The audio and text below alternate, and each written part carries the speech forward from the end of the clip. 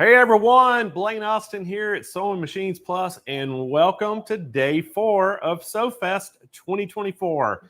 Can you believe it's already day 4? This thing is going by so fast, but I hope that y'all are really enjoying it, because I tell you what, I think this is the best SewFest yet.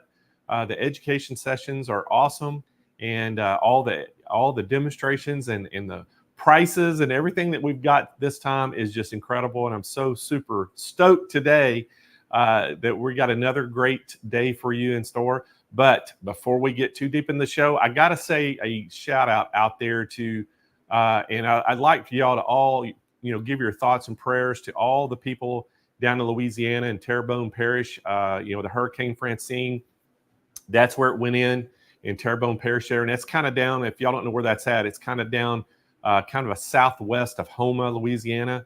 So I hate that hit that. But the good thing, if you can say any good of this, it was only a Category 2. So, the people in Louisiana, Category 2, just a windstorm to them most of the time. So, but it is, spinning off some tornadoes and some thunderstorms up, even going up into, Mississippi and on up probably into Arkansas, Tennessee. So, anyway, I hope that everybody's safe out there, and maybe it'll give you a little bit of rain that a lot of people are needed. So, but that's it for the weather report today. We're going to get into some fun stuff. And first of all, I want to say shout out to the SMP Nation watching today. We've got Elna Joyner in Northern California this morning. So good morning. Excuse me. We have Alexandria Span. She's watching in South Dakota. We have Casey Goodyear in Texas. We have Shane Sows out here in California watching. We have Patty Shelton over in Tennessee this morning. We have Shirley Chaplin in Georgia. We have Kay Butterball in Michigan. And we have Lisa Mike in Minnesota. We have Pamela Romeros in Maryland. Denise Looney up in Minnesota as well. Judith Huber in Ohio. Melanie Taylor in Mississippi. We have Fran Riley over in Oklahoma, and we have Ralphie Nix in South Carolina. So good morning to everybody out there, and we sure do appreciate y'all tuning in. Now, if you've already been here for all 3 days so far, if you were here Monday through Wednesday, and today's your 4th day, put a number 4 in the chat for me right now. I want to see how many of y'all have been here with me the whole time. And if you're new here, hey, we welcome you. If this is the first time you've ever seen an SMP show or one of our festivals, we welcome you to the SMP Nation out there. And we do this every quarter. We have some sort of festival. And then every Thursday, we do a live show with product demonstrations and all kinds of great things. And we do that at 10 a.m. every Thursday, which would be Pacific time. And we invite y'all to come and join in the fun. Now, if you haven't liked our Facebook page yet, we encourage you to go like the Facebook page. If you want to share the videos that you're seeing today, the broadcast, you can share it to your page. We encourage you also, if you haven't subscribed to our YouTube channel, go subscribe, because believe it or not, all those things really help us, and it makes us be able to afford to do these festivals and give all the prizes away that we give away. I mean, we give away stuff on every single Thursday show. We give a lot of stuff away, and usually we give a sewing machine every Thursday. So we do a lot of giveaways. So we hope that y'all stay tuned and join in. And we do a lot of festivals where we give $25,000 away, Kyle, to one person, and that is called the Dream Studio Giveaway. And we're going to give $25,000 to one lucky viewer. It could be you. There it is, right up on the screen. You see it. This year, we're giving them that Juki HZL X3000 away. We're giving the Qnique 16X away with the frame. We're giving that Handi Quilter Moxie XST. That's an 18-inch sit-down with table. We're giving the Brother Airflow 3000 and the Air Threader Serger and the Brother Print Motive fabric printer. And then we're giving away that Baby Lock Pathfinder. Now, Monday's finalist was Lisa Swartz. She was Monday's finalist. Tuesday's finalist was Leah. Was it Leah? Lisa? Jerry Lutter. Jerry, that's it. Jerry Lutter. and then Donna N. Yeah, Donna N. So Jerry Lutter was Tuesday's finalist, and then Donna N. was Wednesday's finalist. And so today, at the end of the day, we're going to pick the fourth finalist, and minimum, each one of those are going to go home with a Brother sewing machine.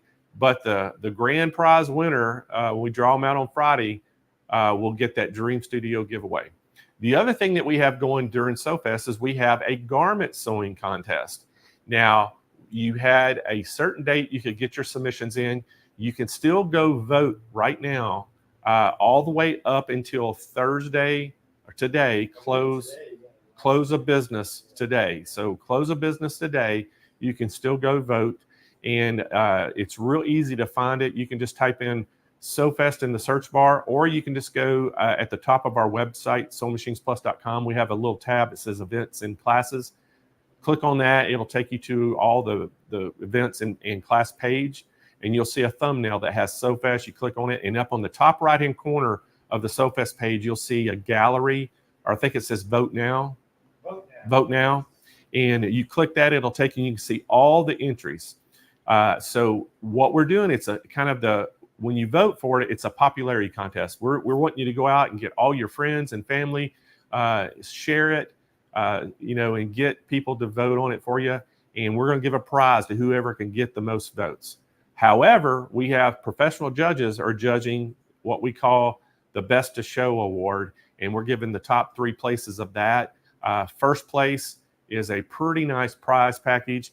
And Kyle's going to show that right now. Look at that up there. We're going to give that Janome Continental M6 sewing machine and a Brother Print Moda fabric printer away to the first place. And then second and third place, they're going to get that SE 2000 Brother machine and that Finesse Thread 16 pack. So great prize package for all of them. And then Kyle, do we have the packet, what we're giving away for the People's Choice? Oh, there it is. So the first place is that Handi Quilter. It is that HQ Stitch 510 sewing machine. So we're giving that for the People's Choice. Whoever gets the most votes on the People's Choice. And here's the other thing that we're doing. All right. So you see the sponsors on the page. We can leave that up there if you want to, Kyle. They can get a good chance. And I'll go over all the sponsors too. But we had a bunch of people that submitted a quilt for the garment sewing contest, which is against the rules. We weren't going to count them. We were like, you're disqualified. But then we got to thinking about it. Since there was more than 10 of them that did that, we were like, let's just go ahead and make a little popularity contest for that. And we're just saying, hey, whoever gets the most votes on your quilt, we're going to throw in a $250 gift card to that person, to Sewing Machines Plus. So we decided to do that at the last minute just because, you did go the effort to put the page up or the pictures up. So, and we're going to also allow them to enter them into Quilt Fest, which will be in March of 2025. All right, got to say a big, huge shout out to our sponsors out there. Handi Quilter, The Grace Company, Brother, Baby Lock Janome, King Quilter, Butler Robotics, So Steady, Jerky Hoops, Elna, Husqvarna Viking, Pfaff, Cutterpillar, and Embroidery Garden, Dime, and RK. So great sponsors this time, and we're super excited. And a couple new additions to the show that we've never had on shows before is basically Elna, Viking, and Pfaff, and then Cutterpillar. Yeah. So that's a bunch of new brands that are part of the show this year, and so we're super pumped about that. One of the things too, what was it, Kyle? I was going to talk about. I think I've covered everything. Everything. I guess I covered everything this morning. So guess what? It is time for me to introduce my co-host. She is, and I think she may be a 3-time Emmy Award winner. 3, okay. I think it's 3. I've been saying 2, but we have to clarify that. It's either 2 or 3. This girl is incredible. She wins all kinds of stuff, but she's a 2-time for sure Emmy Award winning broadcaster.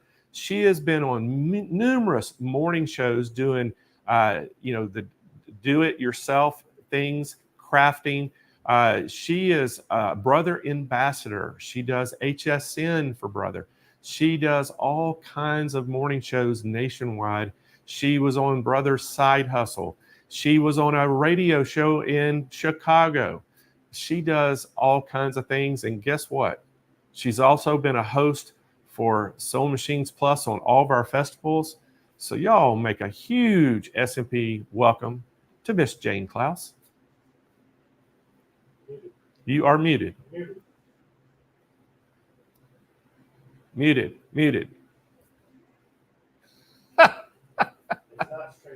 It's not StreamYard, so it must be your microphone.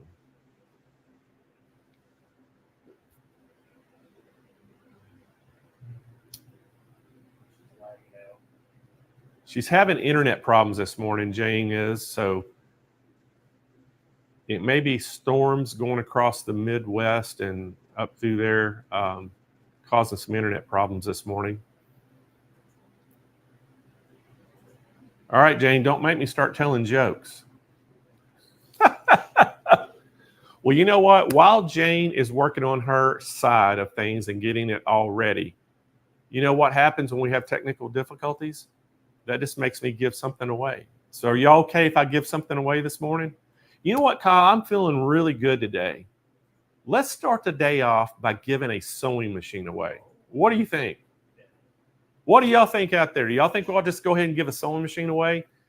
Type in right now in the chat, sewing, S-E-W-I-N-G.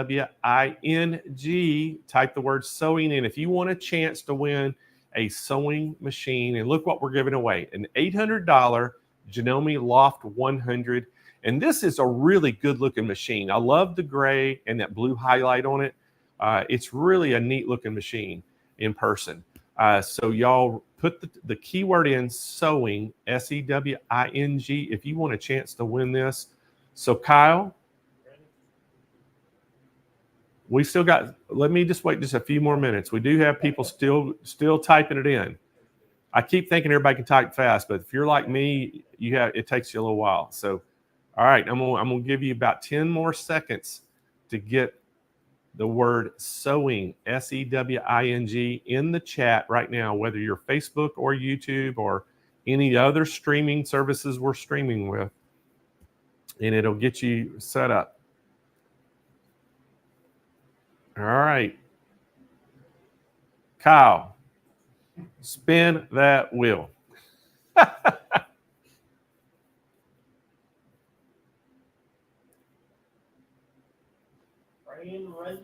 Fran Renzi is our winner watching today on YouTube. So congratulations, Fran. You just won yourself a Janome sewing machine. What we need you to do to claim that prize, Fran, is go to smplive.tv. Scroll down toward the bottom of that page where it says claim my prize, fill out all that information complete, hit submit, and once we get your information in, we're going to ship you a brand new Janome machine right to your doorstep, and you have 30 days to claim that prize. All right, so I think Jane had to reboot, and she's trying to get rebooted up. So we may have to start without her, Kyle. She's having all kinds of internet problems. So I'll have to introduce Jane a little later if we have to do that. But you know what? I think we're going to go ahead and get the show started. I know y'all are eager to get going.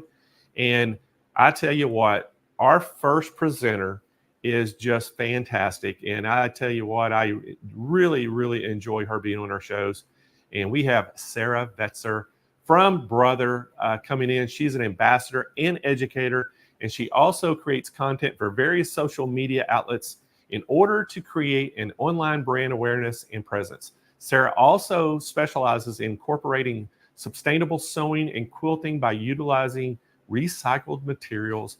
And I tell you what, she is our resident expert on anything Brother. But y'all welcome Sarah to the show. Hi, Blaine. Good morning. Good morning to you. How are you doing today? I'm doing great. I got all my printers ready to go. I'm showing some cool products today.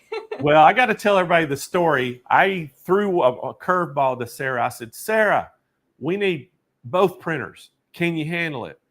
And she handles it. So look at that. I mean, we got both. We even got fireworks today. I love it. Love it. So she's going to talk about the Brother Print Moda fabric printer, and we're going to talk about the Sublimation printer. So we got to get two of these in 30 minutes. So I'm going to jump out of here, Sarah, because I know you got a lot to talk about. Take it away, and we'll see you back here in about 30 minutes. Cool. Let's do it. All right. Hi, friends. I'm Sarah. Yes, Blaine gave me the sublimation printer a little while ago, and he knows that I always put everything to the test when I get it, and I learn it, and I try all the different things you can do with it. And oh my goodness, it is a fun machine. So that's the sublimation printer right here, this little girly. And I have my heat press going as well. And then I also have the print moda here. So this is Brother's fabric printer. And I am going to teach you all the differences between these two machines. And by the end of my 30-minute segment, you're going to want both of them. So let's get started. So I'm going to start with the print moda here. Like I said, fabric printer. So Brother is, we know them and we love them for sewing and embroidery, but they're huge in the printer fax machine space as well. So what they did was they combined both of their strengths and they made us a craft printer. So it has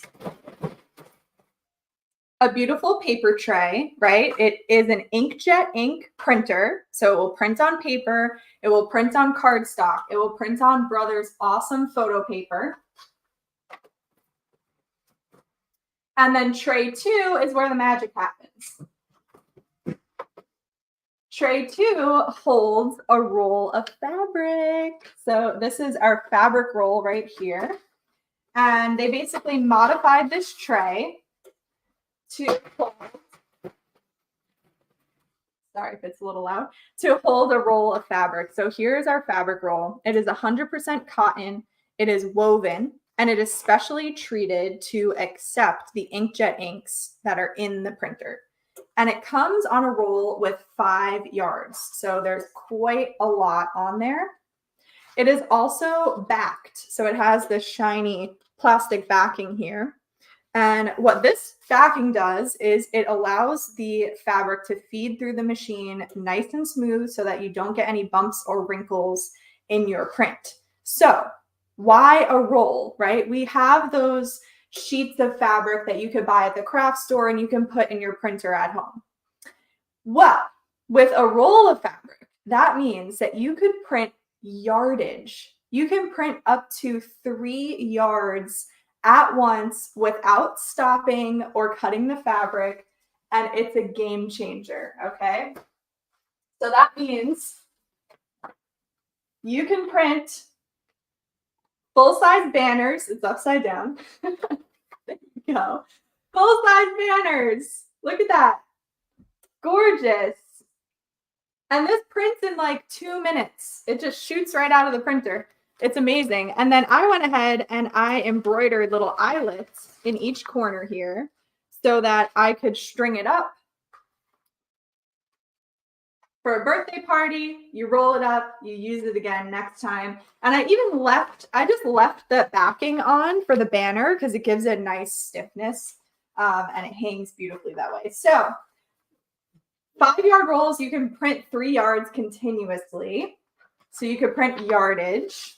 So much you could do with this. I'm going to roll this back up, show you some of my other samples. So home decor, it's great for that. And the printer is made to work with Brother's Artspira app. There are some really cool project templates in there that look like picture frames, and then you could just drop in your own family photos or your personal images, print it out, and you have a beautiful wall hanging. If you are a quilter, I know there are lots of quilters out there. I went ahead and made a quilted tablet sleeve. So this is printed on the print moda, this top layer of fabric, and then I have quilt batting, and then I have a lining fabric inside. And what I wanted to test here is, can I quilt over the printed fabric? Now you see the fabric starts out white, remember? So this is a really, really dense print. It's a lot of color on there, a lot of ink, really dark. I mean, the print is beautiful. It's silly, yes, but it printed so nicely. And then I went ahead and quilted on top. I wanted to see if there would be any cracks where the stitches are, and there is nada. So it stitches up beautifully. Here's another little quilt project that I did, and I'm really not much of a quilter, but I think that this machine is so perfect for making memory quilts, right? So here I printed each of the photo squares and did a small quilt sampler to show you guys. And the first question I always get is, can you wash it? Yes, you can wash it. I have put this through the wringer, steamed it, ironed it many, many, many times. Every time I take it out for a demo, I steam it or iron it and I wash it. And you can see the photos are holding up really beautifully. They look a little faded because that is the style of the image that I chose. These are stock photos, by the way. I don't know these people, but really sweet, really, really sweet. So I did quilting projects to show you guys, inspire you guys for your quilting projects. If you want to incorporate more family photos in your quilts, this is an amazing way to do it. And you can print them really large. You're not limited to that 8.5 by 11 sheet of paper. Now, for my embroiderers, if you want to do applique, you can design your own fabric in the Artsphere app. And I made a little applique in my design center and stitched it on this hat. The best part is that this was a messed up embroidery. You can see I tried stitching a little hedgehog and it got a little messed up. So I put a beautiful applique on top and it looks even better than before. Saved it. Some home decor, did a nice little pillow. This is one of the templates that is in the Artsphere app. So all these little colorful bits, I did not have to design that, which is good because I'm not a graphic designer. I just popped in a photo, printed it out, and sewed it up into a pillowcase.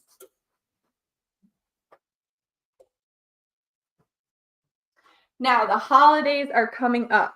I know I don't have to remind you. I'm not saying that to freak you out. No one gets stressed yet. But I really have enjoyed making cards. I think printing a bit of fabric and stitching it down on a card it's just a bit of a different look. And in the Artsphere app, you can edit one of your own photos. You can put text and say Merry Christmas, and you can make really cute fabric cards. And then for my crafters out there, I went ahead and made a mouse pad. So I took a blank mouse pad. I created this collage again in the Artsphere app. And if I have time, I might have like a quick minute to show you the Artsphere app. I can show you the editor really quickly, but it's so easy. You add a background, you add your photos, you add little sticker designs in here, text, like I said, printed it out. I put down a layer of glue on the mouse pad, put the fabric on top, let it dry, and then put another layer of glue. So it's a nice surface for your mouse to go on. And again, this was a test to see if the ink was going to smear or smudge or anything when I put multiple layers of glue on it. And you can see it looks gorgeous. So I put it to the test for you guys. And it is a lot of fun. So the fabric roll is really easy to load in as well. You're going to put it fabric side down and you tuck it up under there, roll it up. You see the fabric is rolling back until it hits the back of the tray, and there's little teeth back there that kind of pick up the fabric and draw it into the machine when you're ready to print. And there is a built-in trimmer. So you can print up to 3 yards. The minimum amount you can print is just around 8.5 inches. And anywhere in between, you can tell the machine exactly how much fabric you want to print, and it will cut it to the exact length for you so that the rest of the roll stays in the tray ready to go for your next print, right? Pretty sweet. And then this is where your inks are. They're right here in the front cover. They're standard CMYK. My pink is almost out because I love pink, so I print a lot of pink stuff. But luckily, these are individual cartridges, so you can just swap out. I'll swap this out very soon for a fresh one. The black is about twice the size, so I have a lot in there. And a standard set of ink will run you around $120, and a full set when it's fresh, will print 35 yards of fabric. So it goes a long way. And I've had this machine for over a year, I would say a year and a half now. You see all the samples that I make. I'm always showing you guys new stuff. And I have not replaced any of these ink cartridges yet. So that's a testament. If that's not a good enough testament for you for how long the ink lasts, yeah, I am using it. I'm using it a lot. Okay. So let me show you the Artspira app really quickly, just so you get an idea of how easy it is to edit in the app. Okay. Let me make that a little bit, I'll move it over to this side. How's that? Cool. So this is the home screen of the app, and you can use this app with all of your Brother wireless products. So all of the wireless embroidery machines, with your scan and cut, with your stitch, with your print moda, and with your SP1 sublimation printer. So there is so much going on in here, and I'm really going to watch my time because I could talk about this for hours. But I want to quickly show you some of those printing templates. So I went into printing designs, and here are all of our different templates. So banners, I can show you the birthday banner that I printed. Here it is. It gives you a little thumbnail. It shows you, again, a preview of the project kind of hanging up, gives you an idea of what it'll look like, and it gives you the dimensions. And then I mentioned, let's see, frames. Those are, here's my pillow, right? You recognize it? Cool. So all you have to do is select that design, you press create, and then you tap on the image in the middle. Now the app is going to access the phone, the photos on the device that you're using. So I can go to change at the bottom. Here are all of my photos. I can swap it out for one of my own. I can even crop it and resize it. Done. I'm ready to print. That looks super cute. Print it out. You let it dry for 15 minutes. The ink sets into the fabric and you're good to go. Pretty sweet.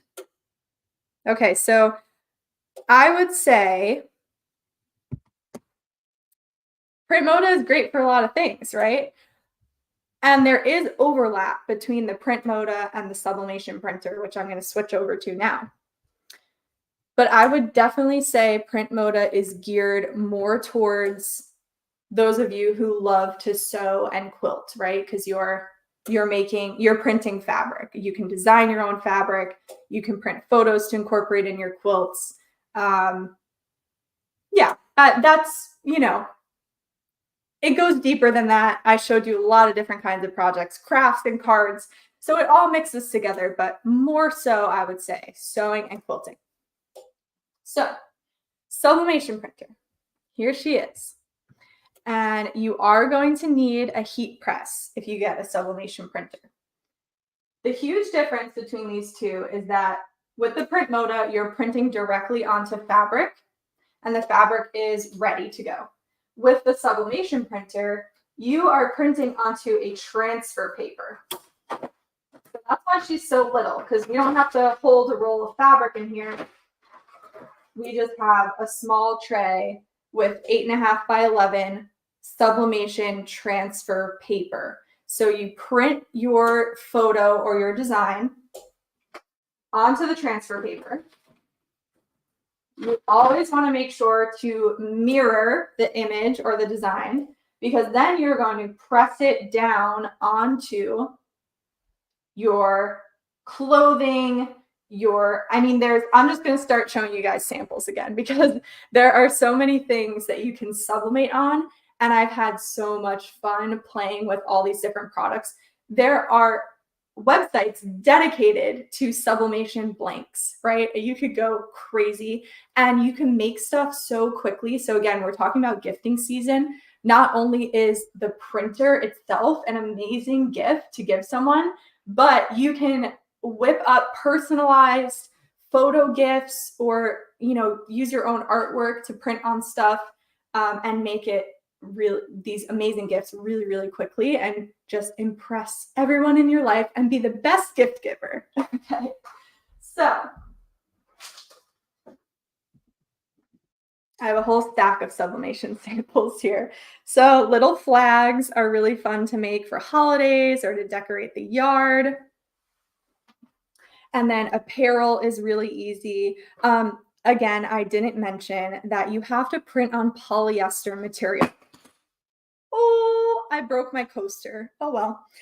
You have to print on polyester material.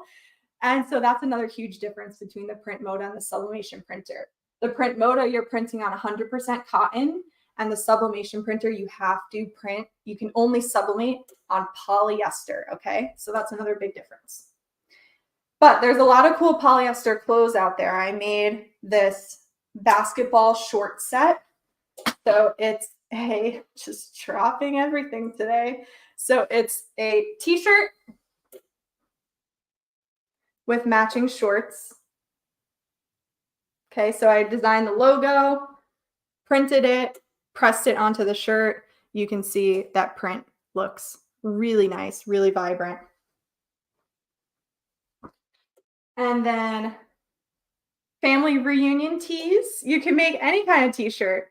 You just print your design out and you press it onto your shirt. It takes about 30 seconds, people. It's so fast, comes out really beautifully.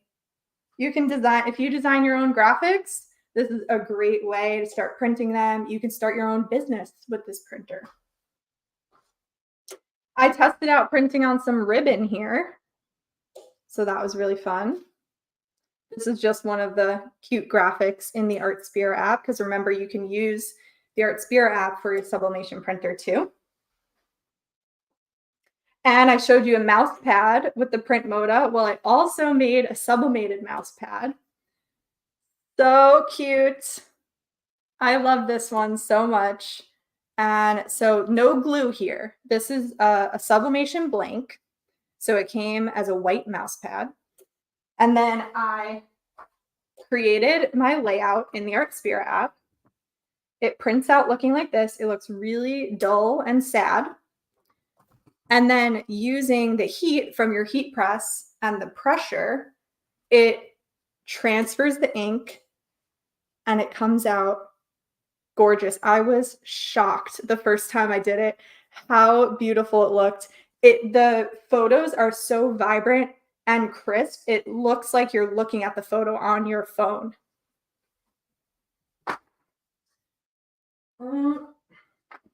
I also have these keychain blanks. These are nice like leather keychains. And I printed this little photo of this, again, not my dog, but very beautiful dog. And look how beautiful this printed. Love it. I love it so much.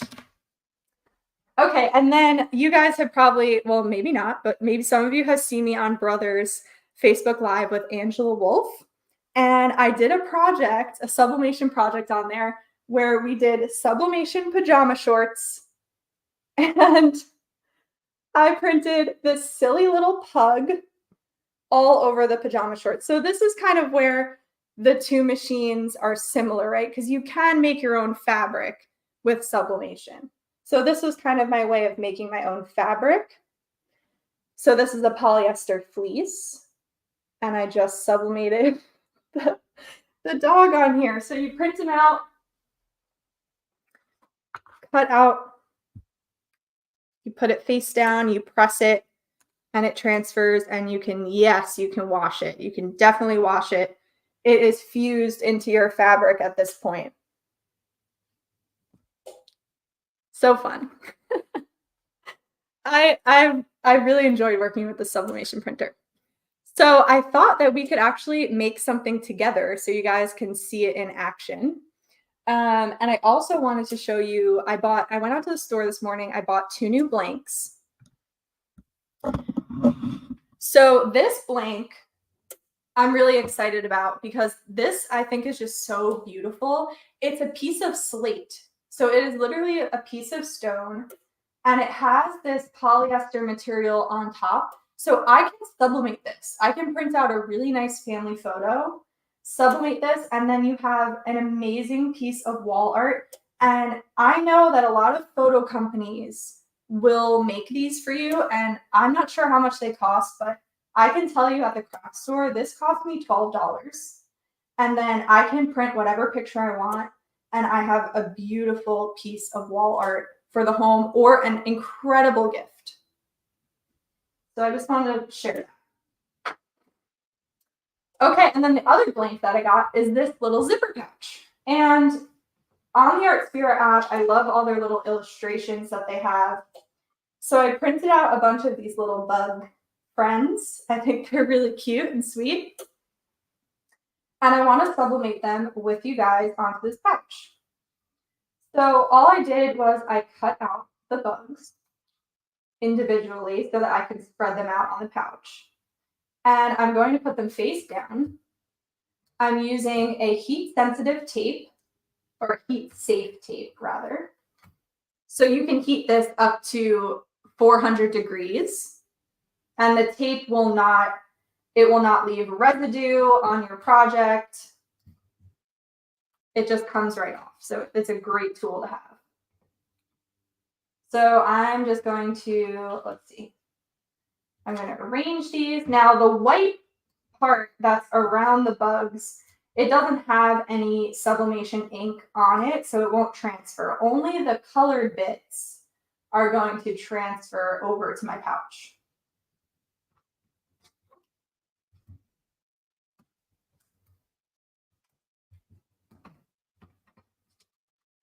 And then I have my heat press preheated. Any sublimation blank that you buy is going to come with instructions on how long to heat it for and what temperature to use. So it's really easy to kind of follow those instructions and make it work. So my heat press is nice and hot. I always have parchment paper to put the project in between, just to protect the heat press and my project. So I'm going to swing it around. I'm going to start the timer. And let's see how it goes. I have 15 seconds on there. Pretty quick. So again, we're activating the sublimation inks using the heat from the heat press. It's about 375 degrees. And the pressure from the clamp here.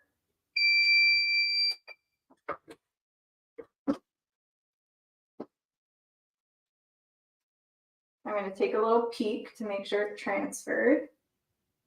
Not quite. I need a little bit more time on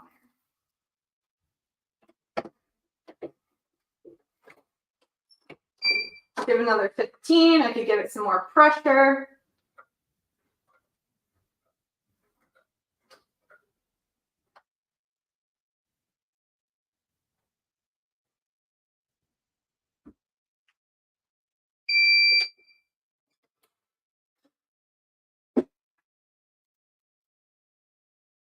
Quick peeky peek. Looking good. All right, so obviously it's hot when you take it off. Bring it back to our table. And now we can peel away each of these to reveal the little print. So sweet.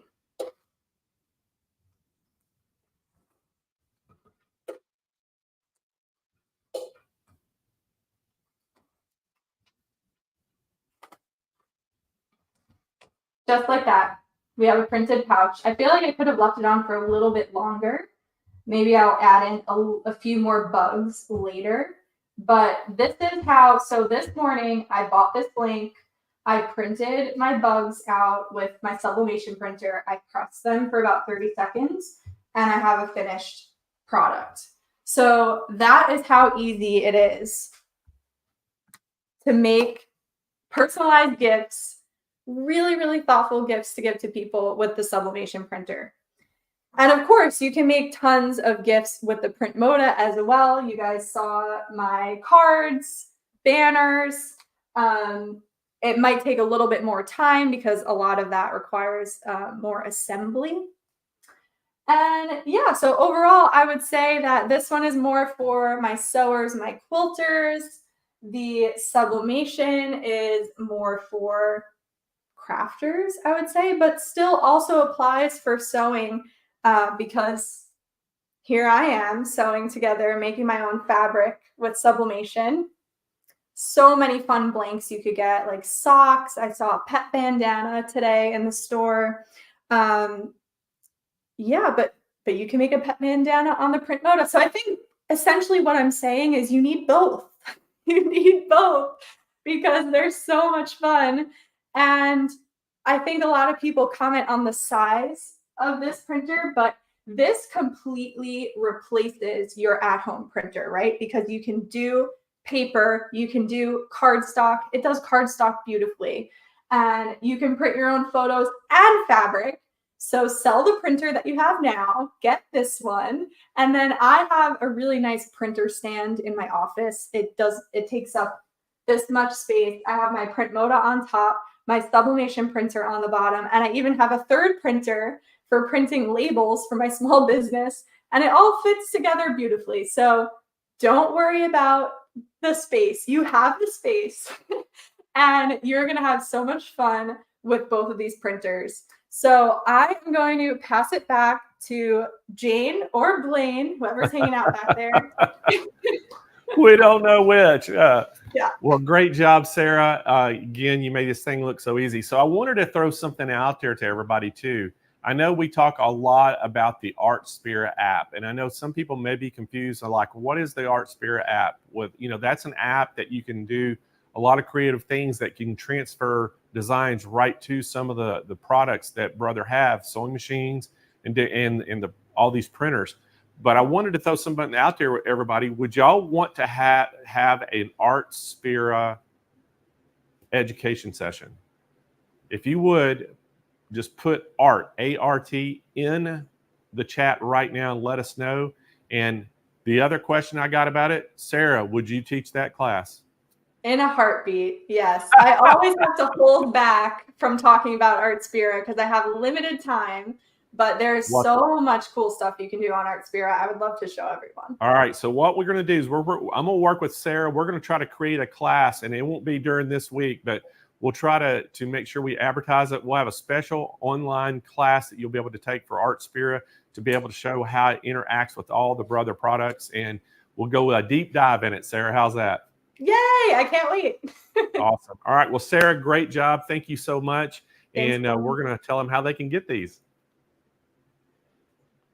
All right, everybody, the first one that she showed was that print moda. This is the fabric printer. And again, you see the price on there, $799. You have to call in for more information on this. And again, just give you some specs on this. The printer is going to weigh about 47 pounds. Now, what's interesting about this, I know everybody at home right now, you have some sort of printer that you use to print your normal paper.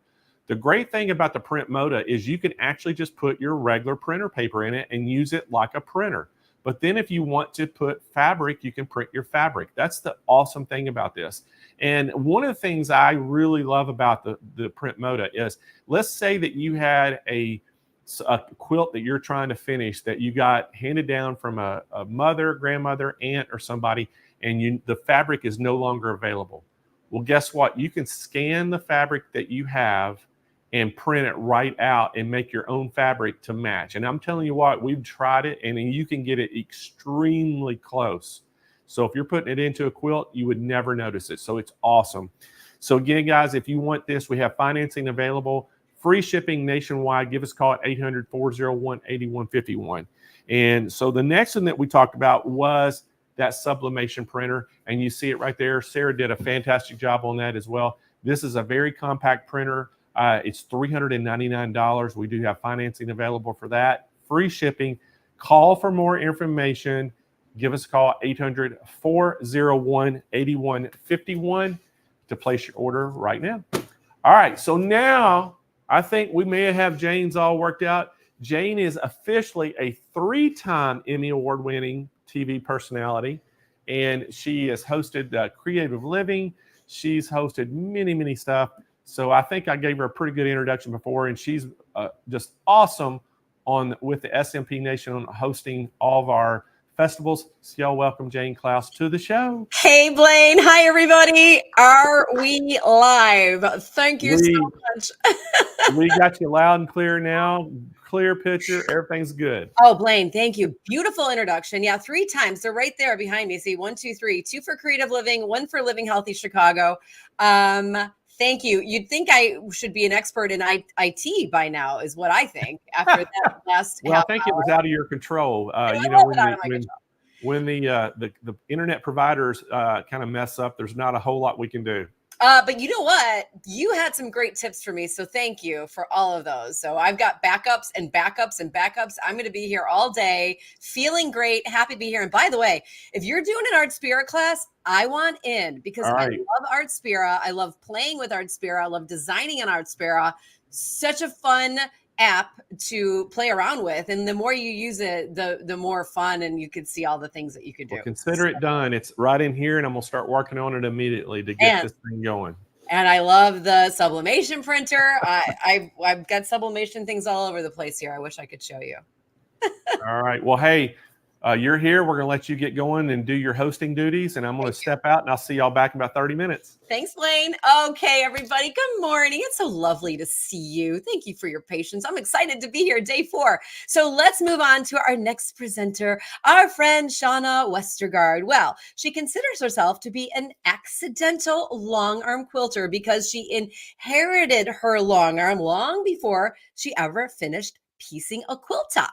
So once she got that long arm all set up, she jumped in with both feet and then quilted over 60 projects in her first year since she had the long arm. She's a pattern designer. She's a teacher. She loves teaching beginning quilters. And she created a block of the month group to help quilters develop their skills. She loves free motion quilting. You saw her yesterday working on an amazing quilt. And I love what she was doing with the top, and she was adding some extra details to it. We're going to talk to her about that, but she's excited to share the joys of creating with all of you. Shauna is also a Handi Quilter national educator. So please say a big SMP welcome to Shauna Westergaard. Hi, Shauna. Hi, how are you, Jane? I'm so good. How are you? Doing good. So what we had to hang out today. Chenille at the top of that yesterday it was the day before, but Chenille, and then you were doing the applique toppers. Yep, with the pumpkins. Yes. I've done a lot of pumpkins. We have more pumpkins today. Well, it's pumpkin season. It is. I couldn't not. I had to. And when you were a little girl, you grew up in a family of quilters. Did you ever play, or when you're little, you play underneath the long arms? Not under the long arm. My family would do it with the big wood frames. They'd put in the hole, in the family room, and everyone would come and sit on an edge and stitch it all together. Oh. That was my favorite place to play. Underneath it. Yep, underneath it. It was like a fort. Fort, yeah, you were playing fort. I love it. I love that memory. I wanted you to share that. So today you're going to continue talking about the Moxie ST, yes? I'm actually on the Amara today. Oh, good. Okay. Yes. We played on the Moxie ST yesterday. That's our newest one, and we're really excited about that machine. But we're on the Amara. After yesterday, I texted Blaine. I said, I must have that. So yes. It's a cool one. It's amazing. Okay, talk about the Amara, and I'm going to let you go, Shauna. I'll see you in about 25 minutes. Okay, that's great. Thanks, Jane. Okay, so when we talk long arms, we talk about how awesome they are for quilts. We talk about using them for edge-to-edge designs, getting quilts finished. You can also use them for smaller projects. When I do these SMP lives with you guys, I actually try to show things that are a little bit more unique, not always doing like an edge-to-edge design on a quilt, simply because these machines are incredibly versatile. You don't have to, sometimes people get worried about the price tag of purchasing a long arm, and it is a good thing to consider, but there's so many different things you can do on it. So we're not going to be talking about quilts today. We're going to be talking about bags. I have this cute little Halloween bag that I made directly on my long arm. It's got some cute bats and candy corn. This is just a fun print that this would work perfect for a trick-or-treating bag for kiddos. It also works for a tote bag for carrying all of your quilt supplies. And I have this one. Here's the pumpkin. Everyone was waiting for it, right? Here's the pumpkin. We've got a little jack-o'-lantern face on this bag. And these actually work perfect for, I don't know if anyone uses these, but I love these. These are the just like the clear boxes that you can use to put all of your quilt projects in. If you're like me, you've got at least 5 different quilt UFOs going on at a time. And I like these because they fit 12-inch blocks really easily. You can put a lot of other stuff in it too, but it fits a 12-inch block and it'll lay flat. I know some people use them for scrapbooking paper. So if you're looking, that's what I would look for. But it fits perfectly in this tote bag. And we've made this with strips of fabric. You can use it from a jelly roll. If you have a jelly roll and you're not sure what to use it with, go ahead and make a bag. And I'm going to show you how to do this all directly on the long arm. You can attach the straps on the long arm, and you can attach this binding on the long arm too. I attached the top binding on the long arm and then took it over to my domestic machine to finish the last edge. So we also did is it a box pleat? I can't think of the right word for that one, but you know, where you trim the edge so that you have a square shaped bag so you can fit things in it like this tote. So we're going to get started. The Amara that we're on today is a 20-inch throat space. And this is what I quilt on at home. When I was looking at getting machines, this is what I used. This is the one I picked because it's a perfect balance of throat space. We do have some other options with bigger throat space, and especially for people who want to do a lot of computerized quilting, you can get the bigger throat space because you can fit a larger row on your edge-to-edge design. But I still do a lot of free motion quilting, and so I didn't want to have such a huge machine that it would be hard for me to move it around. And so this is the perfect medium. The bag that we're doing, I'll use this one because it's empty. The bag is not quite 18 inches. It's about 17 inches, but then I did 36 inches wide, and then we end up cutting the fabric and folding it on itself right directly on the long arm. It's a really cool trick. So we're going to get started so we can try and get through this. So I have a bunch of different strips. Let me show you down here on my project that we're playing on. I've got a bunch of different strips. I've cut them all different lengths, and I did all different colors. And these are just fat quarters that I had lying around that I cut. Some of them are 3 inches. Some of them are like 1.5 inches. I just wanted a bunch of different sizes. And for this project specifically, I ended up using about 20 strips of different fabrics. And if you wanted, you can go very methodical and have, you know, a pattern to the fabric as you lay it down. I prefer to be just a little bit more chaotic, I guess, to give it a little bit of a shabby feel, shabby chic, I guess. So we're going to start. If you can look up here, I think this is kind of hard to see. Hopefully you can see it because this is one of our clear feet. This is a 1/4 inch foot. It's square. And I'm using this because it's going to help me have a good seam as I'm doing my stitches on these scrap pieces, on these strips of fabric. So I've already stitched down a few. I'll show you how we do this. This edge is not stitched down yet. I'm going to take this strip of fabric and lay it directly on top, right sides together. And you're basically going to piece your bag, build your bag directly on the quilt on the long arm. So stitching down, I'm using So Fine thread. This is a Superior Threads. And this is what I stitch with 98% of the time. It's just such a good thread. It works really well with our long arm machines. But our machines are not only for Superior Threads. You can actually use any thread for a long arm you can put on these machines. So you can see I finished stitching down here at the bottom, and then I just flip this over and we're going to stitch the next one on. It's really that simple. Sometimes people get a little bit worried about, you know, how am I going to keep this bottom piece where it needs to be? You can actually go and stitch back up if you'd like, and then just stitch right back down. It doesn't matter because the seams are going to be hidden underneath all of the strips that you do. Let's do an orange, bright, dark orange, bright orange. So I just have all of my scraps of fabric, my strips, just here on the poles.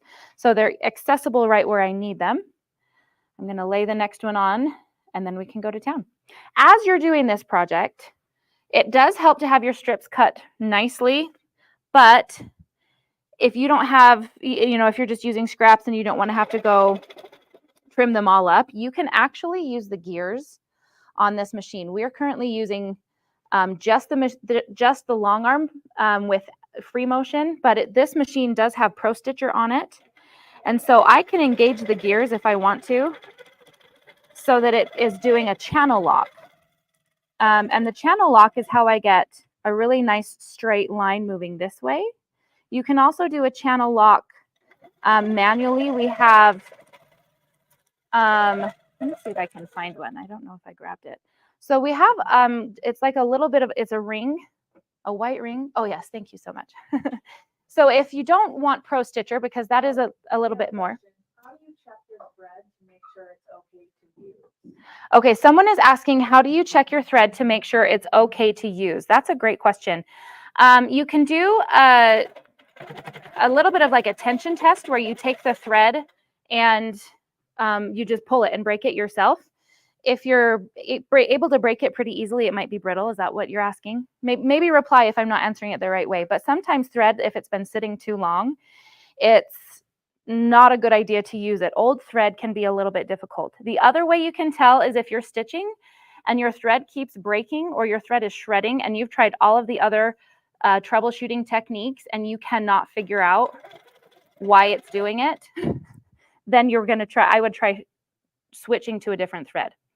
I will tell you, with Superior threads, I've used them for exclusively, I want to say, for about 3 years straight. I will, you know, once in a while when a customer brings me a quilt and they want a very specific thread, I'll switch. But I've been using Superior threads exclusively for that long, and I have never had a thread cone that was bad.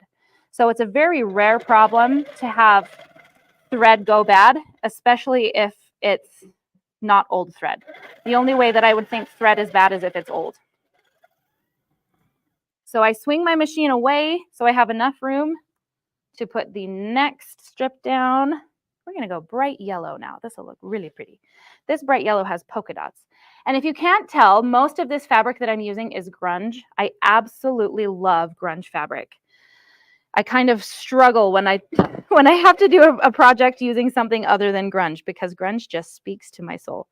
So a grunge fabric is like it's by Moda, but it's just a kind of like a textured print. So it looks like a solid, but it's got a little bit of texture to it.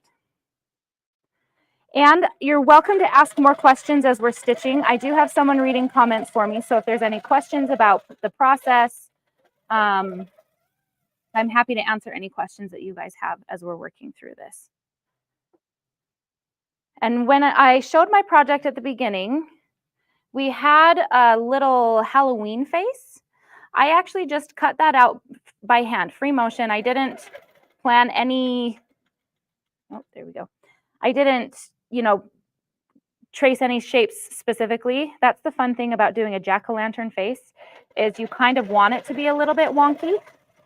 So I was able to just free motion cut the designs, and I'll show you those here in a minute once we've made a little bit of progress on getting all these strips down. You can see I've got little tails here at the end. It's because I would rather have extra fabric at the bottom that I can trim off instead of having like not enough fabric and then my bag would be shorter. So that's just the simple reason for that. Let's do, oh, I love this checkered fabric too. Let's hold it up this way. This way? This way. This is one of my favorite fabrics too. This one isn't, it came out, I think, just recently with, I think it's called Pumpkin Spice, actually, the fabric line. So the other reason I wanted to show doing a bag on our time together today for this project is because it really does come together very, very quickly.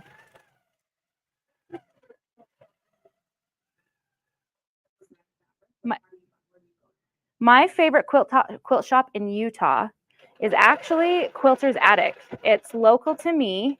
They have an amazing selection of grunge. I probably keep them in business just with the grunge because I love it so much. But they're a really cute store. They always have a lot of fun things going.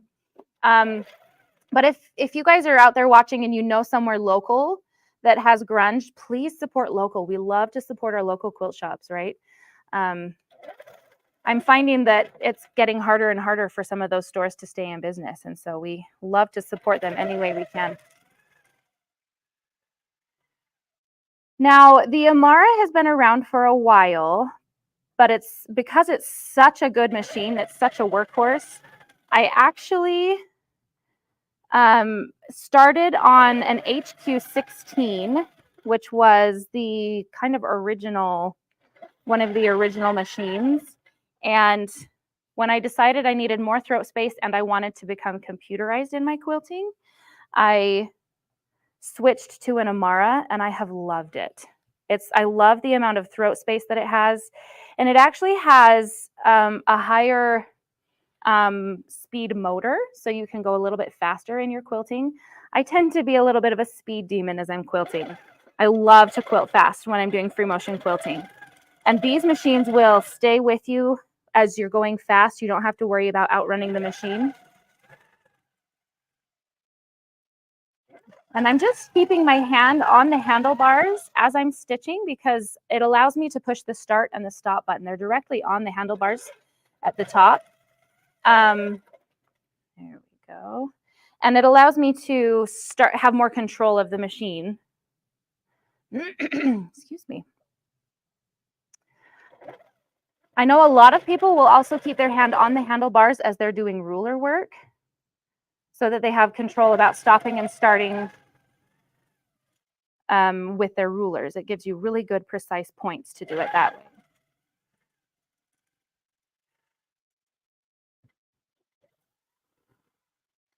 I also wanted to show this project because it is very, very beginner friendly. You don't have to have a lot of skill with doing free motion design. Why would you go with the Amara over the Moxie? Someone is asking why I would go with the Amara over the Moxie. The Amara, again, for me, it's the throat space. This gives you an extra 2 inches of throat space, but it gives you a little bit more power so that I don't outrun my machine. And it gives you the capability of using Pro Stitcher. So the Moxie comes with Pro Stitcher Lite. The Amara comes with Pro Stitcher Premium.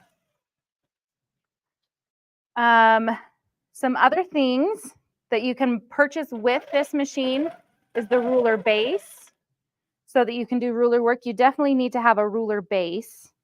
There's a whole bunch of different feet also.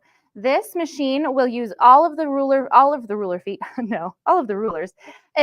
will use all of the feet that are currently in the Handi Quilter lineup. This machine uses all of them. There's a felting foot that we haven't really talked about a lot, but if anyone does wool felting, you can actually do that on the Longarm as well. And there's a wool felting foot kit that you can buy so you can do felting directly on your Longarm. And it does couching. Oh, we're moving along nicely. We can get this done in plenty of time, you guys. Because I want to be able to show you putting the face on putting the pumpkin on. The face to make it look like a pumpkin. So this would also be a really fun thing if you are needing an idea for a quick birthday present or a quick Mother's Day present, giving them as gifts. You can also just make a simple table runner because I could just leave this as it is and have it be a table runner. And it would just turn out perfect. You can bind it directly on the Longarm. And I am using the full throat space. So when someone asked why I would pick this over the Amara, I love, love, love the throat space. If I were going to be doing a bag this big on the Moxie, I would have to advance back and forth, which is it's really not a big deal. I just am able to have a little bit more space for playing and working on my project.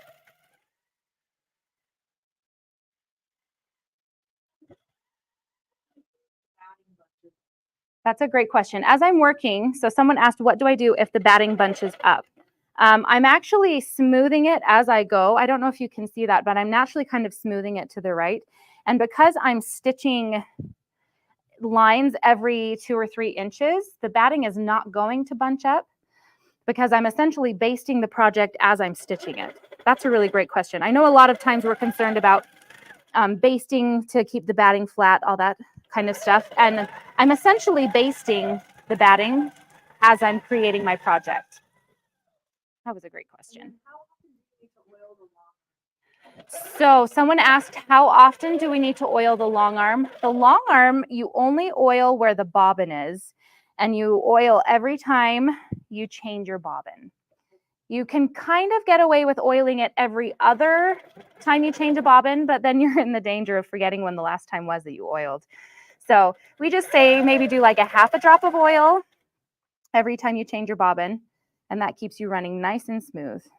And then somebody asked, I'm a disabled quilter. Would I be able to use a long arm machine if I can't stand up to quilt? That is an excellent question. Someone said they are a disabled quilter and they want to know if they could use a long arm if they can't stand up at the machine.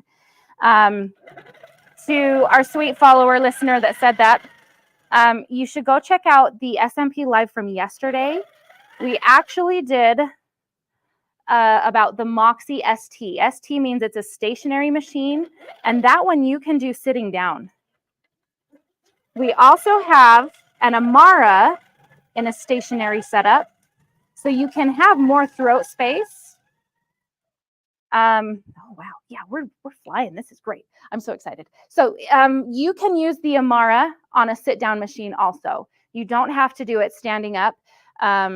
That is kind of a concern we get a lot. You know, if it's hard for you to stand at a machine for a long time, it's going to be. Can they use a stool, or can they adjust the height of the frame? Someone's asking if we can use a stool or adjust the height of the frame, and that is a yes also. I know some people will use kind of saddle chairs and sit at the machine. You can adjust the height of the machine also. I definitely recommend when you get your machine and you're first setting it up, you want to make sure it's tall enough for you. And for me, this is actually a little bit short. I prefer to have my poles a little bit higher so that I can do free motion quilting and have my ergonomic stance. So you want to have your elbows at a 90-degree angle while you're moving the machine, all that kind of stuff. So I prefer my table to be a little bit higher, my frame a little higher, but it's a personal preference. We have all of our strips down, and I'm now going to show you how we put the face on. There's a really cool tool on Pro Stitcher that is measuring directly on the machine, so I don't have to guess where my center is. So I'm going to put my needle here at the right edge of my project. I'm going to push my, you guys can't see on my screen because we're not hooked up that way. I'm just going to push my measure button, and then I move my machine all the way over here to the left side, and it's going to tell me 34.5 inches. So that's how big our project is. Perfect. That's what I want. So then I just kind of watch to come back here. And that, oh, there goes. Right about, yep, 16, 17. I'm kind of also watching on my strips where I'm going to land on this strip. And I'm going to take a pin and mark that center strip of fabric just down here at the bottom. I'm going to just put a pin here for my own reference point. And then I can use my measure tool on the screen again.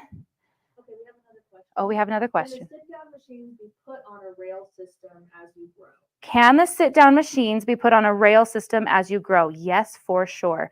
So if you're going to be considering that, I would actually start with the most throat space that you can handle, and then plan on getting the frame system later, because you're going to want a lot of throat space if you're doing a sit down, because it's you're sitting at the machine and you like a Moxie ST or an Amara ST and put it on a frame like this to make it a long arm machine. Yes, you can.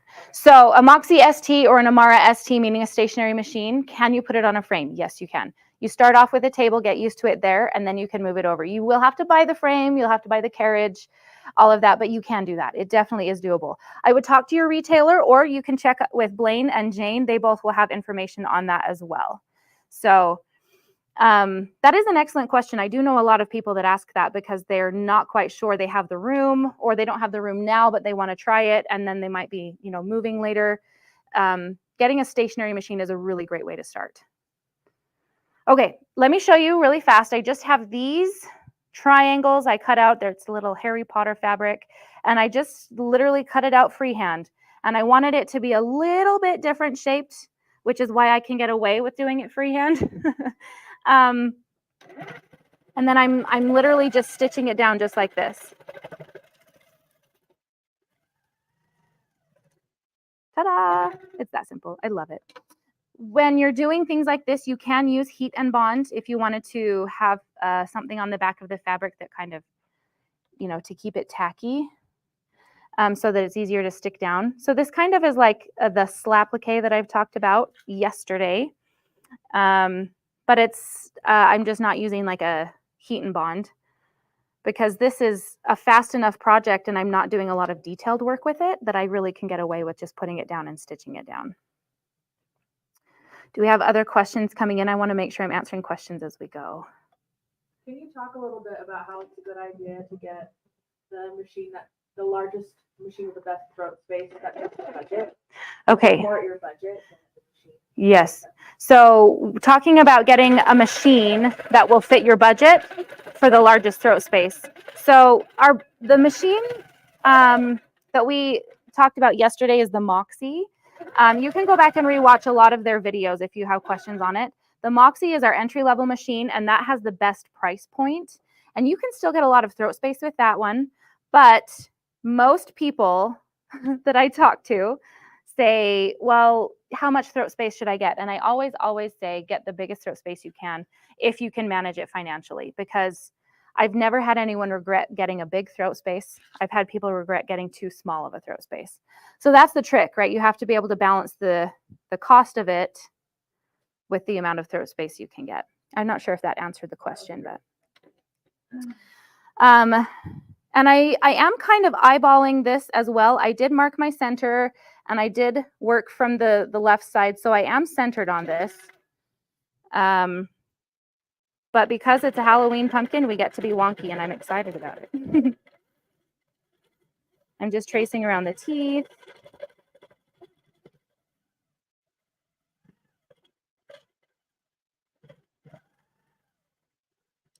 Beautiful. I have a tie-off button on this machine as well. This is something that's on the higher level machines that, excuse me, I have to grab my scissors here. They're a little bit tied up in my shirt. So the tie-off button allows you to just click a button and it'll do, 4 or 5 stitches all in one place to tie off your thread for you, which is really great. We are getting to the point where I have to pass it back to Jane, but I want to show you this technique. So I'm not going to put the straps on. If I did do the straps, I did do them direct on the long arm. So I would just measure where I want them to be. I would place them like this and then literally just stitch them down. That's how easy it is. And the machine will stitch through this web strapping really easily, so that's not a concern. But I want to show you the fun trick of how we stitch the bag on the long arm. So I'm going to take my scissors. I'm going to move my machine out of the way so I can cut where I need to. And I've marked my center strip here. So I just cut. And I'm cutting about an inch away from my bottom seam to make sure that I've got some room. Then I'm going to cut here at the top so that I'm not attached anymore. Good. And then I flip it over. And look, I've got cute ladybug fabric here on the back because you can find me online at ladybugthreads.com. I'm also on social media at ladybugthreads_quilting. All right, we're going to stitch 2 final seams and then we're going to toss it back to Jane. So I'm all squared up. I'm watching my seam here so that I can square it up. And then I stitch and we're good. Jane, do you have any questions for me? We got to make sure you have enough time to tell everyone how they get this machine.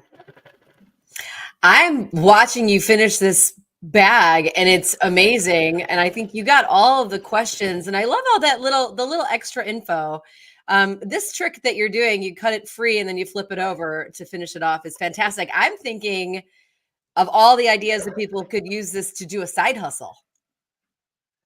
Yeah, it's really cool that you don't have to use it just for bags. You can make like an envelope fold pillow direct on the long arm. There's a lot of really cool things you can do, not just quilts. And I really do just quilts all the time. But I think so now you can see I've got my open edge here and I've created a bag. And how cool is that? It's so cool. And you would have put those straps on ahead of time. And so then you would just take it right off of there. You're cutting it off right now. I see. Yep. So it would have the straps. I literally just cut it Can you off add like the this. straps now afterwards so you can use your bag? You can. I can still go back and add the strips just on a domestic machine. I just wanted to make sure you could see how we do it on the long arm. So I've got this all done. I turn it right side out. And you did it so And there's fast. our bag. Perfect. Great. Yeah, I'm mesmerized. That is just so cute. Oh, thanks. I thought it was way cute too. It's Halloween.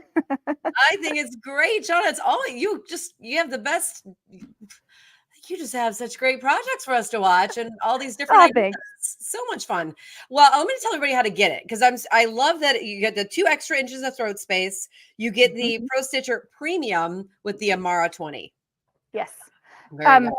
You do have to buy, if you're going to get Pro Stitcher Premium, you do have to buy it separate, Yep. but it goes with this machine. Yes. Correct. Yes. Perfect. Okay. So, Shauna, you're great. At ladybugthreads.com. That's how we learn more from you.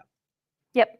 Okay, awesome. Everybody, big thanks to Shauna Westergaard from Handi Quilter. Have a great day. I want to tell you how to get your hands on the Amara 20. This is amazing. Again, this does include that quilting frame. So it's the Amara 20-inch long arm plus your quilting frame. This is what Shauna just showed us. They're just so fast pricing right there. $12,295. That is your show.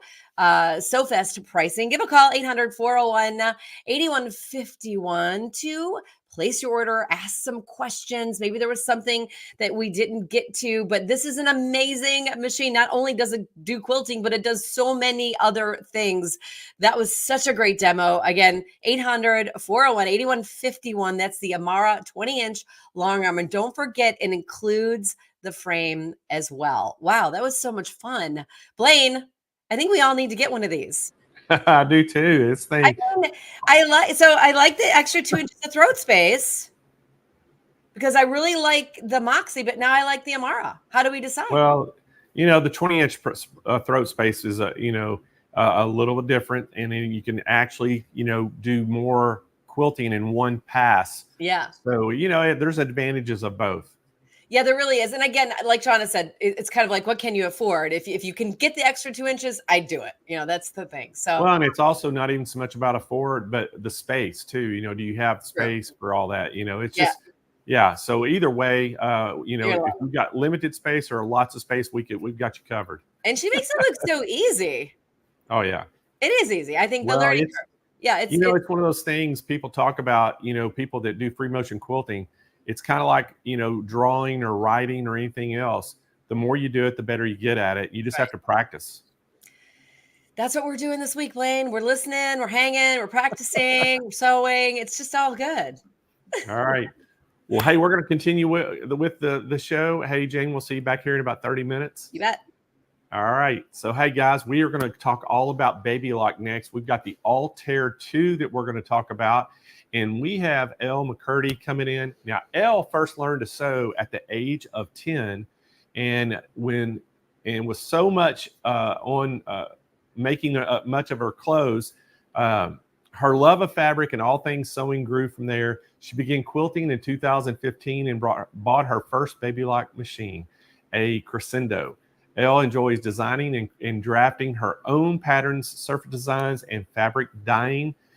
So welcome for the first time to any of the SMP shows is Elle McCurdy. Hi, Blaine. Thank you so much for having me. Well, good to see you again. I know we got to visit a little bit briefly in St. Louis at the Baby Lock Convention, but we're so excited you're here and with us today. So we're going to let you get going and do your demonstration on that Altair 2, and then I'll come back in about 25 minutes and tell them how they can get one. All right. Sounds great. Thanks, Blaine. Hi, everyone. I'm Elle McCurdy. I am a national baby lock educator, and I am so excited to be with you today to tell you all about the amazing Baby Lock Altair 2. This is a combination sewing and embroidery machine, and it is loaded with features. You're just going to love it. So let's take a look.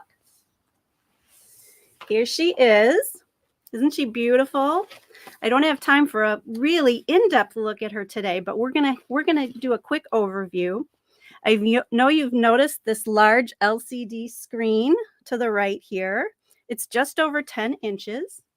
And when I click here and go to the home screen, you can see that we have a sewing module, an embroidery module, which includes your embroidery editing functions, and also a program called IQ Designer, which is basically a graphics program that allows you to design your own embroidery designs on the machine.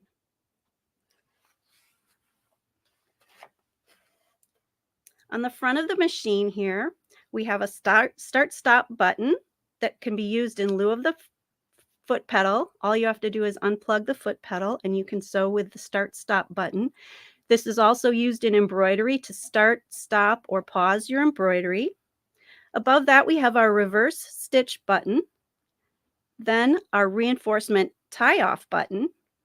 Here we have an up and down needle position button, our automatic thread cutter, our presser foot lifter, and here our very important speed control. For those of you who want to sew slowly, you can slow down your speed. If you want to be a speed demon, you can go all the way up. I like to keep it more in the middle. And then here we have our very important automatic thread cutter. And if you watch the needle, I'll push that right now. And now my needle is threaded. And I don't know about you, but as I get older, my eyes do not get better. So that feature is really important to me.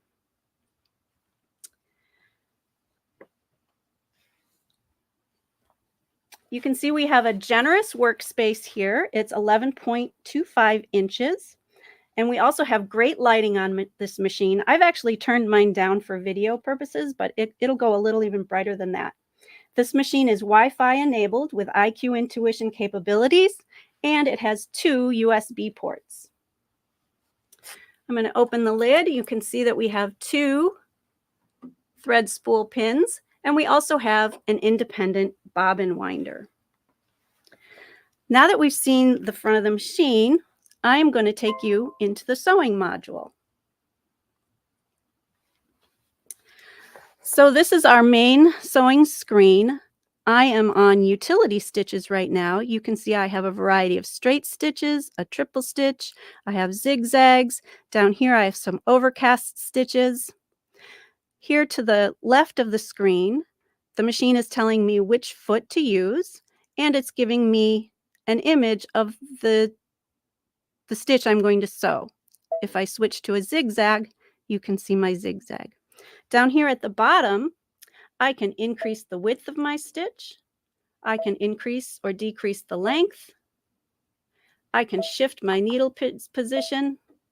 So I've got lots of functionality here. If I don't like any of those, I can hit reset down in the corner and I'm back to the original settings for that stitch. When the number is has a black box behind it, that means you're on the default setting.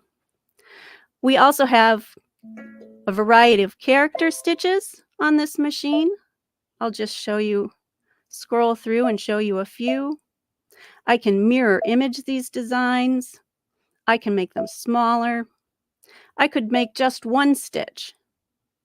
So there's lots of functionality right here in the machine. We have over 771 built-in stitches. I'm going to go back to the utility stitch, and I want to show you a feature I really love. This is the guide beam, and I'm going to go to a left justified stitch. Now here on the screen, you can see a red line has appeared. That's my guide beam, and I can use that in a variety of ways. One way might be to line up with the edge of a seam I'm sewing if I'm a garment sewer, and I'll show you on the needle bed now what that looks like. So you can see that red guide beam is shining out in front of my needle. I can line up the edge of my fabric to that and stitch away.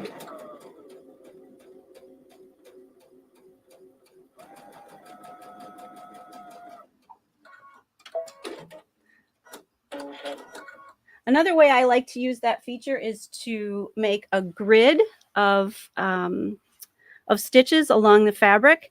And here I have an example of a grid I made using a decorative stitch with the twin needle, which is another option on this machine. Another thing I like to do is make my own plaids. Here I used a combination of two thread colors, and I used a straight stitch and a triple stitch, and I just sewed and filled up the whole fabric to make my own design, unique to me. Nobody else has this.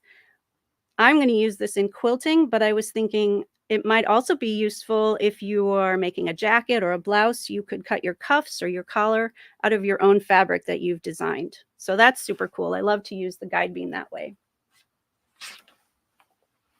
Another thing I love about this machine is the automatic sensor system. It's a setting that you can put on in the settings. So here I have some denim, and I'm going to fold this up nice and thick. I'm also going to turn off my guide beam, and I'm going to start stitching.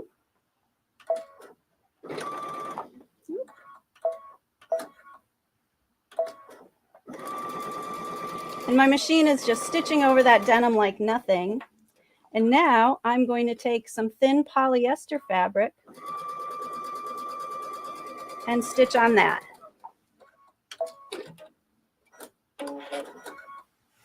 And you can see my machine handled that with ease.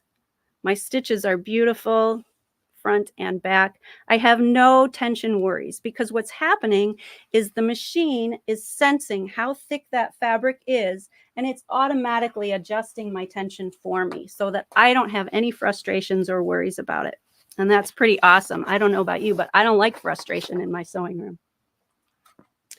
Another great feature of the Altair 2 is that it comes with the compact dual feed foot.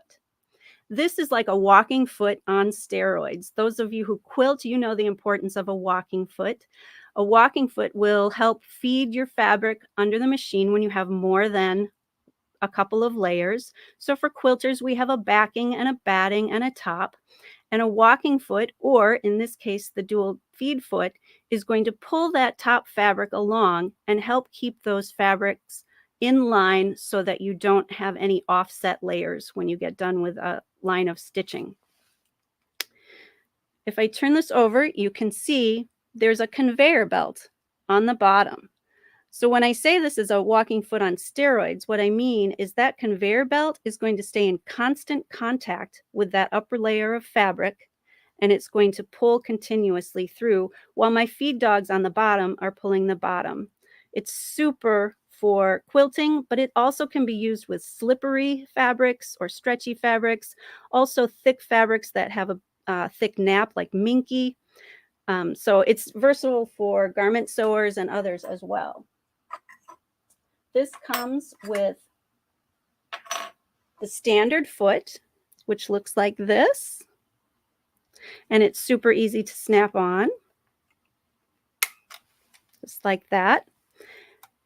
This unit actually plugs into the back of your machine, so it's electronic, and that means you can adjust it in the settings if you need to add more pressure to the foot or less. There are other sole plates that you can purchase as well.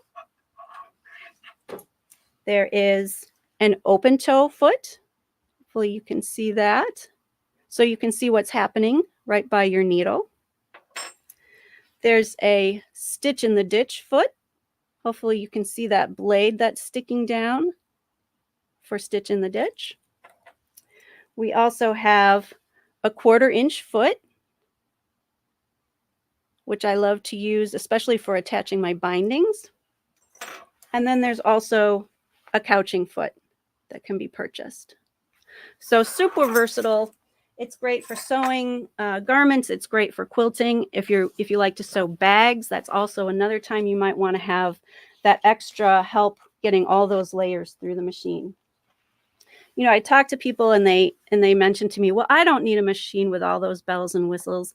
And I don't like to think of them as bells and whistles. I like to think of them as time savers and frustration enders. And who doesn't want that in their sewing room? We're going to switch over to embroidery. I'm going to go back to my home tab. It's going to ask if I want to delete my current stitch, and I do.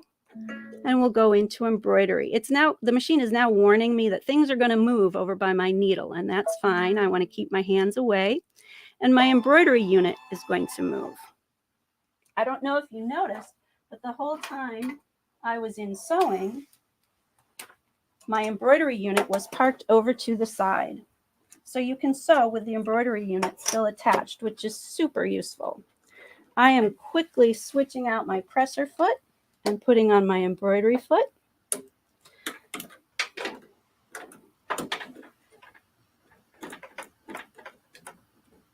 So bear with me just one moment. All right, there we go. So I do want to, first of all, point out one amazing feature about this machine. This is my largest hoop. This is a 9.5 by 14-inch hoop. I mean, this is super. You got a lot of real estate in this hoop. So that's your largest hoop. The machine also comes with a 9.5 by 9.5 hoop, a 5 by 7 hoop, and a 4 by 4 hoop. This machine will stitch up to 1,050 stitches per minute, and it can accommodate 700,000 stitches in a single hooping. And I'm going to show you some examples of the over 500 designs that are built into this machine. So here I'm going to just go into this first category. We have some beautiful designs in here for the fishermen in your life or fisher women. We've got a fishing category. There's some needlecraft designs. It just goes on and on. We also have 34 built-in fonts. And you can also bring your own designs in via USB or wirelessly with design database transfer. I'm just going to bring a design up. Before I actually set it into embroidery, I have this option of a screen that gives me lots of information about what I'm looking at. Up here in the corner, it's showing me the size of the design. In the middle here, how many stitches, an idea of how long this takes to stitch. And we know that's going to take longer because this does not account for thread changes, but this is a 31-minute stitch out.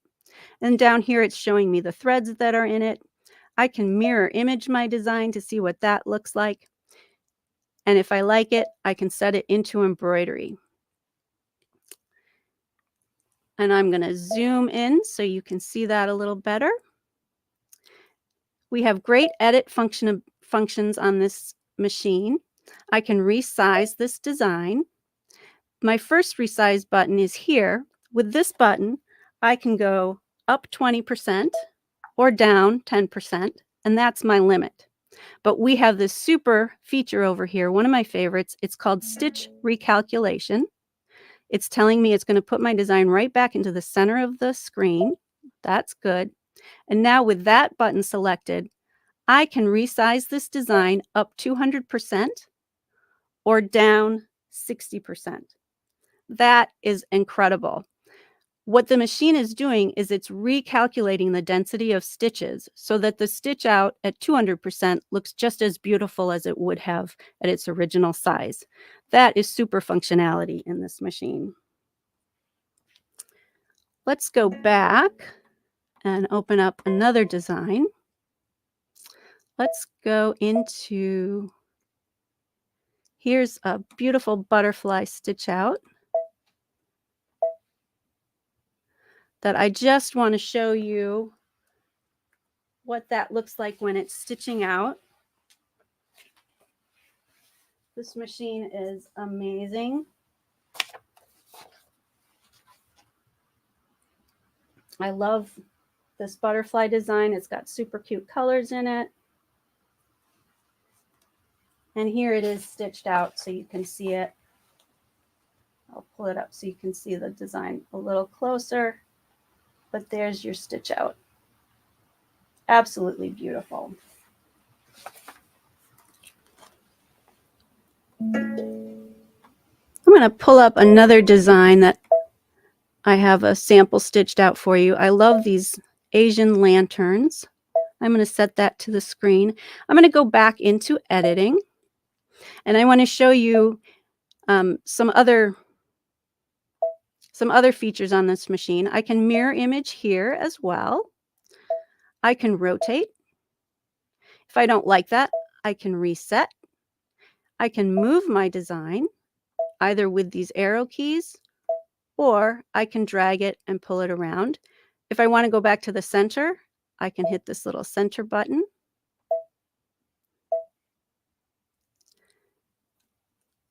Another thing I can do is duplicate.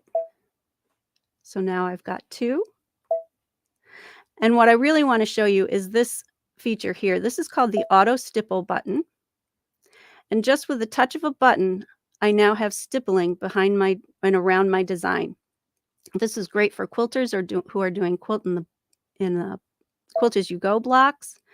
I can increase the distance away from my center design that stitches. And I like to give my designs a little space, a little breathing room. So I always increase that space. I can change the size and the spacing of that stippling. You don't see it yet, but when I click this button here at the bottom, the preview button, it's changed the size of my stipples. I don't have to live with just stippling. I have this button too, which is echo quilting. Again, I can change the spacing.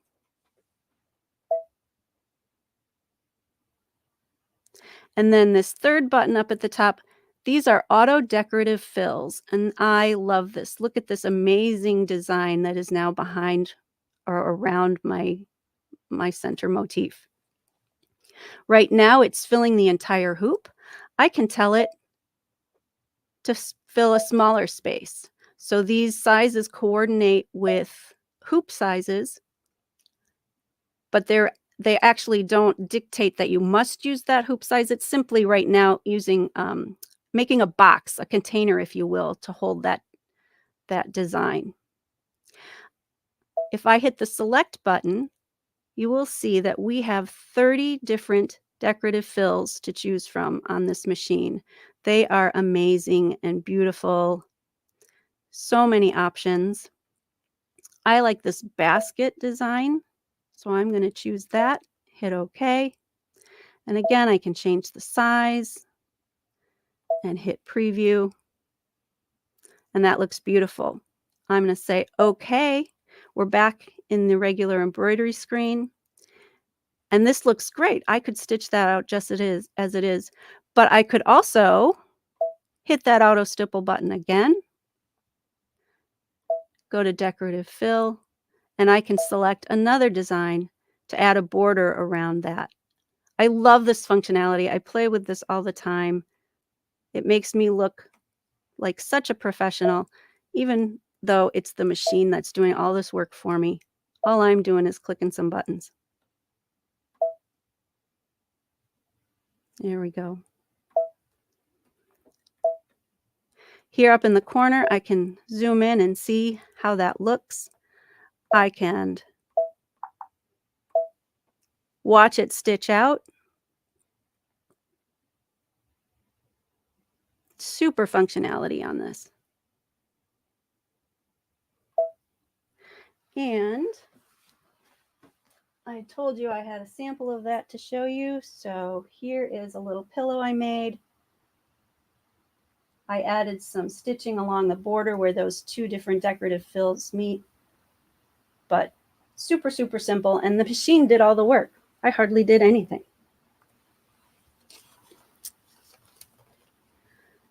Okay, another thing I want to tell you about is how to get perfect positioning on this machine. I'm in my fonts and I'm adding some text that I want to embroider. We'll just say, Happy Fall.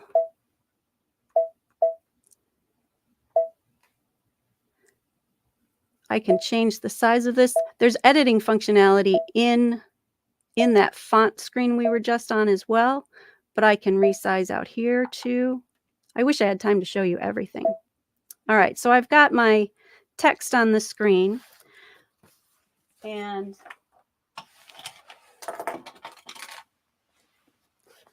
I have some fabric hooped. And if you notice, I was not very careful about how I hooped this fabric. It's rather crooked, but that's okay. These marks on this hoop, this is the 4x4 hoop, These are used in conjunction with the IQ Intuition Positioning app, which you can use on a smart device. And I will show you just how easy it is to take a screenshot of your hoop, and then it will be loaded into your machine. I've opened the app. I'm going into the embroidery section. It's telling me to hold my phone level above my hoop. Now the smart device is recognizing the hoop, and it said it took an image. It's sending it to the machine, and I click OK, and it is that easy. There's other functionality with that app as well. That's just the beginning of what it can do. I'm putting my hoop on the machine. Now I've already loaded this image into my machine. When you first send it to the machine, you will be prompted if you want to load that or not. So I'm going to zoom in so you can see. I can zoom in 200%. There's my fabric with my text that I want to add. And you can see if I stitch that out right now, that's going to be a little crooked. I'm going to go into my rotate editing function, and I can rotate by 90 degrees, 10 degrees, 1 degree, or 1/10 of a degree. So I'm just going to rotate that a little bit. That looks pretty good. That looks pretty even. And now I can move it to where I actually want to stitch it in my hoop. If I come up here and touch this embroidery hoop up in the corner, you can see that's how it'll stitch out. I got perfect placement. If I go into embroidery, I have even more capacity in here for placement. This is our 9-point placement editing. And if you see that little green crosshair, it's showing you where each of these points will fall on my design. And I can show you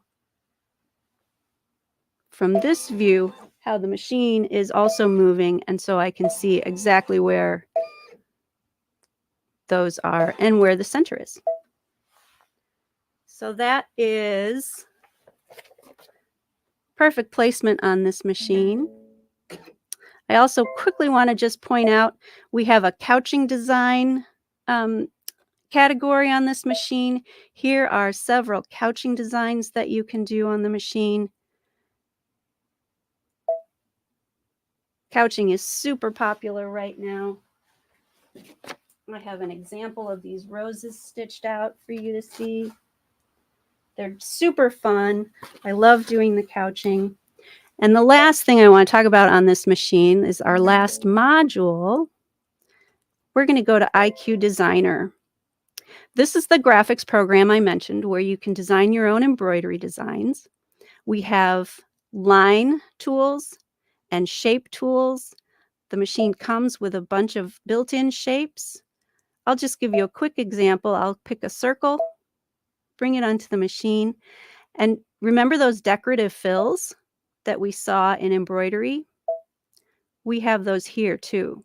So I'm going to select that default fill, and I can fill that circle with a fill. Oh, I'm sorry, you are on the wrong screen. Here we go. Let's go back to the beginning there. I'm going to delete that. Okay, we have line properties here and region properties here. I went in and picked a circle,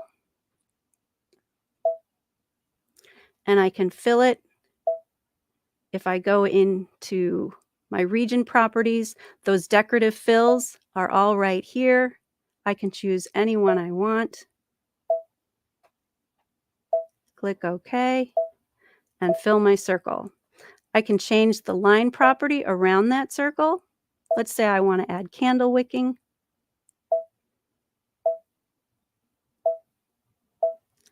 You can't see it until I go to the next screen and click preview. But there's my candle wicking around my circle. That is just the tip of the iceberg of what you can do with IQ Designer. I love playing in IQ Designer. There are so many things you can do. I've got an example of wall hanging I made. This is simply circles with fills added in. I put some lines across so I could put 2 different fills in. I took the ornament hanger from a built-in design on the machine. There's so much you can do in IQ Designer. I love playing in there. And I think we are just about out of time. So I think it's time to go back to Jane and Blaine. Well, hey, Elle, great job. And you are exactly right. You were just scratching the surface with this machine because it has so many things in. But thank you so much for being part of SewFest. And we're going to tell everybody how they can get one of these. All right. Thanks for having me, Blaine. All right. Okay, everybody, this is the Baby Lock Altair 2. Now, this thing is absolutely loaded up with, just loaded up with things. It has the IQ Intuition Positioning app, and that's where you can take a photo and of your fabric in a special hoop and wirelessly transfer it to the machine. It's got the IQ Designer, the 2-point positioning function with the needle beam, stitch tapering. It just has so many things. It has that large workspace, 11.25-inch workspace. It has a 9.5 by 14 embroidery field. Now you're going to get 4 frames with this. You're going to get a 9.5 by 14. You're going to 9.5 by 9.5, a 5 by 7, and a 4 by 4. And the great thing that we have right now with this, you get a great bundle with the package. Now, if you buy this, we're going to give you a free accessory bundle included with the machine, and it's valued at just about $820. You're getting that roller, kind of a tote that's a quilted rolling tote that holds your embroidery arm and the machine. Plus, we're going to give you the Altair 26-piece foot set. So it is loaded with stuff. Guys, we have financing available. We're going to ship this nationwide free right to your doorstep. Price on it is $94.99. Give us a call right now for that SewFest special, and 800-401-8151, and they'd be happy to take your orders. All right, let's bring Jane back in. Hey, Blaine. Hi, everybody. All right, Jane, we'll continue on. So I know we got another great demo coming up, so we'll let you take it away. You sure do. Okay, thanks, Blaine. All right, everybody, let's keep it going on day 4. We have our friends from Grace. We've got Melinda Romero and Anthony Weiderberg. Melinda, you know, is SMP's personal account executive at Grace and provides world-class customer service. And Anthony has been with the Grace company for a year, starting as a customer service representative, I think longer than a year. And then quickly took on wholesale accounts. He comes to us with a strong retail background, primarily focused on sales and customer service in his time off, and he enjoys traveling, concerts, watching movies, and live theater. I am all in on that. Say hello to Melinda and Anthony. Hi there. Hey Jane, how are you? I'm doing good. How are you guys doing today? We're great. We are great. We are great. We're happy to be here. We're super excited. Today we get to talk about my personal favorite machine. But yeah, super excited and glad to have you back. And I know you were here yesterday, and I was like Monday and Tuesday, we were like, where's Jane? I know. Where's Jane? Where's Jane? You know what? A lot of things couldn't keep me from SewFest because I love this. So I'm so happy and grateful to be back. But what I'm really excited about is what you guys are talking about today. And you said it's one of your favorite machines. Yes. So that's the 19 series on the Q Zone Queen frame. It is, yes. I'm super excited. Okay, so I don't want to take up any more time because everybody wants to hear from you. So I will be back in like 25 minutes. All right, Sounds awesome. good. Thanks so much, Jane. So as I mentioned, you know, the 19 series, they're probably my favorite machines that we have here at Grace Company. What do you think?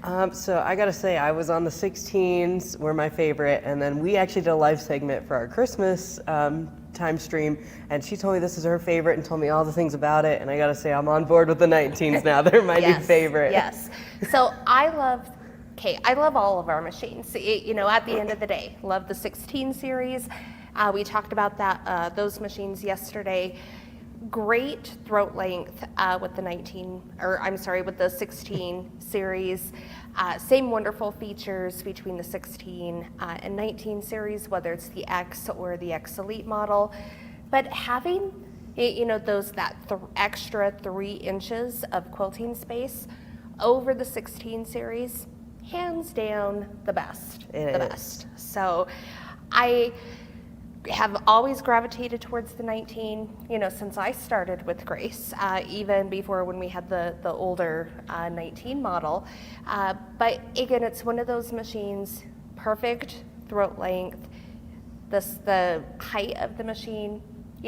I'm short. You're not that much taller than I am. I'm short. So it's not like it's this great big huge machine that I'm moving across the frame.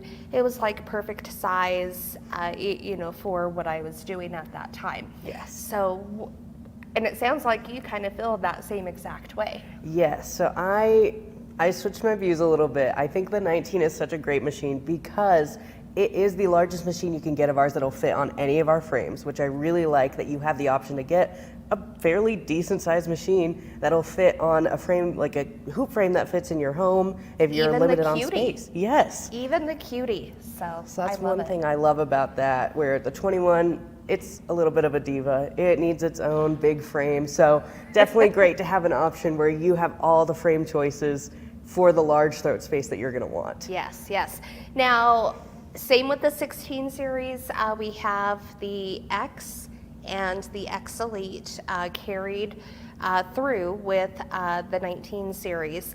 Tell us kind of what are some of the differences you notice right away? So right away you're gonna see on our 19X, we got this little screen, 2.4 inches, and on our Elite, we have this big 7-inch screen.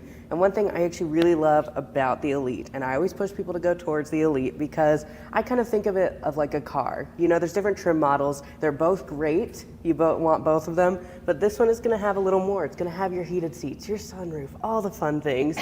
In this little settings guide, it is just a little bit easier to change your screen brightness, your needle area brightness, if you want your needle to do a stop down, stop up, wherever. And I think we're going to be able to zoom in just a moment. All right. There we go. Awesome. Yes. So it's super easy to select what you want, needle up, needle down.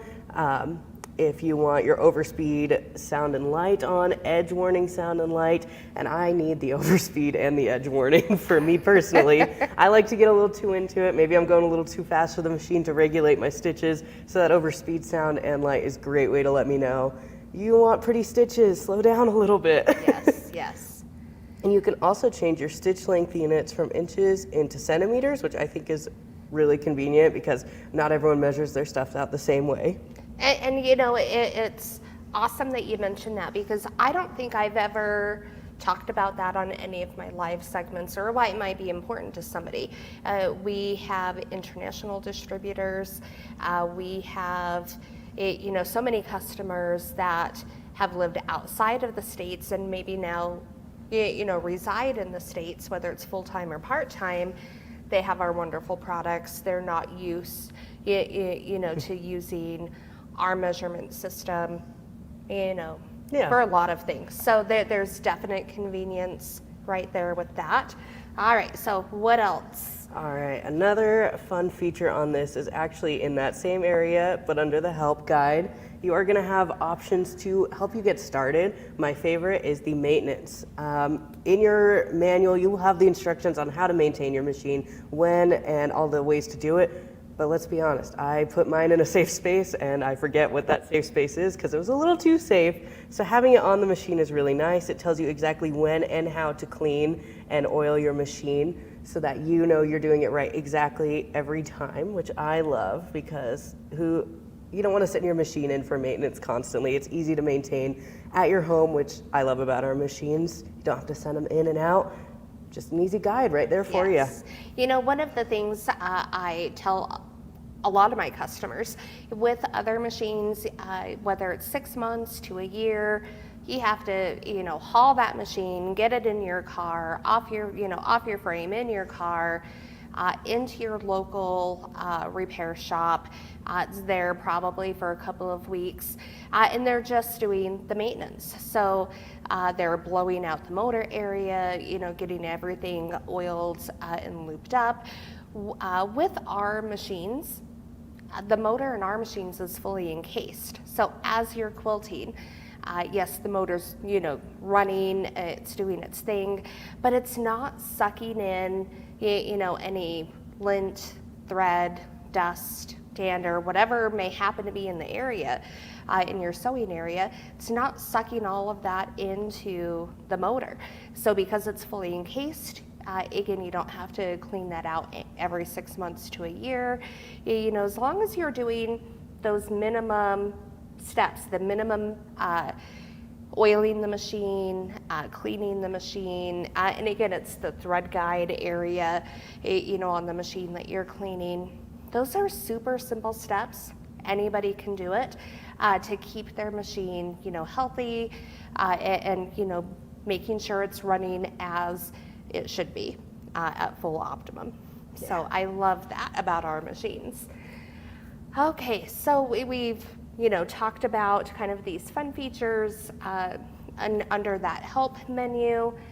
What are some of your favorite kind of features that it's the same between the two machines, and then what's exclusive just on the X? Okay, so some of my favorite features that are exclusive are on both machines. This is actually on all of our machines. We have a bobbin winder in the back here so that you can be, you know, reusing your bobbins and filling them up super easy. And they actually go on a separate motor so that, you know, if you're using your automation, you want to wind some bobbins in the time, you don't have to pick and choose what you want to do. And I think it's great. So if for any reason something's going on with the bobbin winder, something going on with the machine, they're not going to affect each other. It's not going to tank everything, but nothing will happen. Putting that out there. Yes. So I do love that. And all of our instructions on how to thread the machines are just printed out here on the sides. You know, I would say, you know, in talking to customers, whether it's on the phone, whether it's at shows, regardless as to where it may be, even on social media posts, it's not exclusive with our machines.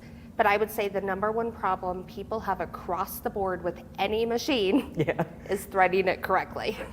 I'm guilty. So, I am too. There's a couple of machines out there. It's like, I don't know why this machine is doing this. What's wrong with it? Somebody fix it. Right. So, but I love and appreciate that pad printing right on our machine because it tells you step by step by step how to, where to in threading that machine.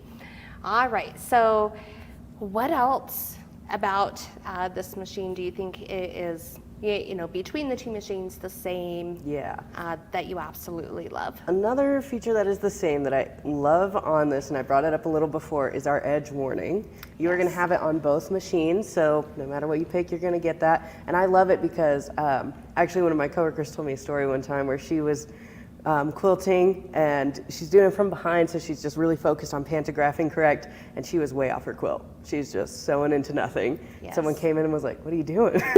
So edge warning is a great way to make sure you stay, whether that's a little square you want to stay within or you set it for your entire quilt because you get in the zone, you're not sure when you're going to hit your edge. It'll let you know either a ½ inch or a full inch away from that edge and just give you a little beep, a little flashing light saying, hey, you're getting close. So I really love that that is on both machines here. Yes. You know, and just like you mentioned, I'm the quilter. I get focused, just locked in. I get that tunnel vision of exactly where I'm quilting, and I don't realize how close the back of the throat of my machine can be to the rail, to the front rail. I'll crash into one or the other. I usually have a few choice words, usually have to walk away for a minute, you know, kind of refocus, come back, pick my stitches, and then kind of fix that little imperfection in what I was quilting. So definitely love that feature. Yeah, and I will say one of the features I really like on the 19X, that is kind of a little bit of more of a fun feature for me, is you can actually change the color on the screen settings. You have like green, pink, and purple, so it's a little customizable to you, which is a lot of fun. Yes. So that is my favorite feature that is on the 19X that is not on the Elite. You know, I always forget that as well. So it's fun, you know, being able to customize that. It's probably just a little bit hard to be able to see on our screen. If we tilt one way, we get too much light. If we tilt the other way, we don't get enough light. But you know, a very fun way to personalize, you know, the machine that you're using.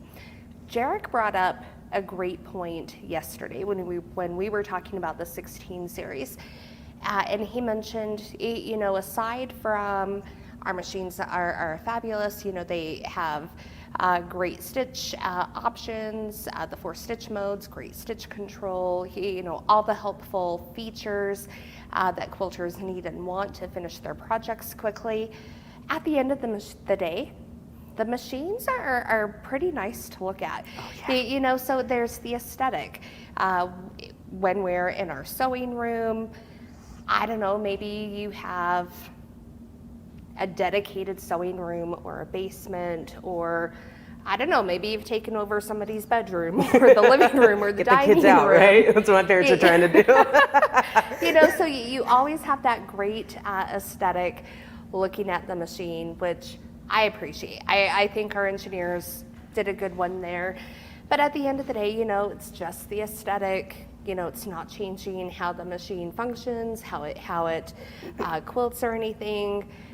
But it's still just another good perk, I think. Yeah. So, all right, and we talked briefly yesterday. So a lot of people will additionally ask, you know, you have 16, 19, 21, X Elite, you know, that's too much. What's the differences? You know, what do the numbers mean?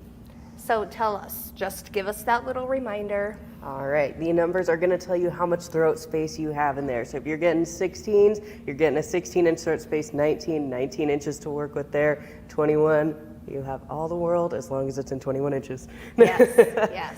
So, and I love our machines. Anthony briefly touched on it. You know, aside from the 21 is going to be used on the Evolution frames, you know, to be able to accommodate the throat, that 21 inches. But our frames and machines, they're interchangeable. So you can put the 19 series on the Cutie Breeze. It'll fit perfectly. It's the biggest machine the Cutie Breeze can accommodate, but you can certainly go to the Q-Zone hoop. Here today we have the Evolution, or I'm sorry, the Q-Zone Queen. We have the Evolution hoop. You know, so again, there's certainly options that you can choose, you know, in terms of machine and frame. So we've talked a lot about the machines. Let's go ahead and tell everybody a little bit about the not the Evolution. You got it on your mind today. I do. The Q-Zone Queen frame. Okay, so Q-Zone Queen frame. This is one of our 2 rolling rail frames, and it is a great frame. If you're, you know, not wanting the full 12-foot Evolution frame, you want something a little smaller, a little more in budget for your space, your price range. So this is a great one. It is an 8-foot frame, but you can also add on a 2-foot extension. And that's newer. That is new. I don't recall, you know, off the top of my head how long we've had the Q-Zone Queen frame. I've been with Grace a little over 3 years. We've had the Q-Zone Queen frame kind of that entire duration, but it had always been an 8-foot frame. Now, a key kind of way to differentiate between the Q-Zone Queen and the Evolution rolling frame. The Q-Zone Queen, it's a 2-rail frame system. The Evolution Elite, which we'll talk about tomorrow, is a 3-rail rolling frame option. So again, giving you, you know, whether it's that 8 to 10 foot space, and tell me, and let's tell our audience, up to what sizes of quilts can you quilt on the 8-foot and 10-foot? So you can do pretty much as wide as you can go. 8 foot, you got the 8 foot, you're doing a queen size quilt there. I believe you can get a king size quilt on the 10 foot, if I'm not mistaken with my measurements. So it is nice if you're looking between those two and you're like, oh, I do mostly queens, but I do a king eventually, like I will do one eventually. Nice to have that option to be able to extend it without being like, shoot, I just screwed myself and I need to buy a whole new frame. You know, or the opposite. You know, I talk to so many people and they say, oh, I only quilt lap sizes, or I only quilt up to a twin. And maybe they've only quilted those sizes because they were limited, whether they were push quilting, and that's hard on its own. Yes. Anybody who push quilts, I applaud you, but that is not my jam. Not my jam. You know, so if people that are quilting those smaller quilts, you know, they may not realize, or they're just so used to doing kind of that same process that they've been doing for so long, they're limiting themselves by just doing those lap size, you know, or up to a twin size quilt. So even with the Q-Zone queen frame, whether it's set up at 8 foot or 10 foot, you can still do those smaller size quilts. So your lap quilts, table runners, wall hangings, you know, anything up to that queen with the 8 foot frame, or if you add that 2 foot extension, up to a king size quilt.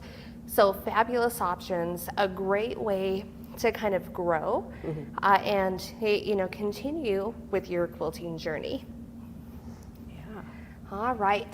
So I see on our 19X, we do have something fun going on with this quilt top. So do you want to tell us a little bit about what's going on over here? Yes, so over here we do have a special foot on our machine. It is called our couching foot, and I absolutely love these things. I've started my first quilt and I want to do couching all over that thing. You can, you know, take your yarn, you can use, I believe, ribbon as well, just some fun things that are going to make it a little more 3D effect. Make sure you don't have a lot of tension on that, so you don't try and pull the yarn ball or anything, and it is going to sew that right into your fabric. So if we were to start here, you can see it's nice and tacked down. I'm going to just smack the 19X Elite, get out of my way. But it's nice and tacked down, so it is going to stay beautifully on your quilt, and I absolutely love and adore this foot. You know, somebody, one of the gals from our education, our marketing education team, I think they were working, might have been maybe wall hangings, you know, fall, Christmassy, maybe even Halloween type projects, and they were using the couching foot, adding just that additional element, and like kind of like you said, that 3D kind of element onto their quilts, and it looked amazing. It, you know, the colors that they had chosen, it, you know, top notch. So I don't think we had shown the couching foot before, you know, wasn't really something we were going to bring up today, but you know, we're coming up on the heels of kind of getting into project mode, getting out of, you know, summertime vacations, kids are back to school, you know, people are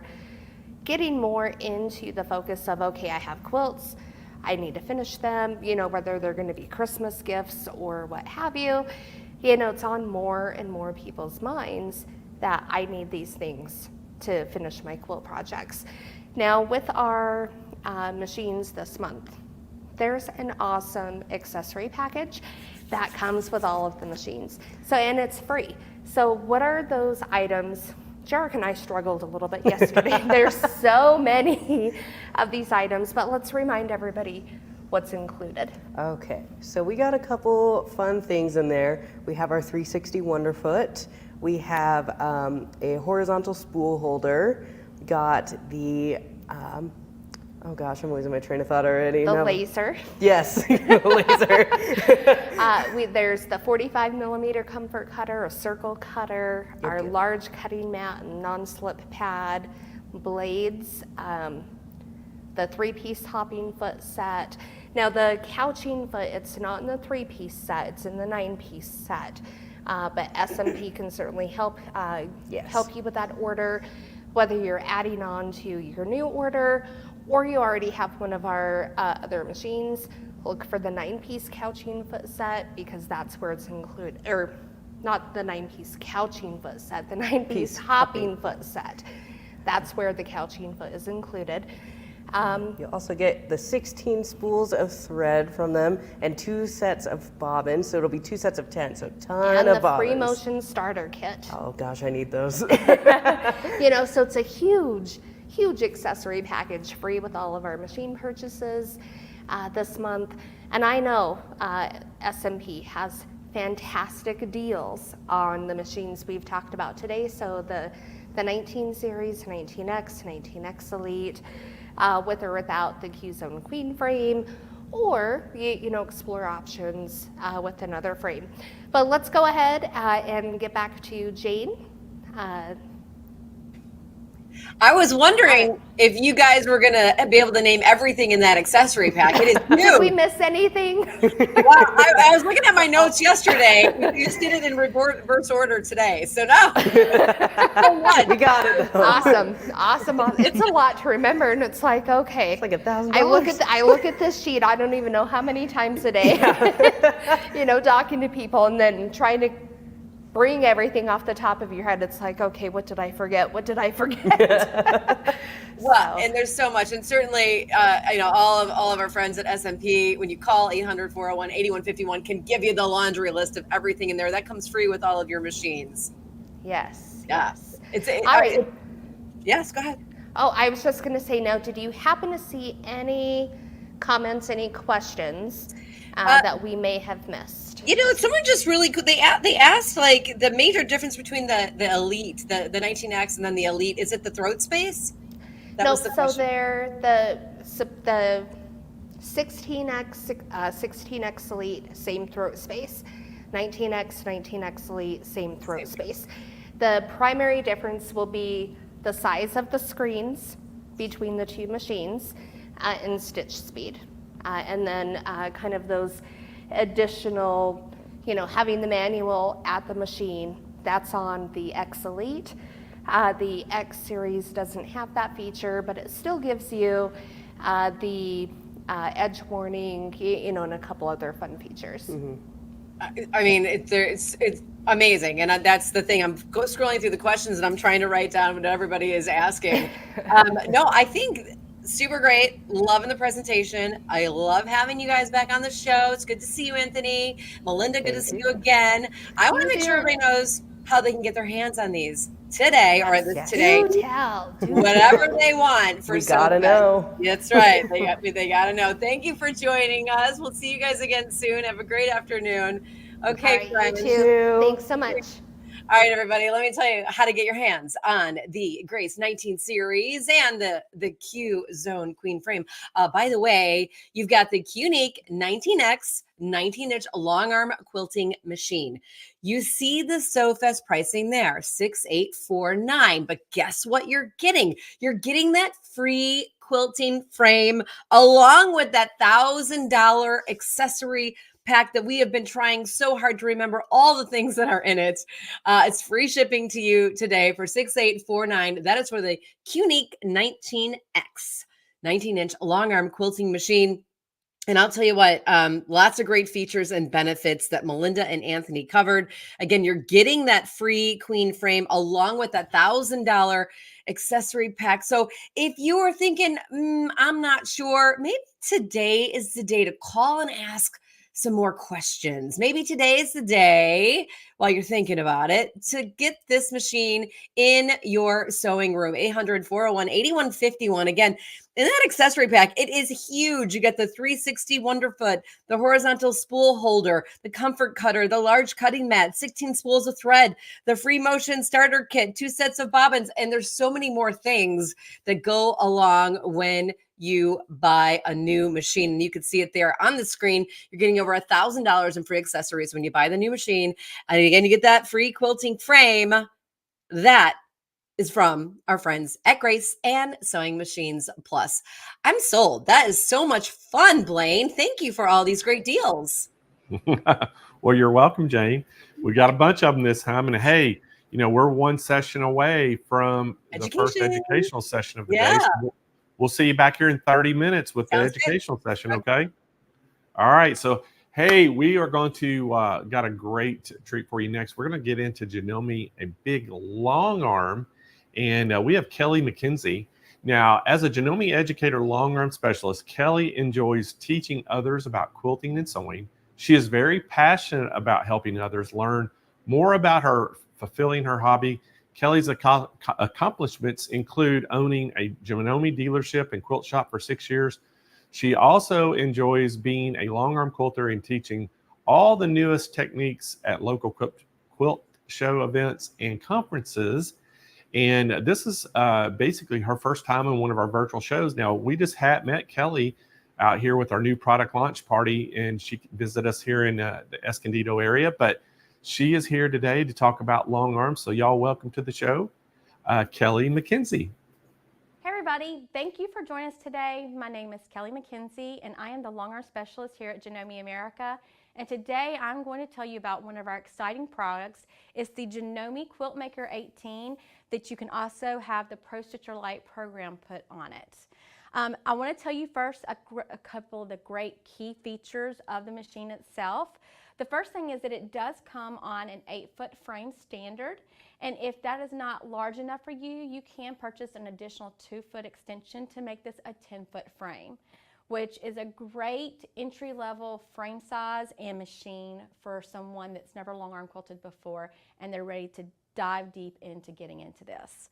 Some of the great features about the machine itself is that it has great lighting that lights up your quilt area that are behind these magnetic tools right here, and it lights up the needle bar area. So you have very great visibility for your quilting so that when you are doing maybe intricate quilting, you can easily see what you're doing. If you're doing something like white on white quilting where it's harder to see your stitching because it's white thread on white fabric, you can turn these lights off to where you only have one on, and that helps a little bit with being able to see that. So that's another great feature of being able to turn on some lights, turn some lights off on this machine. Another great thing is that it has an 18-inch throat space, and what that means is that you have basically 12 to 15 inches of depth of throat space when you start out quilting. And I say that, give you that range, because if you are going to quilt a king-size quilt, your depth will start to shrink just a little bit, because when we advance our quilt after we've quilted a row, it does start to roll up on this back bar of the frame, and as that happens, this machine can't move as far forward. So I always tell people with an 18-inch throat machine, you're always safe when you do a king-size quilt to have a panto that is as deep as 12 inches and easily be able to get that completed all the way through the end of the quilt, okay? So 18 inches is an exceptional quilt space for a machine. Another great thing about this machine, and it is my favorite feature, is that it has these magnetic toolbars right here, and you might not think that's a big deal, but let me tell you, if you've ever long arm quilted before, you'll get into quilting, you'll cut your threads, and you'll just throw those scissors on your quilt and not even think about it. And you'll go to advance your quilt, and the next thing you know, your scissors have disappeared because you've rolled them up into your quilt itself, and you're looking for them everywhere. So having this tool right here, toolbars right here on either side of the screen, is a lifesaver. I not only keep my scissors on it, I keep my screwdrivers, I keep needles on here. I'm constantly grabbing stuff off of here to use as I'm quilting my quilts. Another great thing about this machine is the casting of it.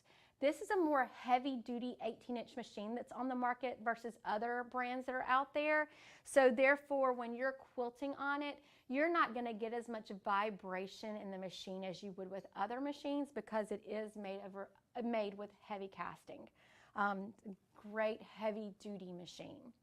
Another wonderful thing is the actual handlebars and the screen itself. The screen is color, and it's a touch screen. It's an LCD touch screen, so it has all your features right here, easy to reach for you.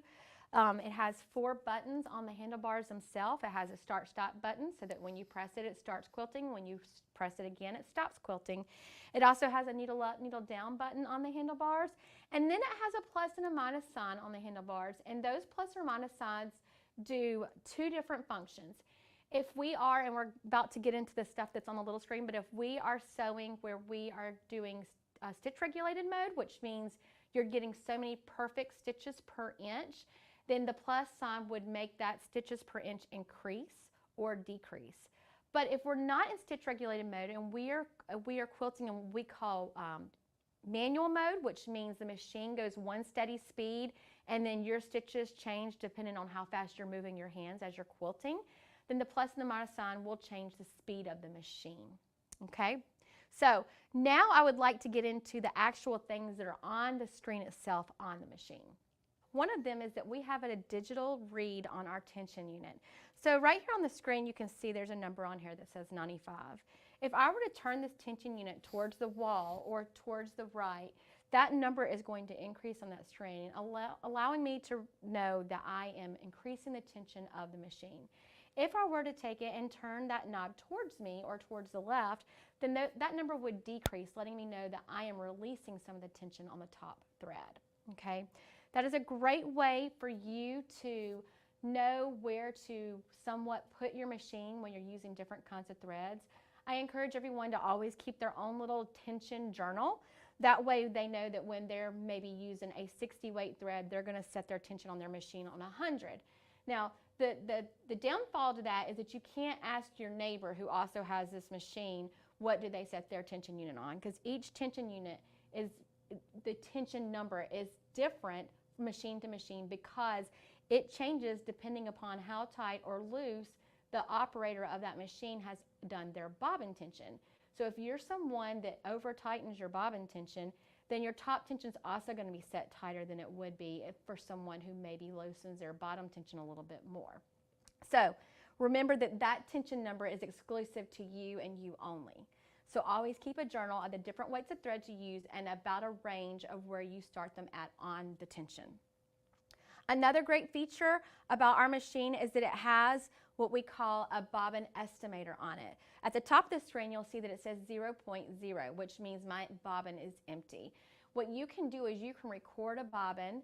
So that means you would start a recording of a bobbin when it's completely full, and when that bobbin empties, you would stop that recording. And whatever you stop that recording at would have a number value, and it might be 360. So every time you put a new bobbin in, you would tell the machine you're putting a new bobbin in it, and this 0.0 would go to 360 or whatever that numerical number was. And that number will count down for you so that you can know about how much bobbin thread you have left on your bobbin. Another great feature is we have 2 different types of stitch modes. We have regulated mode and manual mode. I'd like to tell you a little bit about both of those. Manual mode is the way most of us that have quilted for 20 plus years learned how to quilt with. Manual mode means that it does not have stitch regulation on it. It just sets a certain speed on the machine and then you move your hands to accommodate to that speed. So it's a constant speed, like 50 might be the number that you're on, which means it's giving you 50% of how fast this machine can sew at one time. And so therefore you might be moving your hands a little quickly to keep those stitches looking nice and not too small or have too many stitches together, okay? Now, regulated mode means that we're going to get the exact same amount of stitches per inch no matter how fast or slow we are moving the handles, which is the new way of quilting. Well, not really new, but newish way of quilting. We've had stitch regulation on machine for a good 15 years now. And that's the way a lot of us have learned how to quilt, and we don't even know what it's like to stitch in manual mode anymore. But I love having both these modes because me as a quilter that loves to do a lot of free motion quilting, I actually swap in between these 2 modes quite often. If I am doing things like small pebbles and intricate quilting or micro quilting, I a lot of times do switch to manual mode because it's a more soothing quilt sound while I'm quilting, and I'm able to do a little bit better rounded pebbles and able to get into itty bitty spots a little bit more smoothly, okay? And I can demo that in just a minute for you. When I am doing edge-to-edge quilting or I'm using the Pro Stitcher Lite, I am always going to be in regulated mode because the machine is going to make everything perfect for me. Now, when we are in regulated mode, there's 2 different modes inside of that. So we have even more options with this machine. When we're in regulated mode, we can either be in precision mode or cruise mode. And let me tell you the difference between those 2 things. So when you are in precision mode, that means that as soon as you start sewing and stop sewing, that needle stops immediately. It doesn't give you another full rotation, or it doesn't stop with the needle down or with the needle up. It just stops, and it could be halfway in your fabric. It could be completely out of your fabric. It could be down in your fabric. The reason why you have this mode is, let's say you do a lot of ruler work. A lot of people, when they do ruler work, because we're constantly moving our machine, stopping and shifting our ruler, we need the ability for our machine needle to stop immediately so that we can do that adjustment, okay? Now, for the most part, I always am in cruise mode if I'm in regulated mode on my machine. When we're in cruise mode, that means that our needle is going to constantly give us a steady stitch no matter if we're moving the machine or not. To demo that, I'm going to press the start button, and you're going to see that that machine needle is moving, and I'm not moving the machine. What that does for me is it gives me a steady stitch. Therefore, when I am naturally free motion quilting, when we do that, we will, without realizing it, we will be slowing down when we're going into points and then speeding up coming out of them. And when your machine is giving you that steady stitch, when you get into that hesitation, it helps you to have less eyelashes, and it gives you better stitch quality on your machine. So cruise mode is a super important mode to use when you're doing free motion quilting, and especially when you're using the Pro Stitcher Lite program. In fact, that cruise mode lets you adjust the speed percentage of how fast that needle's moving. And when you are using the Pro Stitcher Lite program, you should have that cruise set anywhere from 3 to 7%. Now, why do we have that percentage change? Well, let me tell you. Earlier I was telling you about how I like to do pebbles and stuff in manual mode. Well, let's say you're not a fan of manual mode and everything you do in regulated mode. If you're doing pebbles and you're doing it in regulated mode, you're probably going to want to change that speed percentage for the cruise mode up to like 20%. So I would do that on the screen just by pressing the plus sign. And once I've got that speed percentage for the cruise mode set, then when I press that start button, you can see how much faster my machine needle is moving. And I would want it to be moving quickly like that for me when I'm doing intricate or small pebbles, so that my pebbles become more rounded and they're not jagged because the stitches are too far apart from each other. Okay, so that is a lot of what I was telling you about precision and cruise mode. And again, that is all inside of the regulated mode, which means we're getting so many stitches per inch. When you are looking at the little screen to know how many stitches per inch are set, it's in the top right-hand corner. Right now, I have it set on 12. If you are just doing stitching with the Pro Stitcher Lite or just general free motion quilting, most people will sew anywhere from 10 to 12 stitches per inch. There is also a good range of which you can change that to also. Sometimes I even go lower than that, and if I'm quilting something like a t-shirt quilt, and I'm doing big meandering on it, which is what I like to do on t-shirt quilts, I will even make my stitch length only 9 stitches per inch, because I want it to quickly go through that t-shirt quilt, not have a hard time going over the rough parts and different kinds of materials that are in a t-shirt quilt, and it just seems to give me a nicer finish on those. So you just have so many variations of what you can do. This machine gives you so many different things to help you become a better quilter and for your work to look professional. So we've talked about stitch mode. We've talked about the different kinds of regulated in stitch mode. The other thing you'll see on your screen is this needle stop position. Right now the screen says it's in the up position. If I were to select that, it would go to down, which means that when I start sewing and then I tell it to stop sewing, my needle stays in the down position. That is just a preference for what you like while you're quilting, okay? When I am using the Pro Stitcher Lite program, my needle position is always in the up position because I don't want it to stop in the down position, because usually when you're using the Pro Stitcher Lite program, it's going to do all your tie-offs for you and everything, and all you're going to have left to do is to bring your bobbin thread up and cut that thread on the top and the bottom. So let me look here for just a second and make sure that I haven't forgotten to tell you about anything else that's great about this machine as far as in the settings. And it looks like I've told you just about about everything. It does have a timer on there, which is a neat little feature to have. The example that I can give you for using that, I did a lot of long arm quilting for people when my kids were little and were in school, and time would get away from me. So sometimes if I knew in an hour I needed to go pick them up from school, I would set a timer on my machine so that it would go off in an hour and let me know, hey, quit quilting and go pick your kids up from school. So that's a really nice feature on here. So that's about all the things that are just on the machine itself that I can tell you about.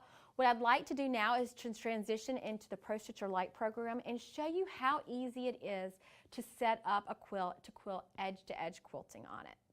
So now let's dive deep into the Pro Stitcher Lite program. People will sometimes look at this program and get very intimidated, and I like to tell people this is a piece of cake, and you can very much so simplify what you're seeing on the screen to where it's not intimidating at all. So what I'd like to tell people to do is to divide this tablet into 5 sections. You have the tabs that run across the top, and the tabs are always where you're going to start. So let's just say, because we're going to do this in a minute, that I am wanting to set an area up to show this machine where it's going to quilt at. I would look for a tab that would let me do that, and that would be the area tab. And when you've selected something on the screen, it turns green for you to let you know that that is what you have activated to do on the tablet. Once you've selected the tab that you need to work inside of, you're immediately going to look to that row that's below it, which we call the ribbon area. And in the ribbon area, I can see there's only a few different features for me. And once I've selected those features, I'm always going to look over here to the right sidebar. So it has an order. You always go tabs, ribbon, and right sidebar. Now over here on the left-hand side of the screen, we have what we call our toolbar. That toolbar never changes. All those buttons are always there, they don't disappear, and they are just general things that you will use throughout your process of whatever you're doing on the tablet itself. And then the 5th section is just this bottom row of the tablet. There are buttons on here like the refresh button, which looks like a little house, that you're going to hit constantly as you're doing things, because what that refresh button does is once you've created an area and a frame space and then you've gone in and brought in a design, you might not be able to see all those 3 things on the screen at the same time, but if you hit the refresh button, it puts everything into your viewing. So anytime I am doing things on that, I probably hit that refresh button a couple of times while designing something. Okay, so again, it's very simple. Tabs, ribbon, right sidebar. Okay, we keep it easy peasy when we're learning how to do things like this. So I want to show you just how simple it is to set up an edge-to-edge quilt. So the first thing I'm going to do is select the area tab up at the top of my tablet. And the first thing I'm going to do is I'm going to set what we call a frame space. A frame space is different than a quilt area. A frame space is letting this machine know how far physically this machine can travel on the frame. So what I'm going to do is I'm just going to move my machine way over here, and I'm going to select frame space.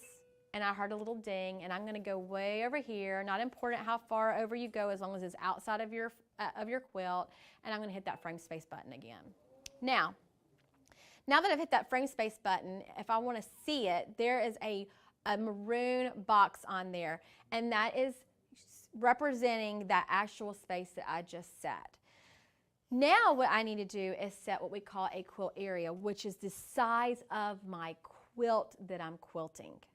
And people have different ways of doing this, but when I am setting a quilt area, I move my needle to the top left-hand corner of my quilt, right to the outside edge of it, and I select what we call 2 corner. And I heard a ding registration letting me know that it registered what I was doing.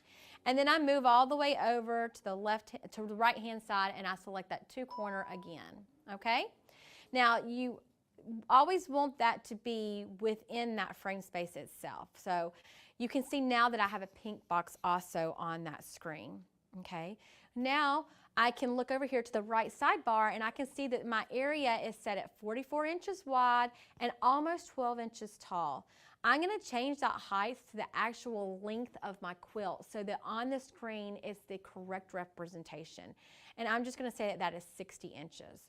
So if I were to hit that refresh button now, you can see the frame space and you can see the quilt area. Okay, now the quilt area we will not change once we've set it.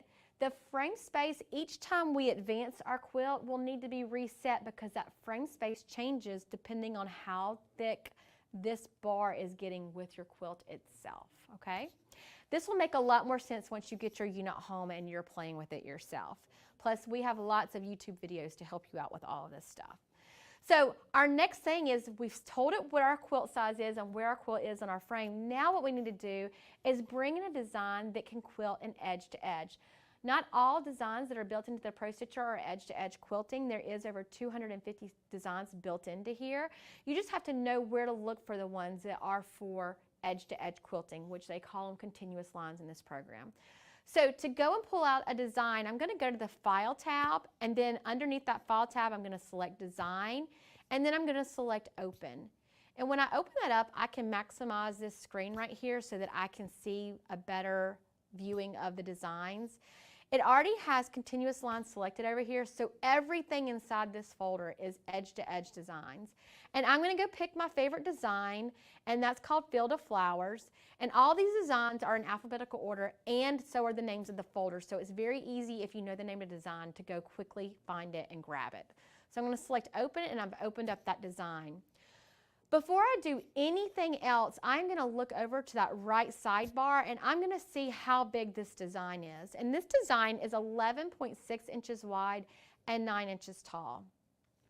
If I were doing this for the public and I was wanting to get this quilt done as quickly and as efficiently as possible, I would want to change the size of this repeat before I make multiple repeats of it to fill in my area to create an edge to edge.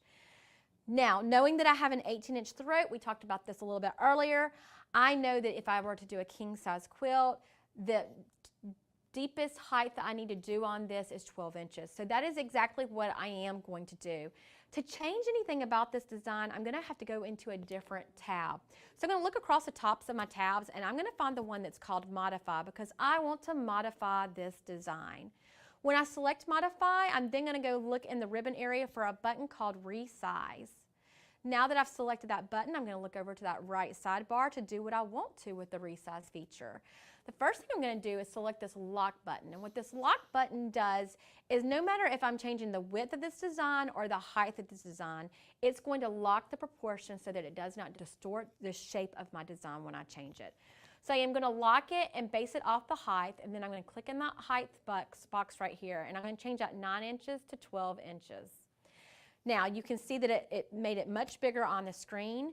Anytime you make a change like this, the most important button to know about in this program is a button called Baseline. And what Baseline does is it remembers this size of the design and not the original size. Therefore, for a non-computer person like me, the best way I can describe that for you is it makes this computer not have lots of stuff running in the background that might slow the program down or freeze it up. It clears it all out and it says, okay, this is all I'm remembering is the size of this design, I'm done, okay? Now that we have got it the size that we want to, what I need to do now is I need to make multiple repeats of this pattern to fill in this whole pink box, which is the representation of my quilt. To do that, I'm going to go to the Repeat tab. Once I'm in the Repeat tab, if I look in the ribbon area, Basic is already selected for me, so I don't need to change anything there. I'm going to look over to my right sidebar. And you can see that on your right sidebar there is horizontal and vertical, but if you continue looking down, there's a button right down here. It doesn't have words on it, but it's an icon, and it has a star, and it's inside 2 lines, and that is called the Fill button. I'm just going to select that button, and when I do, what it does is it fills in as many repeats as it can without going outside my pink box. Now sometimes when you select this, it perfectly fills in and everything's just perfect and you're ready to quilt. But that's not generally what happens. You can see that I still have space on either side of it that needs to be filled in. And if you were to look very closely, you would see that you could see a gap in between each one of my rows, and we do not want to see a gap in between our rows. So we need to do a few things to fix those. The first thing I'm going to do is go ahead and horizontally add another repeat, okay? And then vertically, I'm going to select, and I'm going to fix that gap that's in between each one of my rows. To do that, I'm going to look over here again at my right sidebar, because that's where we do everything once we've selected the option that we want. And I'm going to hit the minus sign underneath gap until I like the way that gap looks on my quilts. And if you can't really tell, you can always use your toolbar and go to zoom, and you can zoom into in between those two rows, and you can see if you like that spacing. And sometimes I'll take something like a pencil and I'll just space it like this to see if I like the spacing and if it's kind of uniformed. And I am happy with the spacing of my design. Now that I have fixed that spacing, my design does not quite go all the way to the top and the bottom. So I'm going to use another little feature over here. It's called the stretch feature.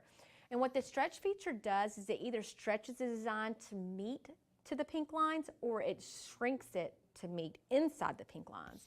So I'm going to stretch it vertically and I'm going to stretch it horizontally. And now that quilt pattern is perfectly inside my pink area box, okay? Now I'm going to baseline that because I'm done making all my changes and I'm ready to sew it out. So what we're going to do now is go to the tab that will allow us to stitch this pattern out, and that's called the Pro Stitcher tab. Okay? Now, once we are in the Pro Stitcher tab, we can look over here at the right sidebar and make sure that we have all the options selected that we want to. There's a button called Stitch. If Stitch is not highlighted, it's not going to stitch. You have to tell it you want this machine to stitch, otherwise it will just trace like an embroidery machine does, showing you where the design is going to sew at, but not sew it out. So stitch needs to be highlighted green. I have the start and the end option highlighted green, which means it's going to lock my stitches at the start of the pattern and at the end of the pattern so that I don't have to do that. And it's also going to pull my bobbin thread up for me when it goes to make the first stitch. So now what we're ready to do is select the run button. When I select that run button, my machine is going to move to the start point of the first row and it's going to start stitching this pattern out. I'm going to go ahead and stitch this row out, and we're going to come back to it after it finishes that row, and I'm going to show you how easy it is to advance this quilt and stitch the second row.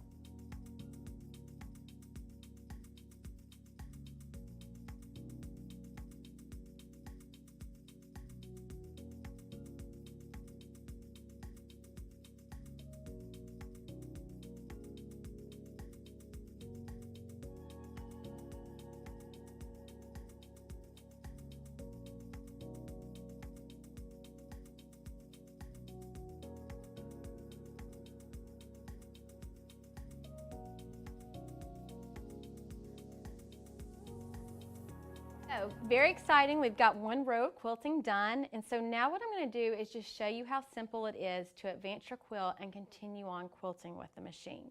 So I'm going to take my side clamps off of my frame, my quilt frame real quick, or my quilt back, and I'm going to advance this very quickly.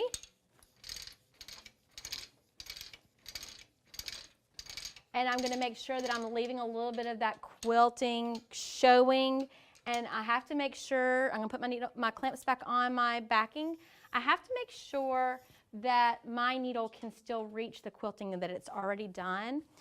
So what I'm going to do is just move my needle real quickly. You don't have to see an up close of this, but I'm going to move my needle real quickly just to make sure it still can reach, and it can. So I'm happy with that. So what we're going to do now is only concentrate on the screen. And our Pro Stitcher tablet has no idea that I've advanced this quilt, so it doesn't know that all this orange quilting that's on the screen has been moved. So that's what I have to do now, is let it know that. So I'm just going to X out of this box that says long jump stitch pause, and I am going, my crosshair is representation of my needle. What I'm going to do is I'm going to zoom in to this pattern. There's my crosshair.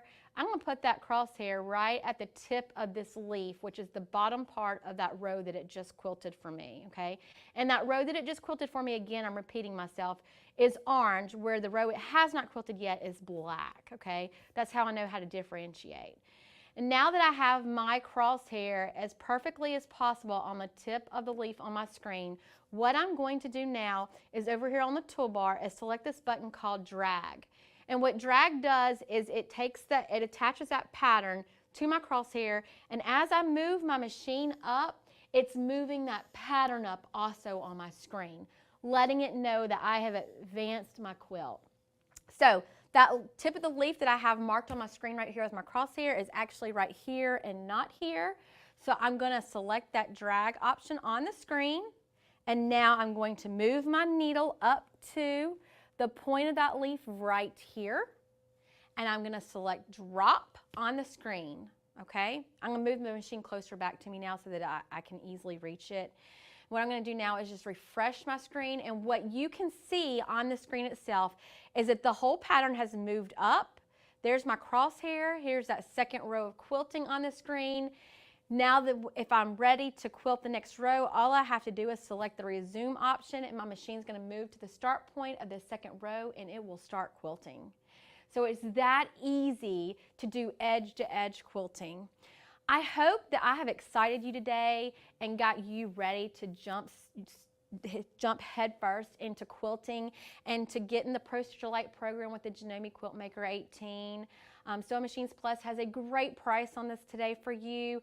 Don't be scared. We have so much educational support out there to help you learn this machine. And I love to help you on Facebook. We have a Facebook page for this machine. It's the Janome Longarm users Facebook page. And we are constantly helping end users there on that. We love to take care of our customers. So they're going to give you special pricing on this today. I hope that you are super excited about learning about our product, and I hope that I get to see and talk to y'all again soon in the future. Thank you so much for tuning in today for our Janome Quilt Maker 18 and Pro Stitcher Lite. All right, so I think we had a little bit of volume problems with Kelly's mic there, but hopefully y'all can adjust it back to me and I won't blow your eardrums out. But we are going to talk a little bit about the Janome Quilt Maker 18-inch. Now, this is a great quilting machine and from Janome, and I think this is the first time we've ever had it on one of our shows, so we're pretty excited about that. You look at the price there, it's $79.99.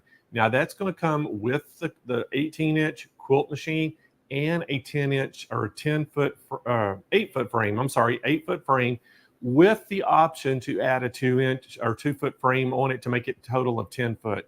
But it's going to come with that 8-foot frame. Again, this thing, you saw her set it up. It will accept the Pro Stitcher Lite. It'll also accept Butler Robotics. So you can add robotics to this extremely easy.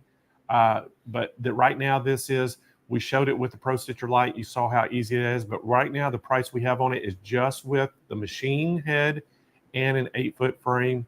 We have financing available for this. We're going to ship it free nationwide for you. And again, it stitches up to 2,200 stitches per minute, so it's extremely fast. And again, it's got the LCD touchscreen. It's got the timers on it.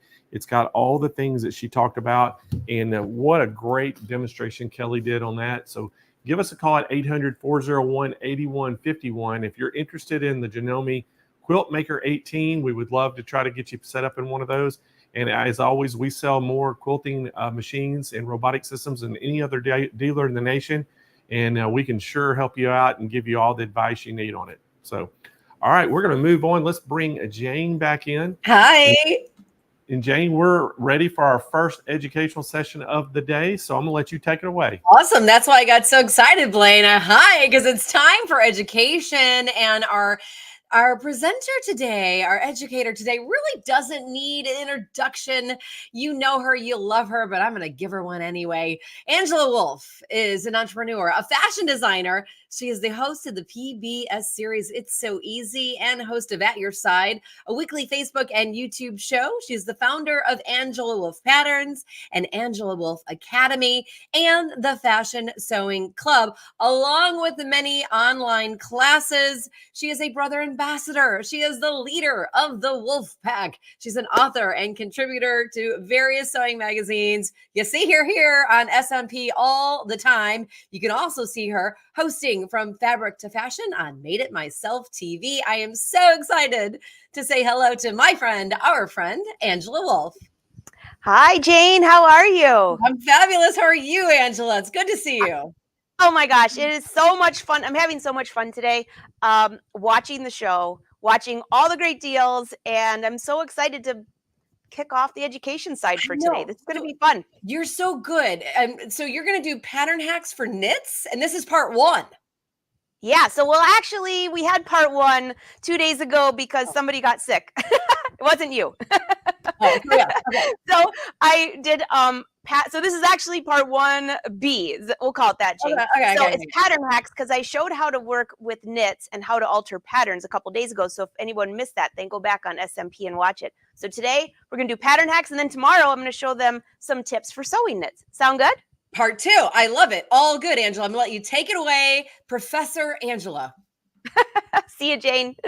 All right. Hey, everyone. How are you? I'm so excited to be here with you. It's always a funny thing when I'm doing the SMP Nation because I'm always doing something before I come on here, which I was just outside cleaning and taking out the trash. So if I'm a little sweaty, it's a jack of all trades, right? So welcome, everyone. How are you? Did you like the episode a couple days ago? This whole week is kind of like about knits. So I went through my stash. And no, I'm not going to teach you how to pattern hack this because this is a pattern. All of you know that. So I'm going to show you how to take a simple t-shirt. I have 4 hacks for you. A simple t-shirt. Does this look like a princess seam? It sure does, but it's not. It's just color blocking. So today we're going to focus on a lot of hacks. I call it color blocking, but where you can add different fabrics. And some people get a little scared because they're thinking, how do I cut it? Where's the grain line and all those things? So let's start with this one. Then we're going to move on into this one. And then we're going to move on into ideas for this one, which actually is a pattern, but I'm going to show you how to just make it yourself with a simple pattern. You could also hack a t-shirt, kind of refashion.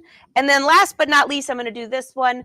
I actually did this years ago on not Made It Myself TV. It's so easy. So you can actually watch the full episode of that if you'd like. It's on my YouTube channel. So go to angelawolf.com. And by the way, as I go over to show you how to hack this one, I want to give you a big thank you. Last week, Blaine and I were talking about when we make the milestone for our YouTube channels, we're having a big party, and I saw a ton of you sign up for the newsletter. So thanks, guys. All right, let's head on over. I think we'll go right here. All right, keep your questions rolling in as I go, and I'll come back and check them out for you. I can't read them all while I'm over here, but I can see them. So, all right, so take a closer look at this top. This started as my ruche tee pattern, and I brought the pattern covers so you could see the original. So it's probably at the very bottom, of course. It's stuck. Somebody put gum on there. My nephews have not been in here for a while. All right, we're starting with this basic t-shirt pattern. Now, that's just one front, right? This totally looks like a princess seam, but it's not. So what does that mean? Well, first of all, it's easier to sew. I know some people get a little nervous when they're sewing actual princess seams. You could turn this into more curves, but this is literally just a different piece of fabric here than here. You know what this is? It's a piece of lace, and the bottom side is the same fabric. So adding that piece of lace, but it's not see-through because I have the bottom layer. So how can you make that pattern? Well, I've got patterns here all ready for you, all ready to go. So what you need for this, 4 different color pens, a quilter's ruler, a really good imagination, and I'm going to use mini patterns because it's much easier to see. All right, so I've got a few more over here too. So for that top, usually your front piece will look like this, right? Well, you need to trace this so both sides, you have both sides laid out. For this project, well, actually for this one, you could use just one. The next one, I actually have these for you. I like to look at the whole piece when I start, but for this one, we'll just use the one layer. So this one's really simple. You can decide, so if I'm looking at this like this, I see the pattern goes all the way up into the sleeve area. Well, you have a few different options here. So I'm going to start, let's start about right here.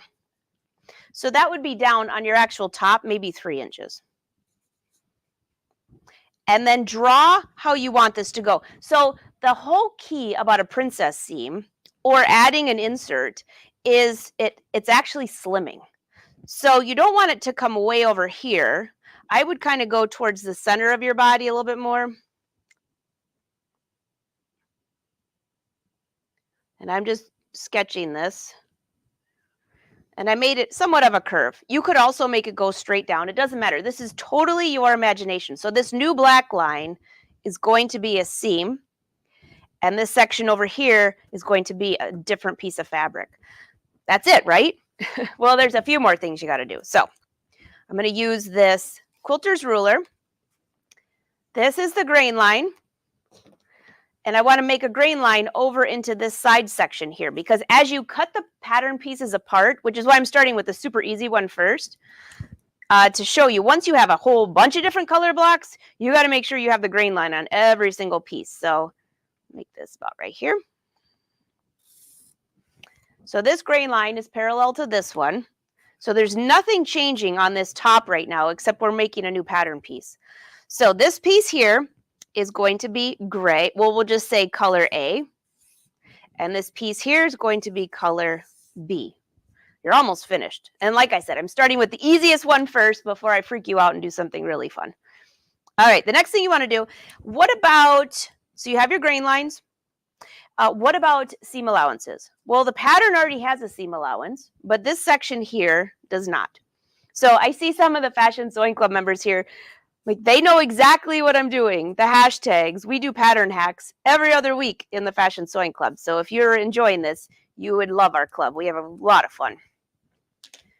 Okay, so what do these hashtags mean? Well, I could cut the pattern apart and tape paper to it and say I need to add a seam allowance, but you know what? That's really tedious and you don't need to do that.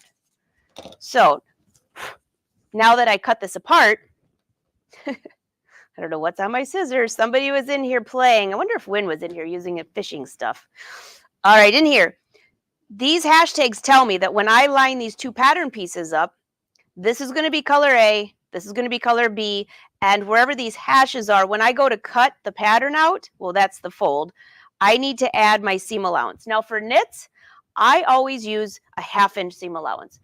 You could even use less if you're just using a serger, but 1/2 inch I just prefer. Then I cut a little bit off as I run it through the serger, and I have a really nice seam. So that's it. Those are your two pieces. So then I would cut this out of A.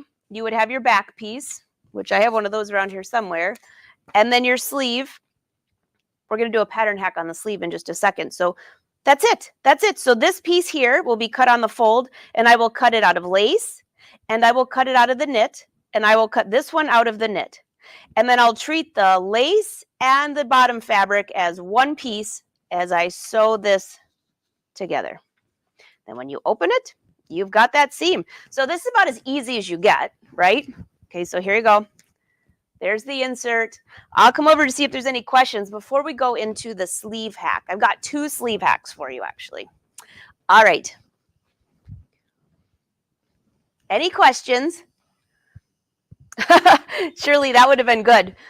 She said she sewed garments years ago. All right, I don't see any questions. Yes, I did sew my top.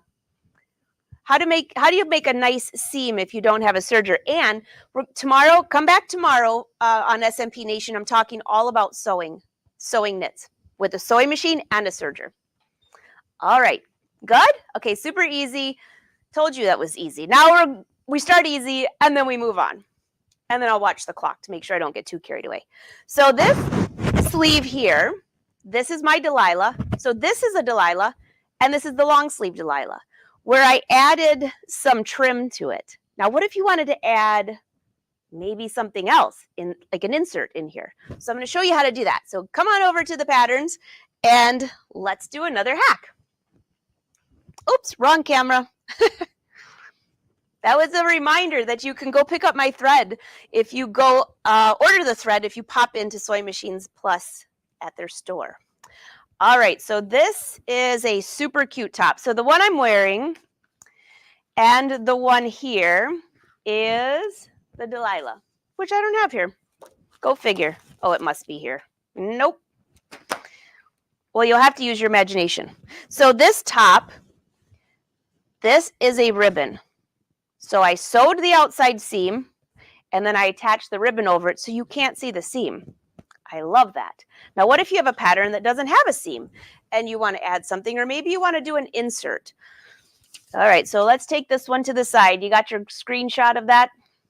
That one's easy, easy peasy. All right, so here is the sleeves. I must have walked away with the other pattern. That's what happens here. Okay, so if you have a regular sleeve, I'm going to show you 2 hacks. One is adding an insert to the outside of your sleeve. Now, if your shoulder, let's just say your shoulder notch is right here. I want to make sure that where I draw this line, it's where my shoulder notch is. So depending on your pattern or depending on after you fit it, your shoulder notch might be back here. It might be closer to the front. What am I talking about? Well, when you sew in a sleeve, if your sleeve twists on your arm, that means you need to move that shoulder notch either forward or back. So as you're sewing this in, this would either go this way or this way. And that way, when your sleeve is hanging, it should hang nice on your arm. It shouldn't be all funky. There's always a new word for the day, so I guess your word today is funky. All right, so on here, figure out where your shoulder notch is. And I'll use blue this time for the marking for the seam. All right, so there is my shoulder notch. So I want to make a line parallel to my grain line.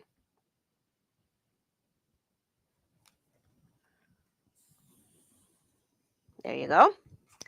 All right, so that notice it's not necessarily right in center of the sleeve. I did it right where my shoulder notch is.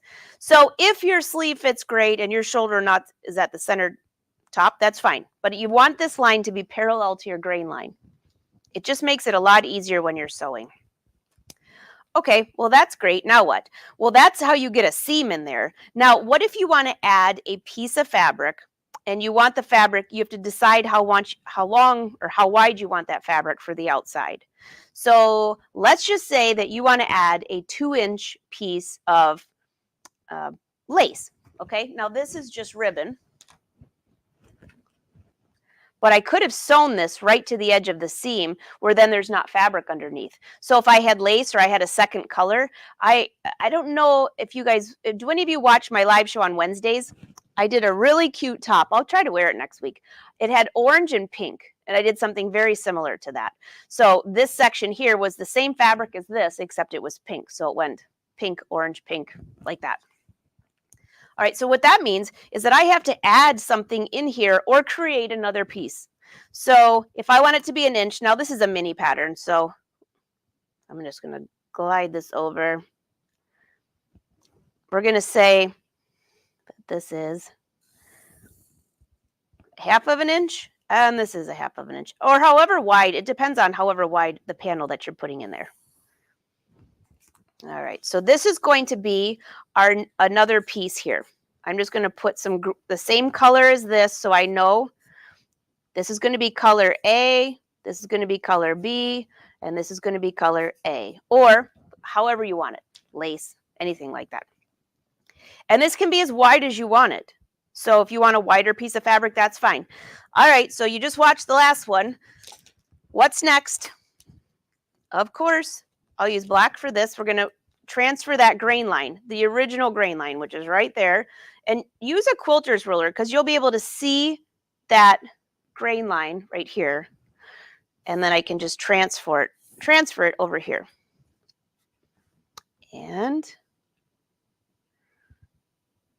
then here. I've had some people say, hey, you know what? When I'm sewing knits, it doesn't have a grain line. Yeah, it does. It does. So the grain line, if you look at your piece of fabric, if this is your piece of fabric here, over here is your selvage. This is for anybody who's never sewn on knits before, or any fabric, actually. You have your selvage and your selvage. If I could spell. And then when you fold it in half, I usually cut my knits where it's not folded. It depends what I'm working on because they can get skewed a little bit. Knits are kind of tricky when you're cutting them. So the grain line would mean that this grain line here will line up parallel to the selvage. Now, does anybody know a trick? Do you have knits where they roll on the sides? And if you ever look at a knit fabric, a lot of times the selvage is kind of scrunched up and then it gets wider in the middle and then scrunchy again. Well, does anybody know what you do to solve that before you cut? I'll let you start answering that before I show you the rest of this. All right, so grain line, grain line, grain line. So I can keep that original grain line. And now what's next? I think you guys are going to catch on. Seam allowance. And this is why you need different colors of Sharpies. I'm a Sharpie freak. I have them everywhere. In fact, every time we go somewhere, I buy more Sharpies. My husband says I've got a little Sharpie problem. And then I have a friend, his boat name is Sharpie. Go figure. So yes, I know that the pink, and I always try to use a similar color when I'm working on a bunch of patterns. So when I see pink, I know, hey, that means seam allowance. I don't have to write it. If you're really nervous, you can say plus seam allowance with an arrow so you can remember. But this is all you need. All right, so let's cut this apart and see what we got. So I was just thinking of something as I'm cutting this. I told you I'm working on some, just, playing with all these embroidery designs. This section right here, you could technically, because you have 2 sleeves, right? Take this however wide you know it. Now, this is a mini pattern. So let's just say this was 4 inches for your arm, which, that'd be a pretty good size. 2 inches probably would look a little nicer, but whatever size, you could hoop a piece of fabric the length of this and plan 2 embroidery designs going along 2 of these. So you can embroider both at the same time and then cut them out of the pattern when you're finished embroidering, and you would have your piece and use that in here as an insert for embroidery. Wouldn't that look nice? All right, so here's your pattern piece. And now I have these 2 will be cut out of whatever color A is. Now, this is why I wanted to point out the grain line. When this is all together, kind of just looks like the grain line. It's like no big deal. But when you take this out of it and you line up your pattern piece, it kind of gets confusing a little bit because you're thinking, wait, should that be on the grain line or should that? No, this right here should be. So this is a very easy one, but if you start making curves and things like that, you have to know where those grain lines are. And so then to basically sew this together, you sew that side here and sew this to here. Open it up, and then you have your sleeve finished and ready to sew. Whenever I'm doing color blocking, I will color block each pattern piece and then sew the garment together. All right, any questions on the sleeves? I'll just pop over real quick because I've got 2 more for you. Good? Oh, I do too, Gail. Pattern hacking, pattern making, so much fun. Oh, thanks, Sharon. Okay, ready? Head back over. And don't forget, you can always go back and watch this. I'm flying through just because I only got 20 minutes. Well, half an hour. All right, back over here. Tape. I see Bernadette asking about tape. I don't need tape right now, but if I was doing some slashing and spreading, I would need tape. I even have it here ready for you. So I have a ton of these videos on my YouTube channel too. So if you want to binge watch one Saturday, like a rainy, snowy day. Oh, don't say that word yet. But yeah. All right, I got another pattern hack for you. It's a very popular style right now. And that is where you have a little peep in the shoulder. Not the one I'm wearing, because that's part of my pattern, which is the Delilah. This is different. You've probably seen me wear tops like this if you follow me, but I'll just show you how easy this is. So decide, so this would be your shoulder. How far, so this would be just a little opening here in your shoulder. Decide how much of an opening you want. It could be anything. I usually kind of cap it about just halfway down my sleeve cap. All right, so now the trick is to line up this line with your grain line and then make a line across here. Oh, I better use the right color or I'll get all confused. So here's my new line.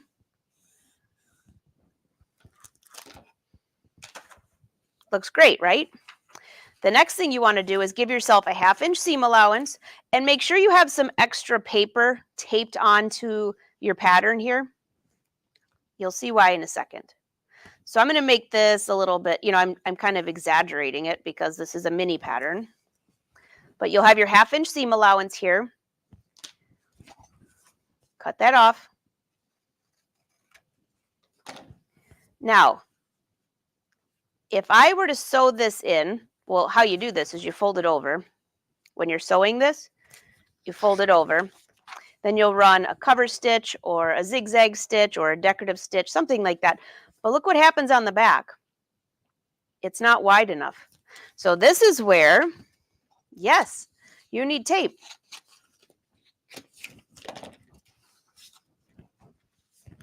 Take this. Give yourself, this is why I chose a mini one. It's much easier. All right, now, when I fold this over, so there's my seam right here. I'm not going to cut it off yet. I want you to see this. Fold it over. All this extra paper here, I've cut outside my pattern just for the sake so you can see it. So you would actually be cutting right on your pattern line. You're actually going to be cutting more like this, just so you don't get confused. I did that on It's So Easy one time, and I saw somebody, you know, it's TV, so I can't see the comments until later. Somebody said, why do you always cut outside the pattern? I thought, well, because you could see it, but I never told them that. So how would they know, right? So now look at that piece. Well, you don't need all that. You just need a 1/2 inch seam allowance. So now when I cut it across my 1/2 inch seam allowance, this is actually what my pattern looks like. Can you see that? Probably help if I didn't cut it off. There you go. I know it looks weird, but it goes up and then out. So now you press this under, do a nice cover stitch, and it's flush with your sleeve. And then when you sew your garment together, if whichever side's your back or front, you sew this in just like you would a regular sleeve, except you don't have to go all the way up. Super easy tutorial. We're going to be doing this on one of the Wednesday live shows too. So if you want to see more of that, keep an eye out. All right, so we've got 4 minutes left. I'm going to show you how to do the really hard one, which is right over here. You can keep popping your questions in. I don't always see them on Facebook because they scroll really fast. But if you want to send me a message, or I'll pop back in the chat later. So let's do this one. And this is going to be easier than you think. And it'll only take 2 minutes. Might take longer to sew, but 2 minutes.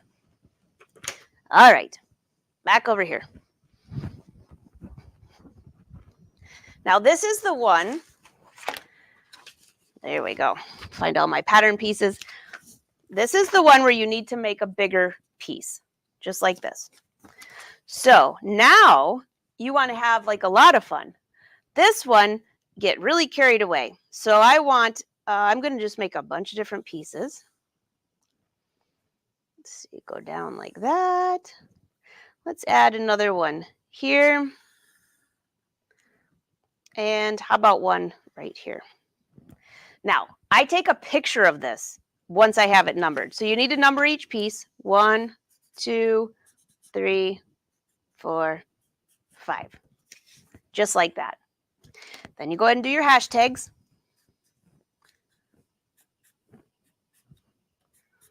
What's next? Grain lines. So use your quilter's ruler to come over here and do grain line, grain line, grain line, grain line.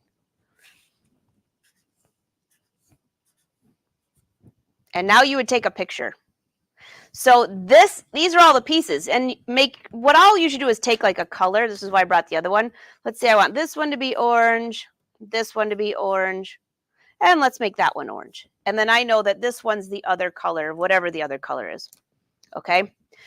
So that's it. You'll cut these apart, and you have to make sure that you lay them out just like the grain line says. The tricky part is when you sew them together. Just make sure you sew a continuous line. So 1 could be sewn to 2 right there. 2 could be sewn to 3 because that's one long line. 5 cannot be sewn to 4. It's like a puzzle. 4 will have to be sewn to 3 first because that will be one long line, and then sew 5. So when you lay all these out, and I've got a full YouTube video on this, just go to angelawolf.com and you can see how to sew that together. It was a whole show on It's So Easy, but it's like doing puzzles, something like that. Having a lot of fun with puzzles. So what did you think? Can you do that? Did I miss adding sleeves to a garment? Nope. I don't think I talked about that. Sewing is on Friday. Yeah.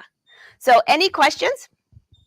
I'm just curious, making sure I'm checking my time. I got 1 minute for questions. I think that, when Jane comes back, I wonder if we can do a giveaway.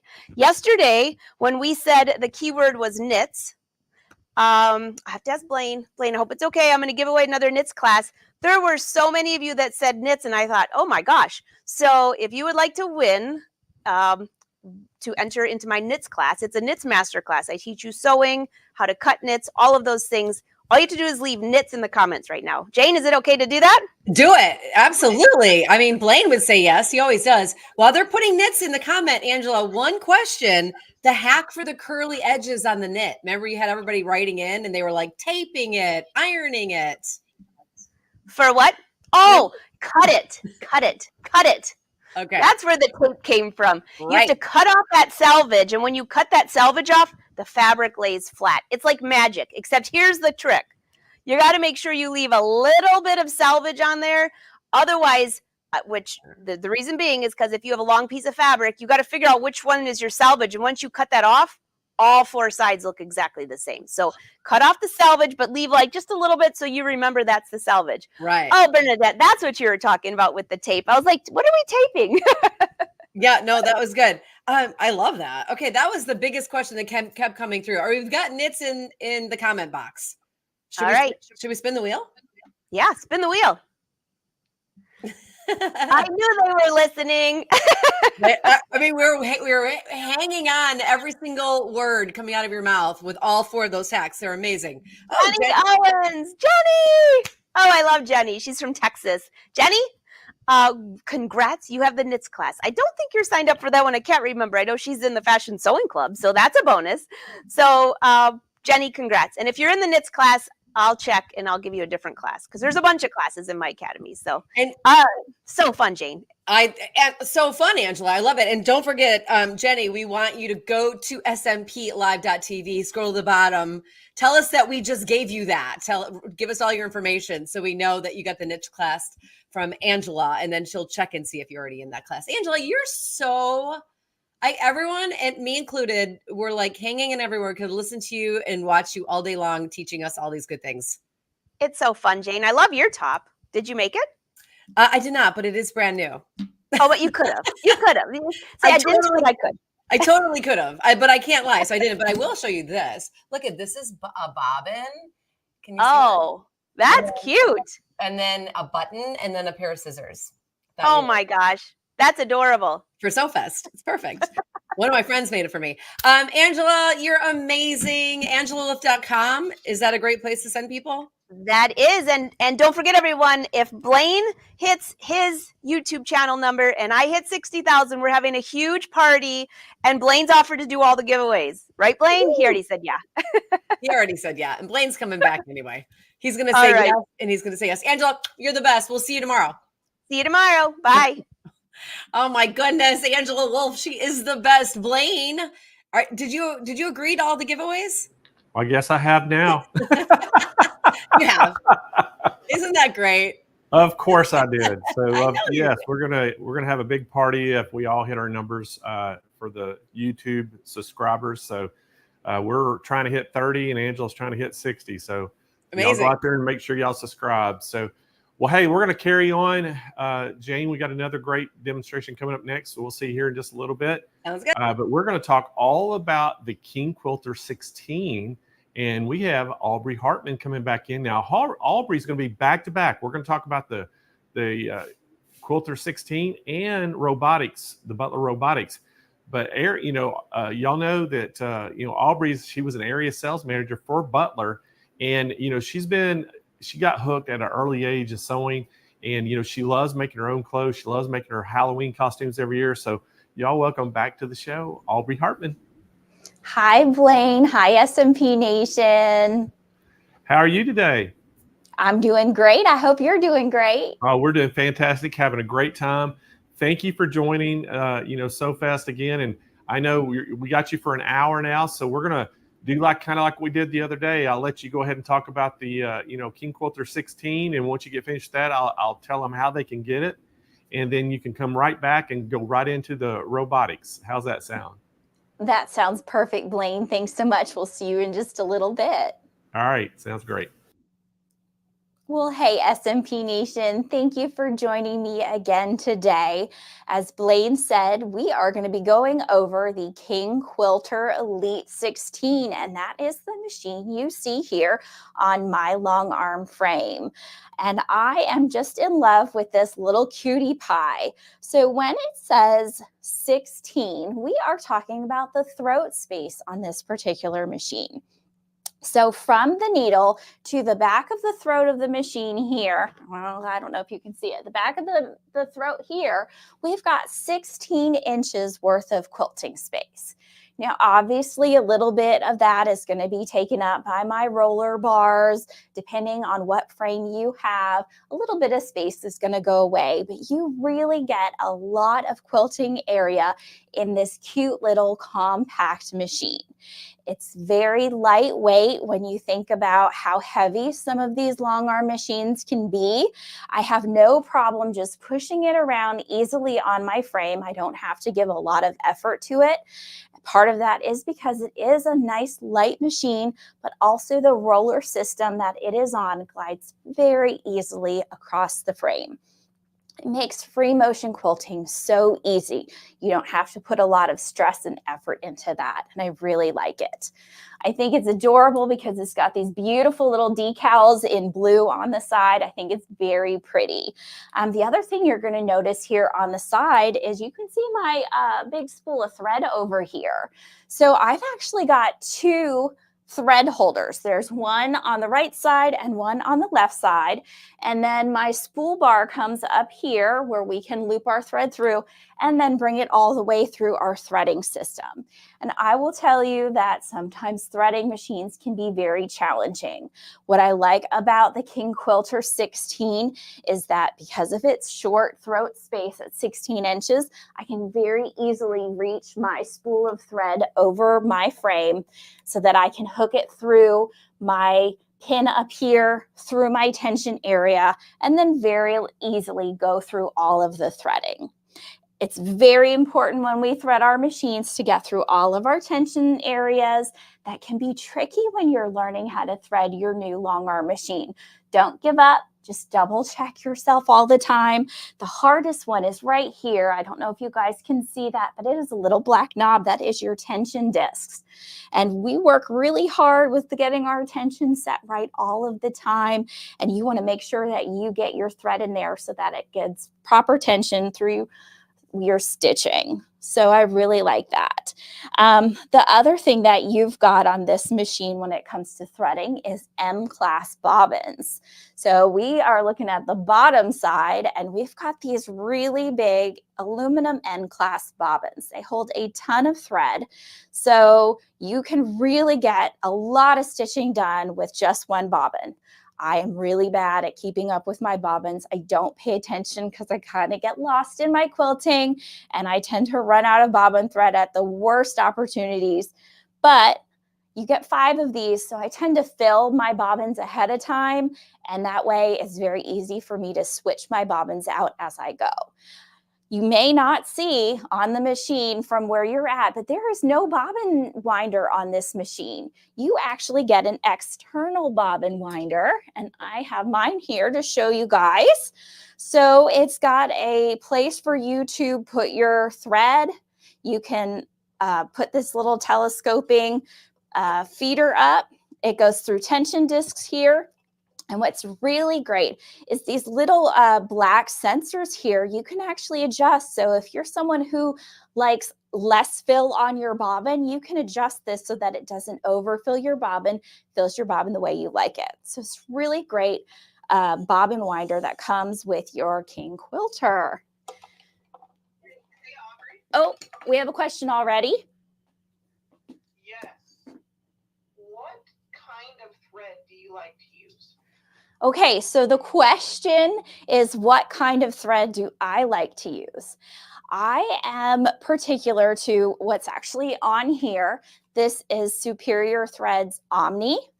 But when you get your King Quilter, you actually get a whole bag of threads to try with your King Quilter, and they're all different spools of thread from Superior. So you can try different things and find what you like the most. And what's really great is you get a whole thread guide with it.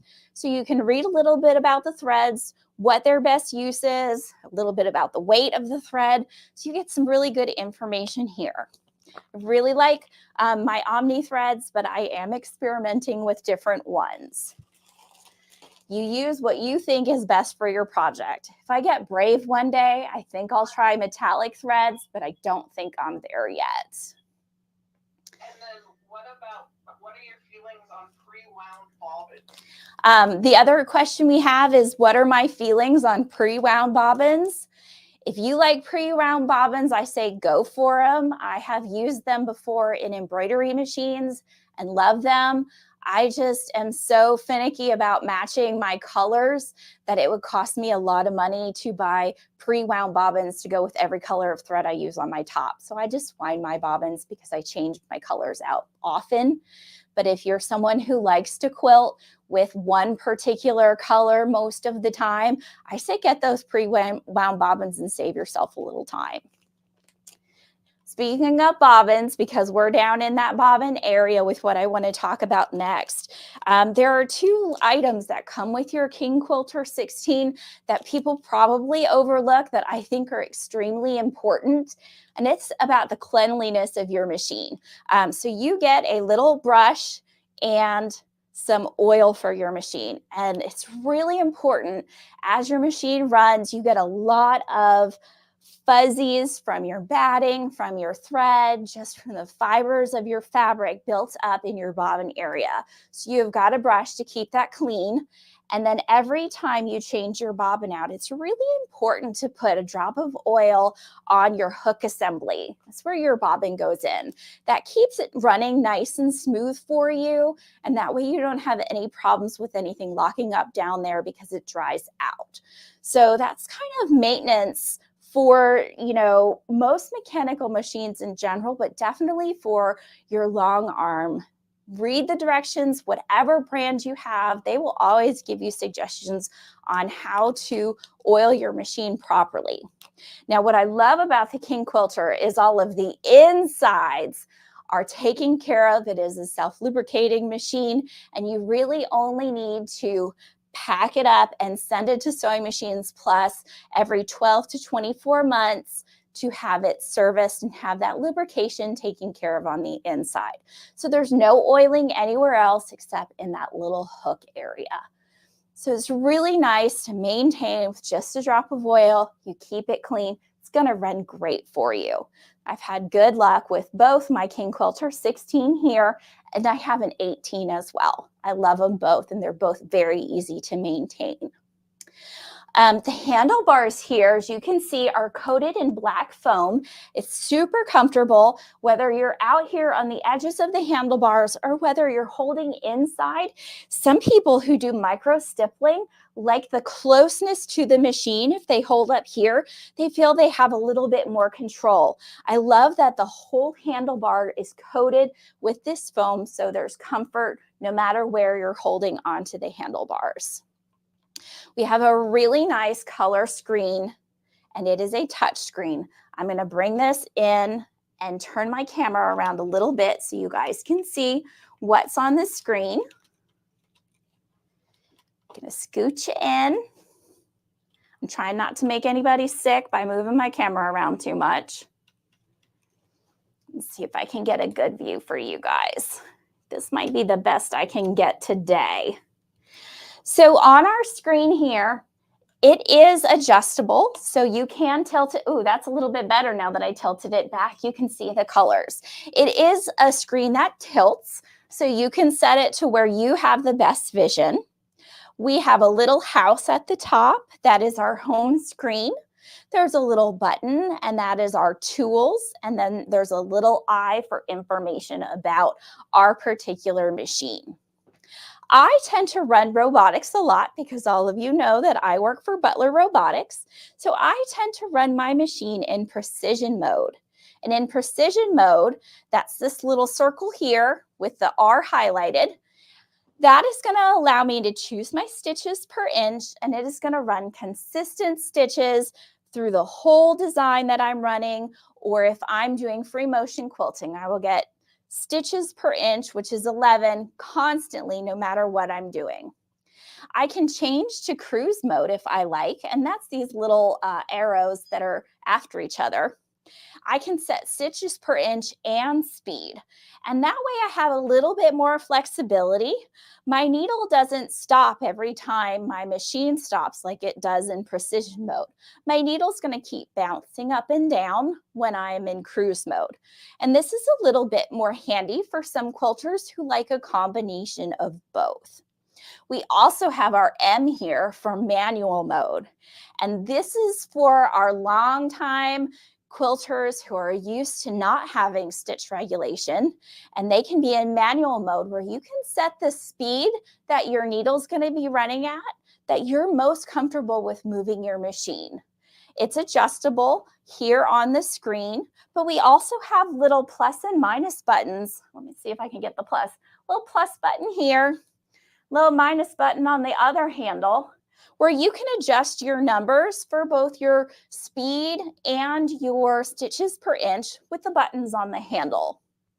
This is going to allow you to go at a comfortable pace, but you are controlling the regulation of your stitches.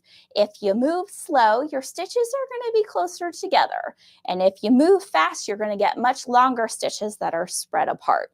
It's really just a matter of what you're most comfortable with your stitching. Everybody quilts differently. You do what you think is best. I love that the King Quilter 16 has the different options for you. We're going to go back to regulated mode and precision mode. That way I don't forget it a little bit later and start stitching and it's not what I want it to be. We do have options for our needle position. So if we want our needle to start or if we want our needle to stop in the down position, we can choose that. Or if we want our needle to stop in the up position, we can choose that. That is a matter of how you prefer to quilt as well. Everybody has their preferences. As I am someone who uses robotics a lot, I always prefer my needle to stop in the up position. That way, if I'm not paying attention and I run my robotic system, I'm not actually going to tear my quilt if my needle stops in the down position.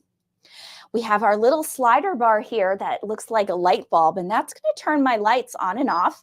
Right here, I've got a whole ring of LED lights around my needle. When it's turned on, I get a great glow. It's very powerful, and I can see everything that I need to. So I really love my basic home screen. When we go into our tools, we've got a few goodies that can help you along with different things you're working on. We've got a calculator that's going to come up and allow you to do simple math if you're working on calculations for stitches per inch, or even if it's what you want to charge one of your customers based on how much stitching you've put into your quilt. It's always nice to have one handy. That way you don't have to go searching for the calculator on your phone. It's right here on your touch screen. If we go back to tools, we also have a bell, and your bell is going to be an alarm.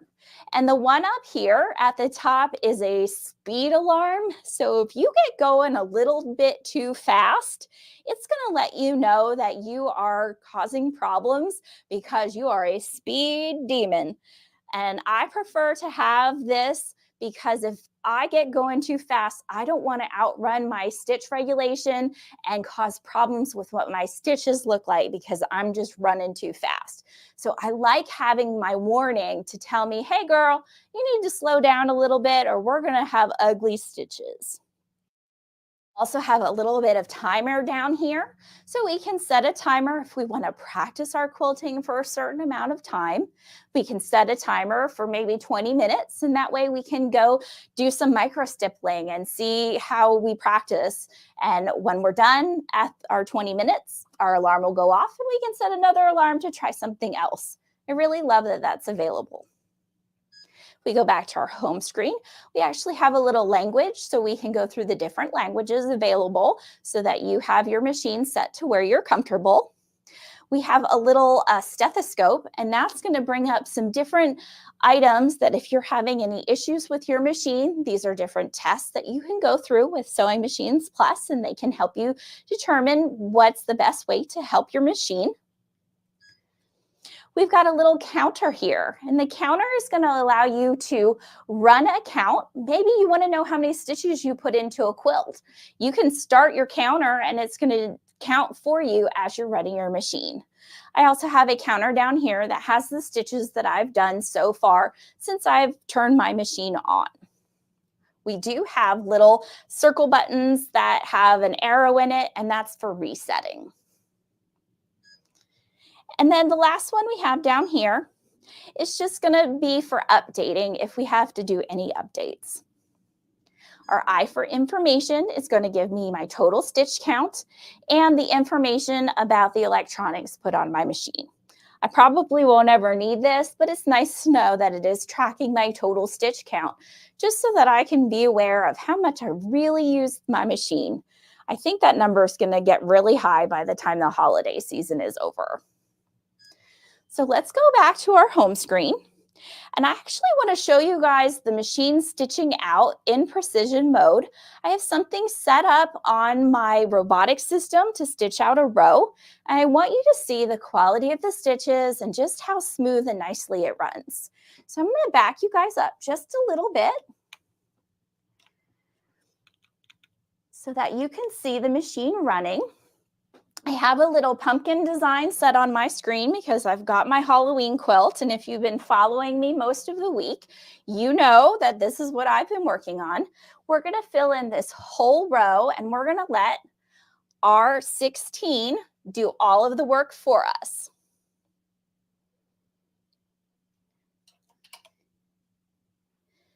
Now I've got a needle up, needle down button here on the left handlebar, and that's going to allow me to put my needle up and down into my fabric so I can pull my bobbin thread up to the surface.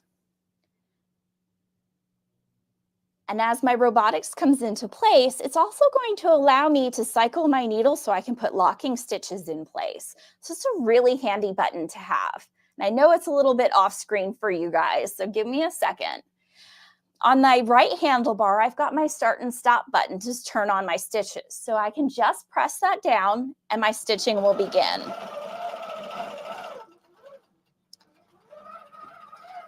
I'm about to put my scissors down where I'm going to lose them, and I've already told y'all I lose scissors constantly. So I'm going to bring you guys a little bit closer and tilt you down so you can see. And I'm going to see if I can take you off the stand so we can get a really close view.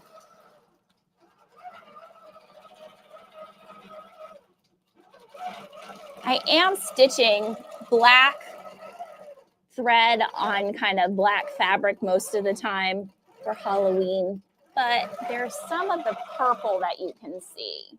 Let's see if I can get it to show the purple stitching. There we go. So you can see the pretty little swirls. This is a pumpkin design with swirls. You can see just how nice that stitching. Very even, consistent stitches. So pretty.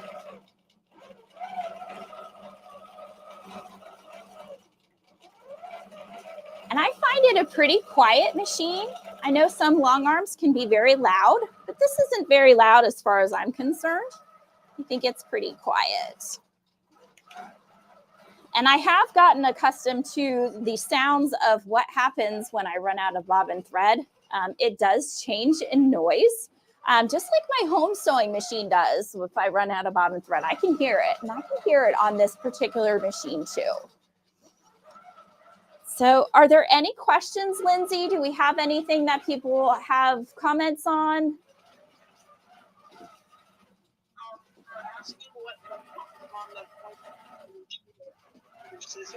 Oh, everybody wants to know what the hook is on the front of my machine. So I told people the other day, I'm really bad about my scissors. And I have this pair, I have one attached to me, and I have another pair on my desk. I put scissors down constantly and I lose them constantly, and I'll find them in really odd places, like in the bathroom or in the kitchen in the utensil drawer where they don't belong, because these are my sewing scissors, and everybody knows nobody touches your sewing scissors.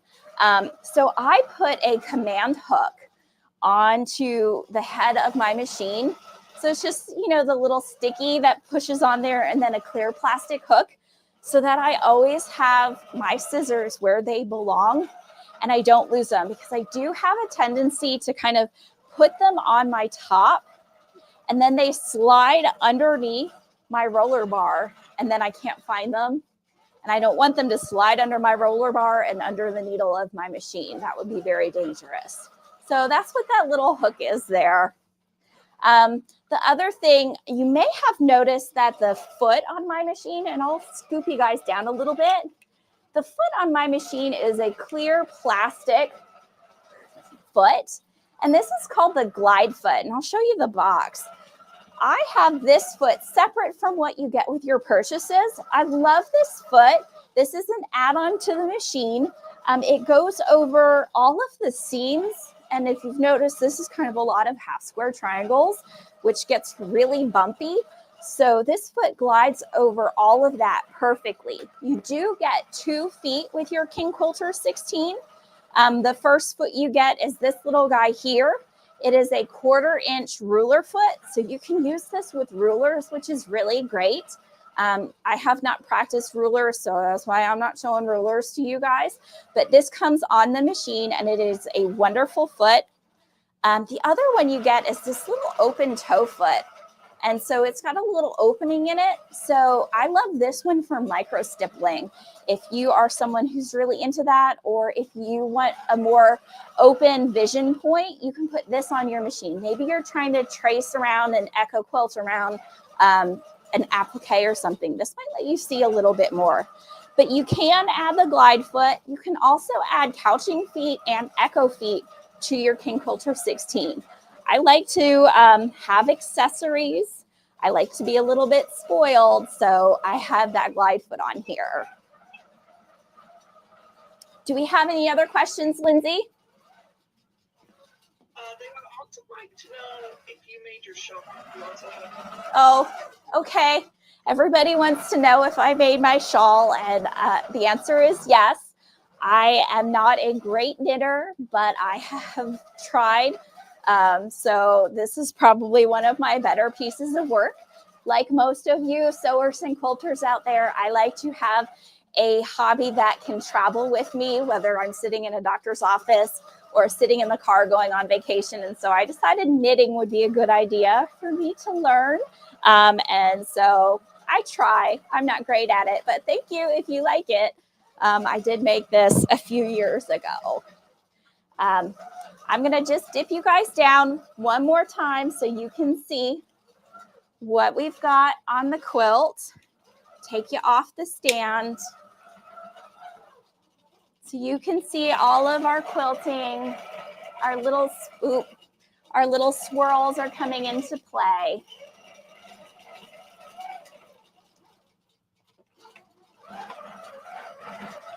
And they're just beautiful stitches that this King Quilter 16 is giving. I just love it.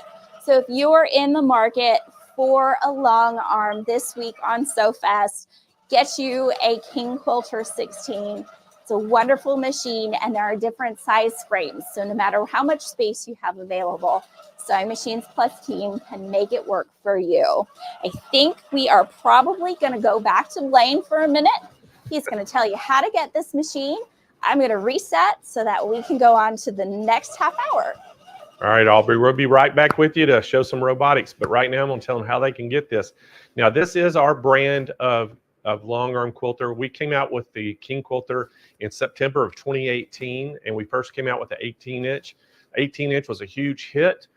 We have two models of that. We have an elite model and a standard. Then we came out with an 18-inch sit down, and we were just kind of thinking last year, the end of last year, we're like, what are we missing? Well, we're missing a 16-inch. So we brought out the 16-inch, and this has been a huge hit. Stitches at 1,800 stitches per minute. Again, it's going to come with a 5-foot frame, or you can upgrade to an 8-foot or 10-foot frame with this. It will accept the Butler Robotics, and it will accept the Pro Stitcher Lite Robotics as well. We're going to have free shipping with this nationwide, and also we have some financing available. Give them a call, 800-401-8151. If you're on the website checking this out, you can speak to one of our live chat agents as well. If you go to smplive.tv, Kyle has that thumbnail for this King Quilter 16. You can just click it and it'll take you right to the product page that you can read all about it. But again, we sell more long arms and more robotics than any dealer in the nation. So our team is very experienced and very versed in all long arm quilting and robotics, so they can help you out. So give them a call right now, 800-401-8151. All right, so we're going to go right back to Aubrey, and now we're going to talk about some Butler Robotics. And we got 3 different models that we're going to actually offer you today that are exclusive to Sewing Machines Plus, but Aubrey's going to show you one that's already on that 16. So let's go back to Aubrey. Well, hey, everybody. Long time no see. It's been a long time, hasn't it? Are you going to be showing the one that's on the 18 or the one that's on the 16? I'm going to be showing the robotics that's on the home sewing machine. Oh, the home sewing machine. Okay. Yeah. So we're going to talk about that. So we have 4 robotics that we're actually highlighting, and one of them will work on that home sewing machine. So I'm going to let you take it away, and then we'll explain it all when you get finished up. Yeah, that's great. Thanks, Blaine. So what y'all saw on the King Quilter 16, and you may have seen a glimpse of the screen, that was the professional system, and that's best for long arms. But what you're about to see here is Butler Robotics on a home sewing machine. This here is the basic system. It's not exclusive to the home sewing machine. If you want it for your long arm, you can have it for your long arm. But we've adapted our basic system to work on some smaller frames and with your home sewing machine. Now, everybody has questions about compatibility and how does all of this work? It kind of sounds a little impossible.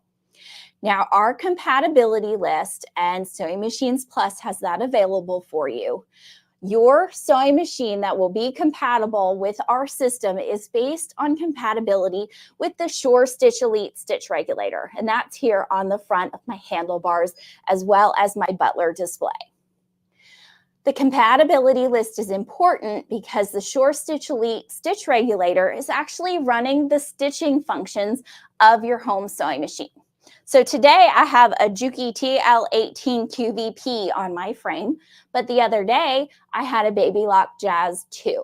So there are quite a lot of brands available that you can match up your stitch regulator with. Now, if you don't have a Sure Stitch Elite regulator, but you have a different regulator for your sewing machine, that's great. The other thing I've got here is my frame is a Q-Zone hoop frame. But it's not the only frame to use with this system. You can actually use the Cutie Breeze, which I know a lot of you out there have bought from Sewing Machines Plus.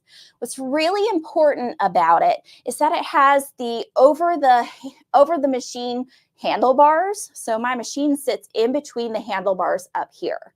And I know some of you have the original Cutie, but you can buy that top Chariot as an addition and switch that out with your additional Cutie, and you'll be able to use this system too.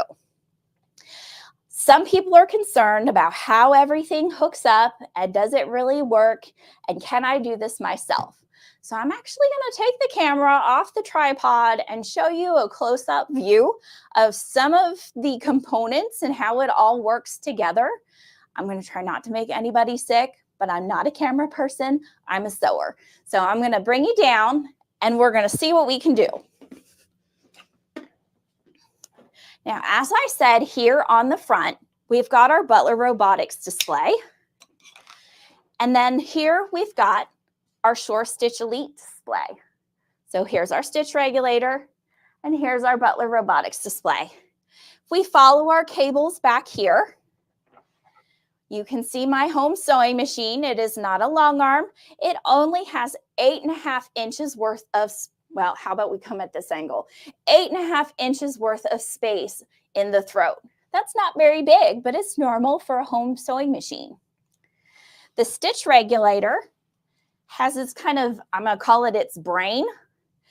That's Velcroed here onto the side of my machine.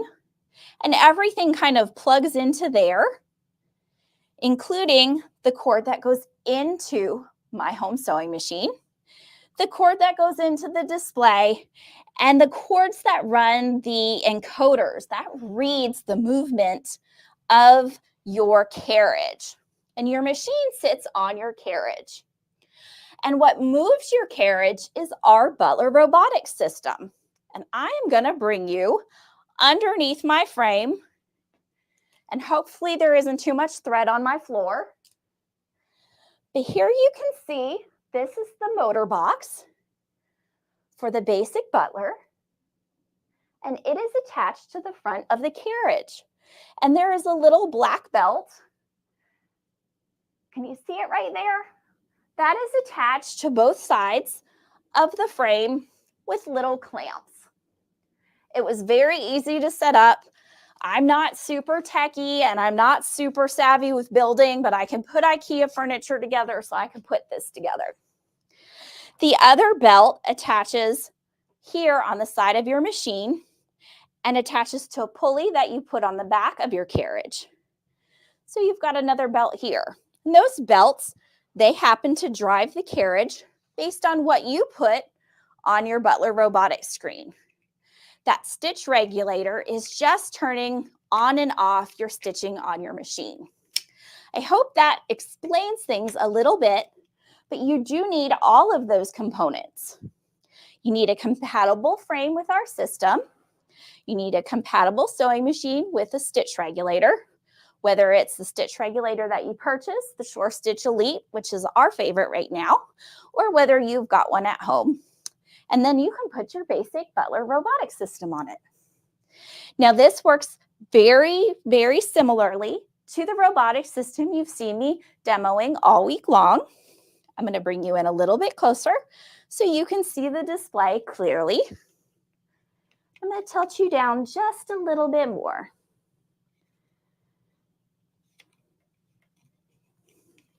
Now, we've been filling in individual blocks this week where I've been putting designs in each single block.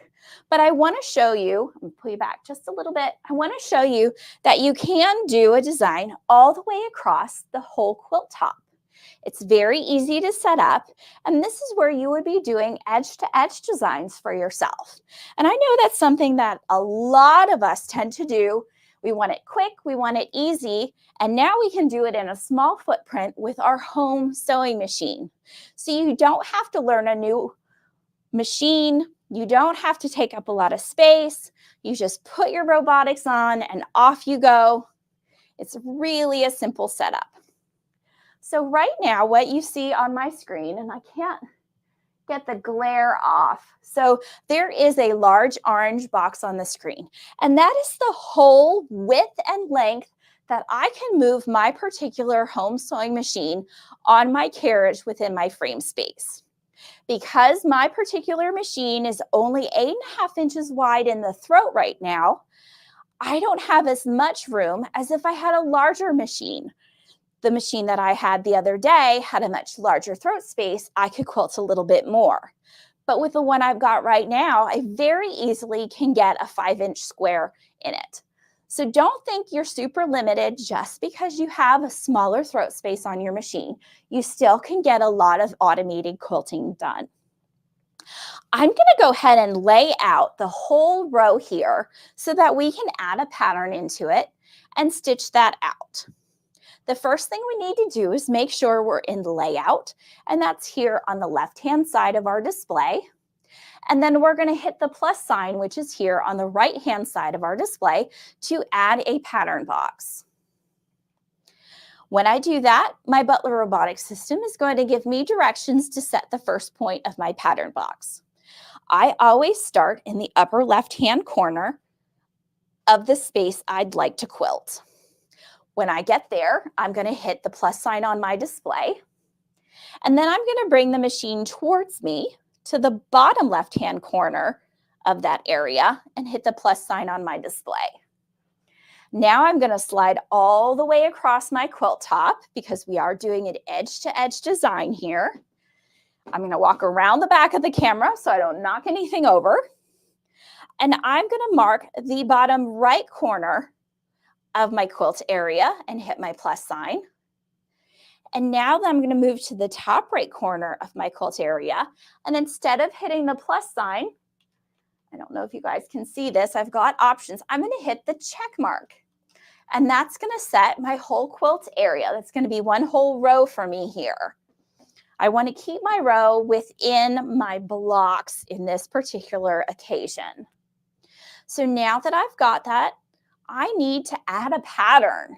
And on the basic Butler system, you actually get 160 patterns preloaded. So I am going to go to my pattern file, which is right above layout, and highlight that. So here is where all of your patterns are stored. You've got 160 preloaded on your basic Butler system. They are arranged numerically and alphabetically, if that is how you like to find things. Some of us just like to use the full color touchscreen. I can't do that from this angle. Full color touchscreen and just scroll. My fingers are sweaty, y'all. And scroll along. You also have a pull tab that you can pull down and view all of your patterns. You also have everything saved by different names or what we call tags. So if you wanted to look at feathered items to quilt with, you could touch, oops, see, my fingers are sweaty. You could touch on feathers and see which patterns have feathered items in them. Or if you wanted to see patterns by a specific design company, you could touch on that. So sorry, I did the wrong one. So you could do that as well. But, oh, we have a question. Can you add patterns and is the EPC Wi-Fi compatible? Okay, so two questions. Can we add patterns, and is the EPC full color display Wi-Fi compatible? And the answer to both of them is yes. So you can connect your EPC display to the Wi-Fi, and I highly suggest you do, because we actually have right here a little I for information button. And if you get lost or confused about what you're doing and you may need a little help with what a button means, you can actually hit your I for information and hit another button on the display, and it will actually tell you what that button is. And if you had your Wi-Fi connected, you can actually download a help video. So that's really nice to have. So yes, it is Wi-Fi compatible. And yes, you can import patterns that you have purchased. So I just did some yesterday on my professional butler on the show where I purchased 2 patterns off of a website. The best format is QLI. You can also try QCC and DXF, but I find QLI works the best. And you can store them on a USB stick. It's really easy to transfer from there. Or if you actually set up on your Wi-Fi to download them directly, you can do that as well. I'm not super computer savvy, and that makes me nervous. Like I'm going to lose one of my files and then I will have paid for nothing. So I actually download them myself onto my desktop and put them on a USB stick. That way I know that they're on my Butler Robotics, and I have a backup having them on my USB stick. So the other way you can find a pattern is we've got a little white bar down here to fill in with a word. So if I touch on that, I can type in the name of something that I want if I know what I'm looking for.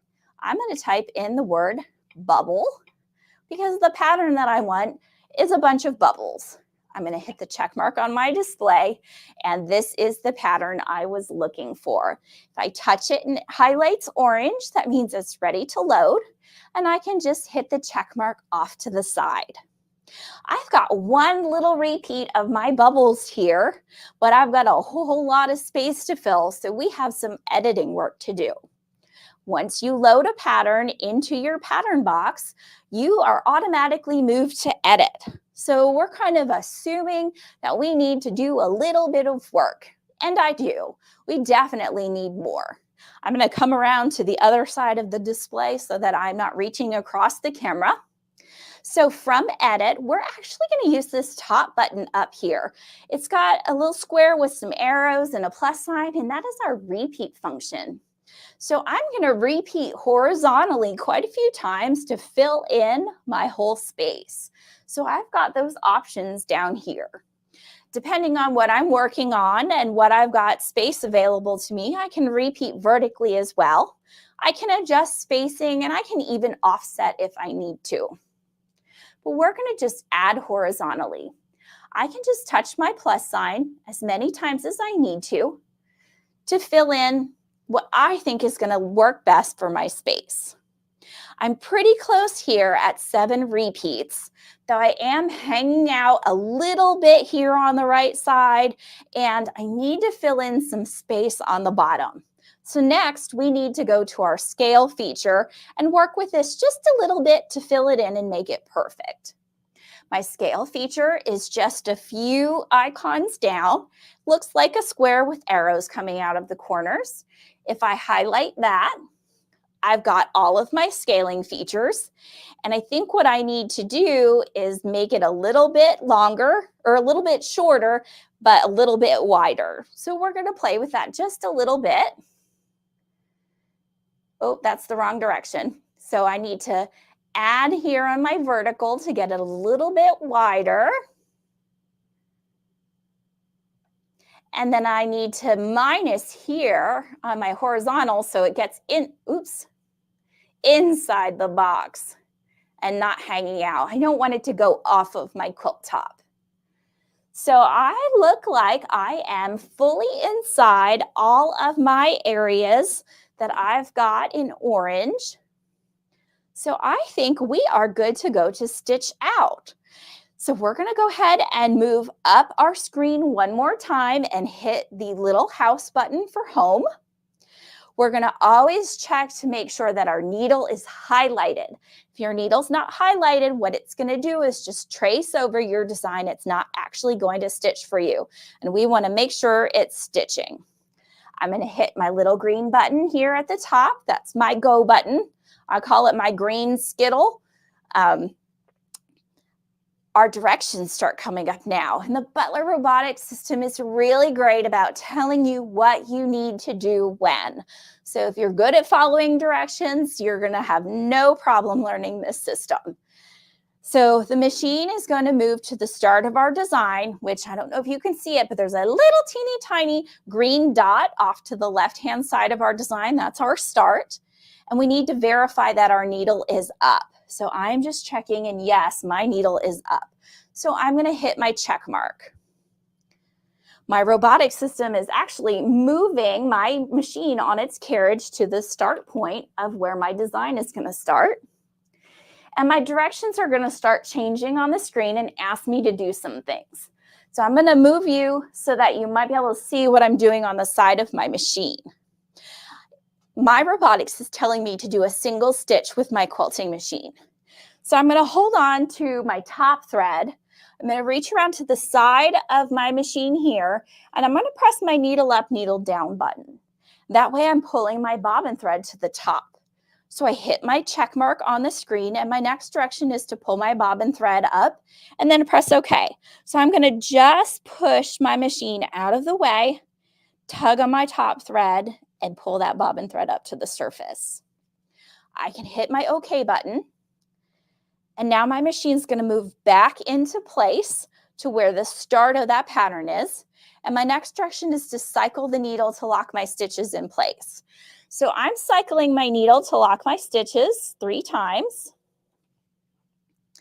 If you are someone who likes to bury their threads, you may not want to do this. The only other thing I need to double check right now is make sure that my presser foot is down. This is something that we don't usually worry about with our long arm quilters, but something we really need to double check when we are using our home sewing machines. If you try to stitch with your presser foot up, it is going to make horrible noises and it is going to be so ugly. So always make sure you put your presser foot down. I'm going to hit the check mark on my screen. And now it says turn the stitching on your long arm, and then your machine's going to move after you press OK. So this is where our stitch regulator comes in. Our stitch regulator is attached to the foot pedal port on our machine. So it's controlling like the go of your machine, and it's controlling the stitch length. So I've got my stitch length set at 10, which I think is a good average for my stitches. But when I hit the start button on here, it's going to start the needle running up and down. So it's controlling my machine because I don't have a foot pedal or anything. This is taking the place of my foot pedal. I'm going to hit start here and then start on my Butler Robotics. And off it goes. So we are going to be stitching out our bubbles. I'm going to take you off of the tripod so that you can actually see it stitching up close. I promise I'm going to be careful so y'all don't get sick. And I can't turn the light off on my sewing machine,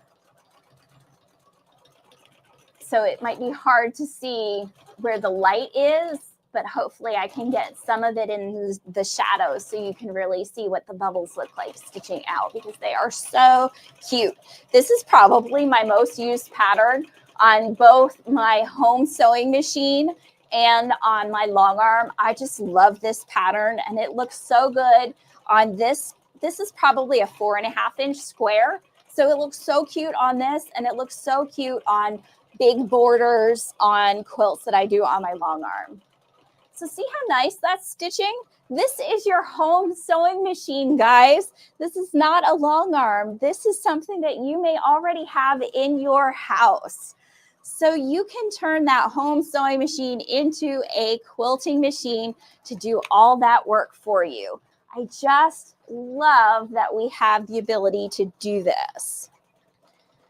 Are there any questions? Yeah. Can you like do the pattern without stitching so you can double check that it fits where you want it to and all that? The question was, can we do the pattern without stitching to make sure it fits in place? And the answer is yes. If you disengage the needle over here on the right side, it will trace the pattern out on your fabric area without running the needle. So you can see where it's going to go without actually stitching anything. So that's a very handy feature on your robotic system. I know I use that plenty because sometimes I'm just not sure I've got my placement right, or I'm afraid that I'm gonna kind of spill over into the next row and I really wanna keep my stitching within the same row. So I just double check things sometimes. We have any other questions? I'm reading on one deck. Okay. We do have some speed control here on the display. I have mine set at 30. This is where things are very comfortable for running my particular sewing machine. Everybody's sewing machine is going to run a little bit differently. So if you have a different machine or a different brand from what I have, you may have to make slight adjustments to your speed to get everything to look the way you want as it stitches out. Sometimes that speed can be an adjustment factor. Everybody's setup's going to be unique because everybody's got a different home sewing machine. What frame are you using? Oh, we have a question about what frame I'm using. I have the Q-Zone hoop frame. So this is just about 5 feet wide. And all of these clamps and things that you see here are holding my fabric into place.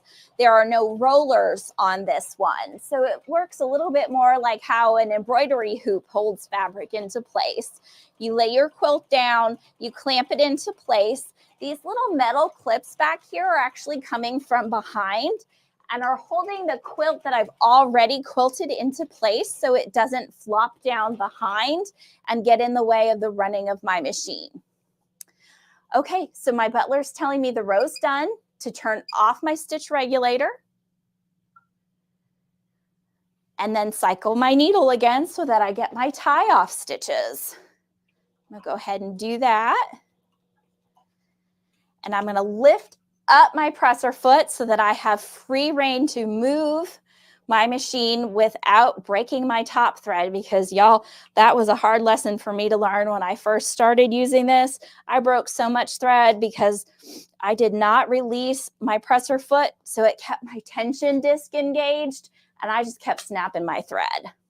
So I'm gonna move this out of the way and give you a quick look at that whole row, because that is stitched out now. And hopefully our lighting is okay. So you can see the cute little bubbles.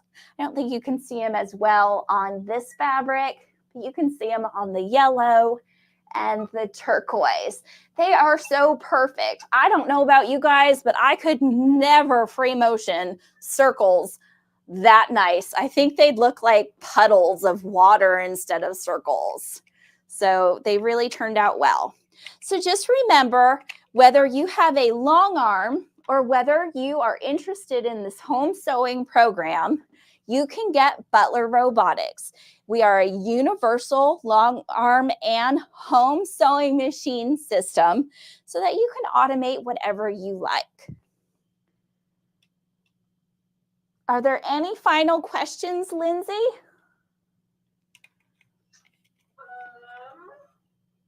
No, I think you have answered pretty much all of them. Well, that's awesome. I'm so glad that I could be here with you guys today.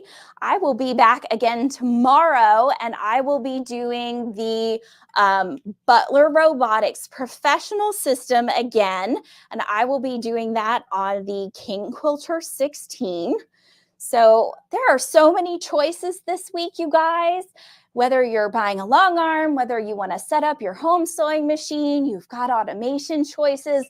I think Blaine is going to give you all of the options for the Butler Robotics system. Remember, we've got the one for the home sewing machine, that's the basic, but you can also get the basic, the deluxe, or the professional for your long arm at home. So let's take it back to Blaine so he can tell you how to get all of our wonderful robotics.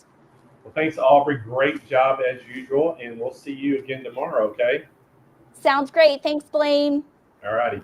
So I wanted to explain to everybody just kind of how this works, what she was showing you today, because I know it can be really confusing on this. So basically, if you have a really nice sewing machine at home and you want to get into quilting, but you want to be able to do some robotics on it, well, first of all, Grace makes a frame. They make a couple frames. They make the Cutie Breeze. They also make the Q-Zone hoop frame that it basically any domestic machine will fit in there, and it just clamps in.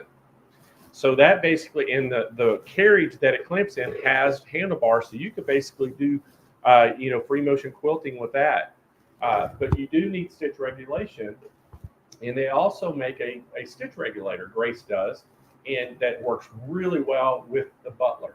So if you wanted to put robotics on that, let's say you had one of those frames, you've already got the stitch regulation, and you've got the machine, then you can put the Butler Robotics right on it and make that completely robotic, and it makes it so awesome. So it's kind of basically what the robotics actually does. It pulls the carriage where it needs to go, and the stitch regulation on the machine, makes the needle go kind of up and down at the speed that it's going. So that's what you kind of want to make sure you're understanding. And some machines have the stitch regulation built right in. So if it doesn't have that, you've got an older machine or something that doesn't have that, you can still do this with this whole setup we're talking about. The other thing that we have 3 different models of just basic, Butler robotics that go on long arms. We have the basic, the deluxe, and the pro versions. And the difference between those are screen sizes. It's 8-inch screen on the basic, 10-inch on the deluxe, and a 12-inch on the pro. And then there's loaded up with a lot more designs in each one and more functions. So, and those will fit just about any long arm on the market. It's out there. These will fit on those long arms. So we have a huge compatibility list to the Butler Robotics. And Kyle, do we have that compatibility list for the home machines? Right. We have this. Is this on our website? Okay, where could they find this on our website? Okay, so if y'all want to see a compatibility list, this is what the Butler will fit on as far as home machines. And the Grace Sure Stitch regulator will also fit these. So this is on the Grace Sure Stitch regulator page on SewingMachinesPlus.com website. So if you want to see that compatibility list, just go type in Sure Stitch in our search bar on our homepage, and it'll take you to that. And do you have the overlay of just the robotics now, Kyle? Right there it is. So the price on this is $39.99. This is going to be the one that fits on your domestic machine and makes it a fully robotic, capable long arm machine. So again, we have free shipping nationwide on all the robotics. And so give us a call, 800-401-8151. We've got some financing available for you. And again, like I told y'all earlier, our salespeople, we sell more robotic systems, long arms, and frames than any dealer in the nation by far. Give them a call. They are very well versed on all this, and they can help guide you in the right way with your machine and see if it, we have everything you need to make it work. And even long arms, if you want to put robotics on long arms, give us a call right now, and we can help you out. All right, we're going to continue on. We are ready for our second educational session for the day. We're going to bring Jane Klaus back in. Hello, Blaine. Hey, Jane. So we're ready for some more education. So I'm going to let you take it away. I'm ready for some more education too. Thanks so much, Blaine. All right, everybody. Education session number 2. I'm super excited because the word upcycling is in the topic of our education today. And our educator, our teacher, Melinda Stephenson, started sewing since when she went off to college, and she pointed this out to us. Her mother stopped sewing for her, so she had to learn. She said she's been obsessed with sewing and design ever since. Her favorite thing about sewing is the infinite possibilities it provides. I love that too. She says it allows her to dream of all the things that can be created, and those dreams are fabulous therapy. As we know, they help you move beyond daily problems and imagine what can be rather than what is. Melinda also says there's a wonderful physical benefit. Sewing lovers, because your blood pressure is lowered, and it's soothing and it's therapeutic. And Melinda, yes, we absolutely know all of those things are true. A big SMP Nation welcome to Melinda Stephenson. Hey, Melinda. Thank you so much. I really appreciate it, Jane. I'm super excited about this project. This is really fun. Just another I'm excited. So you're going to upcycle placemats for I'm going to upcycle a placemat. That's exactly right. Or placemats. Yes. And you're going to turn it into a Christmas gift? I'm going to turn it into a gift. Yes. Yes. Okay. Yeah, it doesn't have to be a Christmas gift. You're going to upcycle placemats. Okay. Well, it could be Christmas gift. If you're starting already, you can start your Christmas gifts now. So yeah. I mean, I just love the idea of it. So I cannot wait, because you always have such great projects and you're so fun to watch and like inspiring. So, and I love upcycling. So I can't wait to see this one. I'll hit you on the other side with lots of questions. Sounds good. Thank you so much, Jane. Okay, guys, thank you so much for being here. I'm super excited about this. This is the issue here is I had a bunch of placemats that had stains on them, right? But I would have like 2 or 3 left over, and I loved the placemat. So I'm like, I've got to be able to do something with this. This is so dumb. All right, so I'm going to show you what I'm making today. All right, I'm going to switch cameras. So give me just a second here to move over to my other camera. Okay. All right, so there we go. So I'm using this wonderful, beautiful Tilda fabric, and I loved it for many reasons. I just love this fabric. It's a fabulous fabric. But One of the things that I love about this Tilda fabric is that it matched the placemat that I needed to upcycle. So here are these really beautiful, I don't know, they're just some sort of, it's like woven or something like that. I don't know. But anyway, I really like them because they're thick. Now, I had a problem. I wanted to create a notebook, okay, for notes. And I wanted to use those really inexpensive 50-cent notebooks that you can get from Walmart. But I wanted to also use some of this beautiful Tilda fabric because I had some left over from another project that I'd done. And I just wanted to see what I could do. All right. So here's what we're going to do. The first thing that you're going to do is you're going to measure your notebook. All right. So this notebook happened to be 15 inches. And so what I'm doing is I'm adding 1.5 inches. So I'm going to cut my fabric 16.5 inches. 16.5 inches this way. This way, the fabric, the notebook is 11 inches. Okay. So now I'm going to cut my fabric 16.5 inches by 11 inches. All right. 11.5 inches. I like to give myself 1.5 inches on this part of the notebook and an extra 1/2 inch on this part of the notebook. All right. Okay. So the first thing that I need to do is I'm going to take this placemat and I'm going to cut off the ends. And you can see that I've already cut off the sort of hemmed ends of this particular placemat. And then I'm going to take my second placemat and I'm going to cut, and I love this because see, it's already hemmed for me. So I don't have to do the hemming on these little flaps. So what I'm doing is I'm cutting these 7 inches. All right. And so this is going to fit.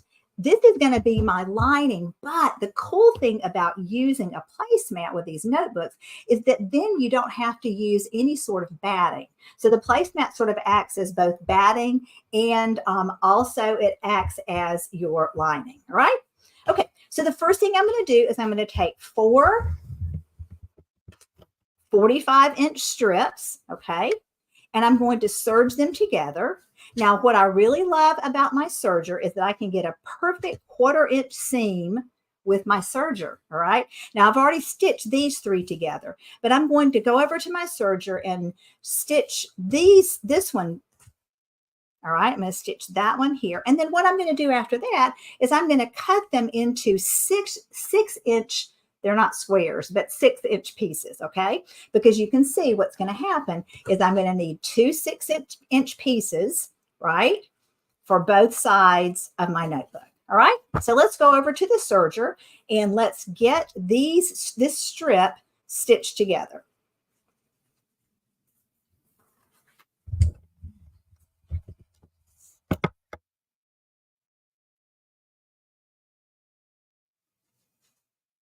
Okay.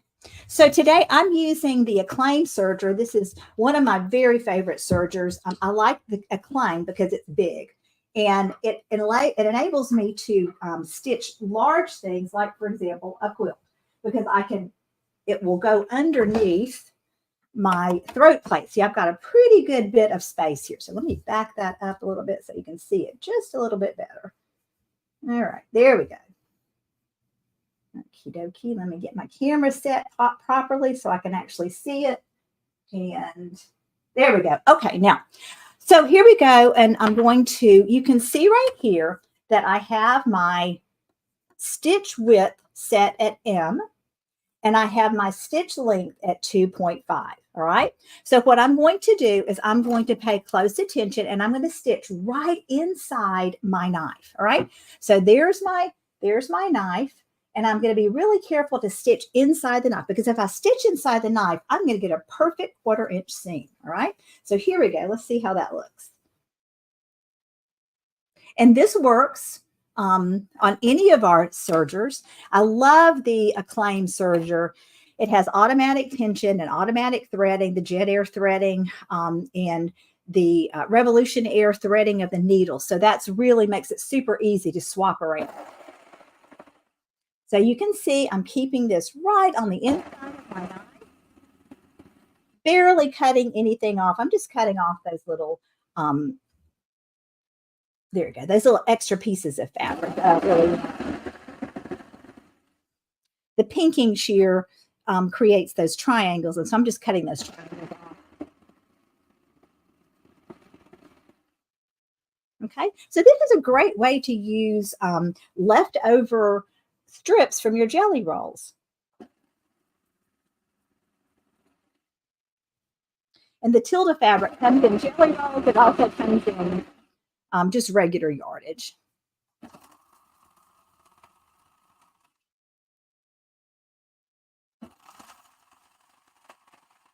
I like to stop every so often just to make sure that my pieces are still together, okay?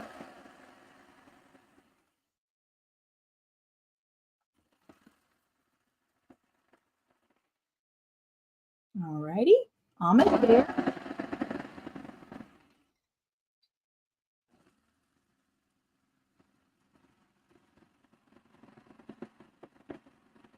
Okay, all right, so I've got my 4 pieces. Now we're going to move back over to the cutting board so that I can cut these into my 6-inch, there you go, the 6-inch pieces, and then I'll do a little piecing. Give me just a second to get over to my cutting table. There we go. Okay.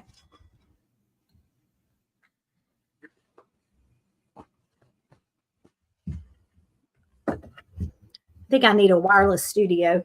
I'm getting caught under my wires. I don't know if y'all ever played the string game, Jacob's Ladder. Did y'all ever play that with? Well, that's what I feel like. I feel like I'm getting caught in Jacob's Ladder with all these wires. Okay. All right. So here we are. We're over here on the cutting board, and hopefully you can see that okay. And then I'm going to cut these into 6-inch pieces. All right. So let me get this out of the way so I have some room to cut. All right. So here we go.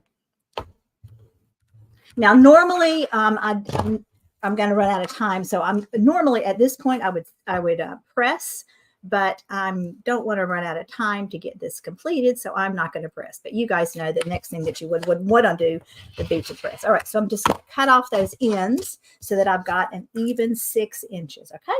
So here we go. So there's 1, 2, 3, 4, 5, 6. All righty.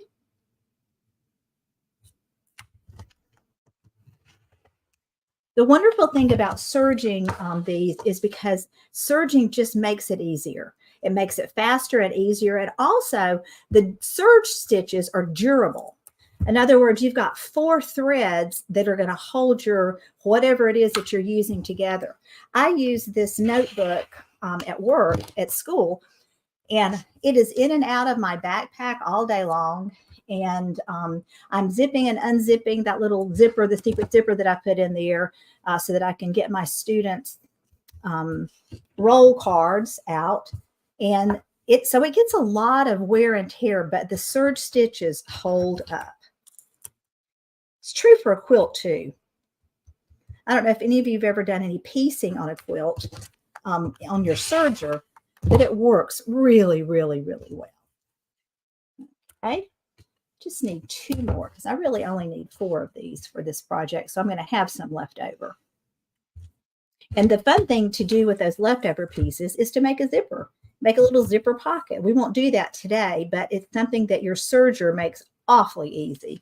You can use a cording foot and those zippers go in really quickly. I've done it before on this program, so you might have seen it before. Okay, so now we've got our 4 pieces. So what I'm going to do is I'm going to stitch these 2 together, and then I'm going to stitch these 2 together. Okay. And then I'll stitch them both together. All right. And then that's going to give me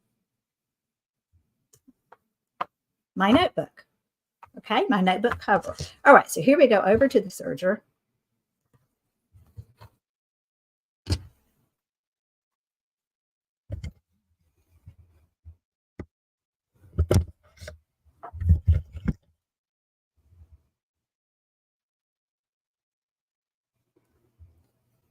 All righty.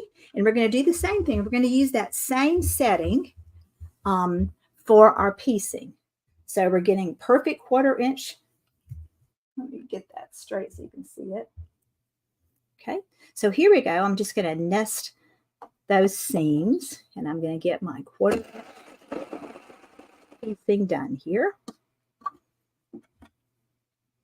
Okay.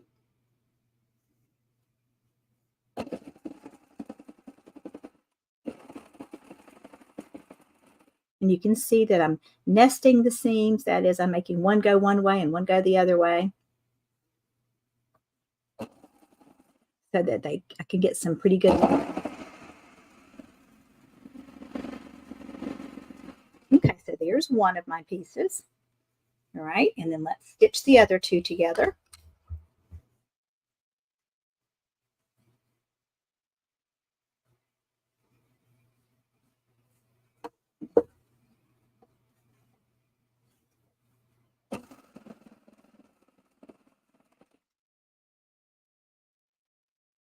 And then we'll get these two. Okay. All right, so now we have the 4 pieces. And so now I'm going to put them together, but I want them to be opposite. There we go. All right, here we go.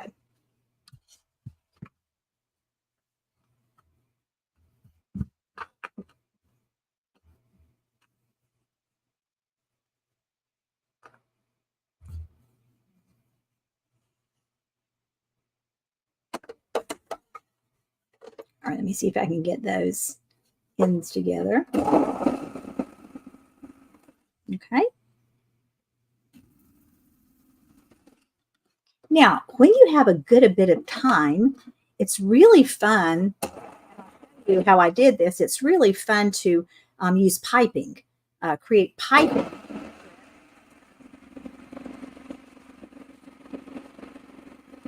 And then stitch them in between the seams. It just makes kind of like a nice accent. Okay. All right. So let's go back over to our cutting board and let's put together the next part of this notebook cover.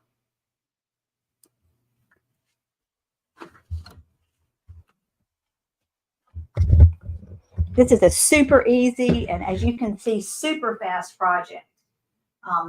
You can put this thing together in about, at the most, an hour if you have to cut the strips. Okay. All right. So I'm finger pressing again. And as you know, normally we would take this over to the ironing board and get some nice seams. Okay. So the next thing, all I have to do now is place my pockets. Okay.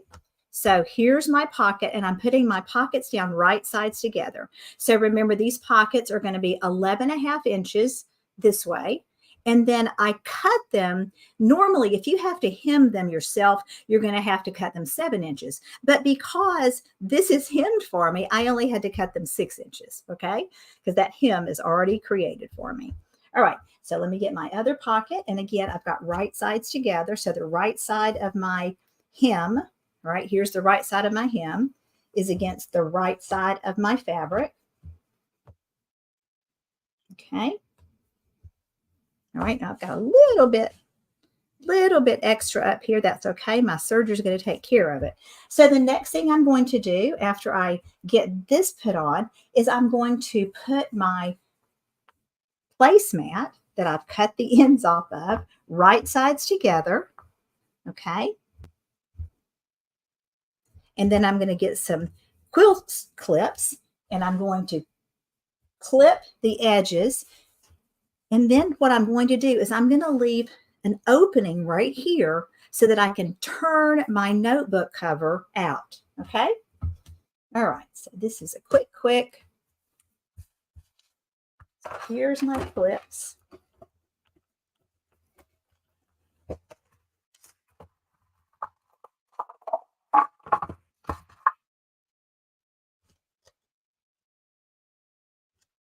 Now, this is the point where if you were going to put a zipper pocket in, then what you would do is instead of just having this flap, you would create a zipper on this flap. Okay. And I'll show you how I did that over here. Just a second.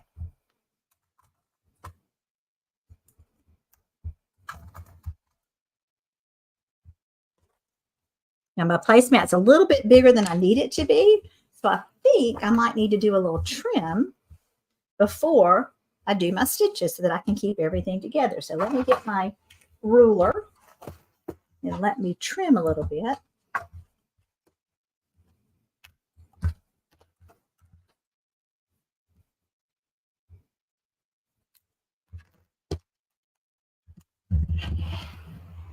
Okay, there's one little piece trimmed off. Here's my other piece.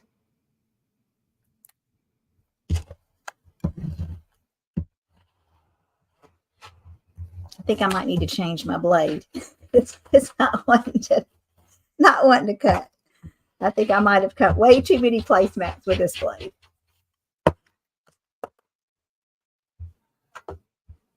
Okay. So let's trim this. I love jelly rolls.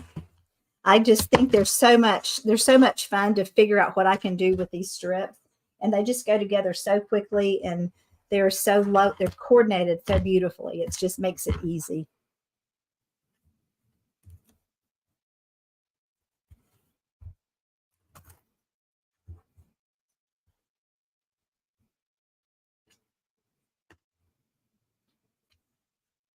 Okay, so now what I do, just so that I don't forget, is I put a big clip where I know that I'm going to have my opening. So I'm going to put my big clip here, and that's going to be the beginning of my opening. And then the end of my opening is going to be over here. Okay, so I can keep that straight. So what I'm going to do is I'm going to stitch all the way around, all the way around, except for that 2-inch or so opening.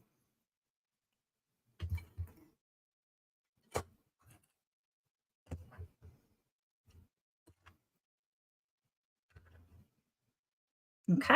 All right. So we're ready to stitch. All right. So I'm going to go back over to the serger.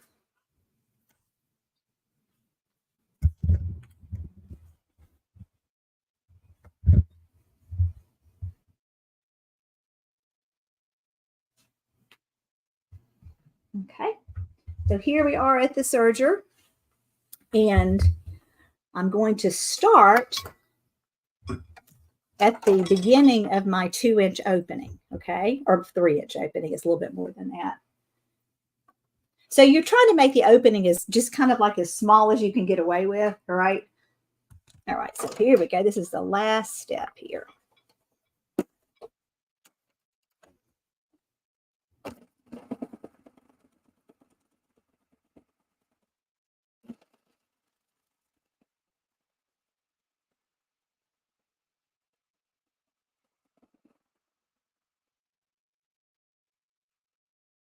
Okay, so there's one side.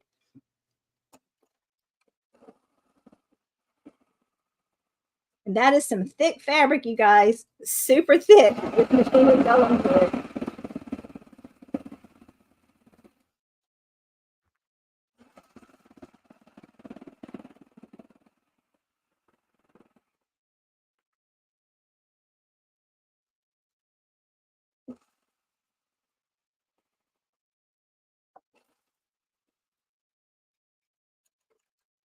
And these machines have such powerful feed dogs that there's no need to push or pull your fabric through. Those feed dogs pull it right through.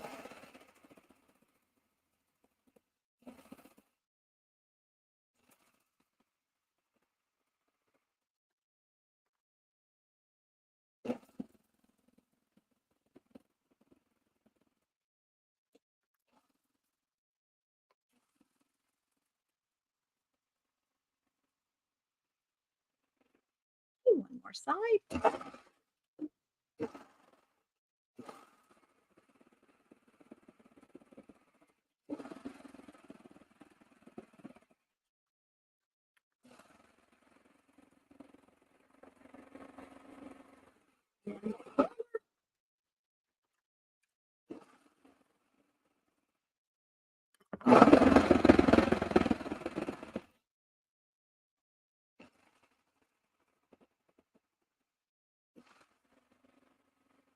Okay, so now I have an opening for turning right here. So I'm going to take it back over to the table, turn it, and we're done.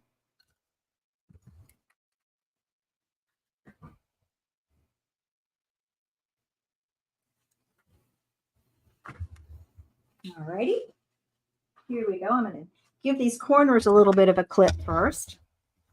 All right, so I got to give them the corners a quick clip to reduce that bulk.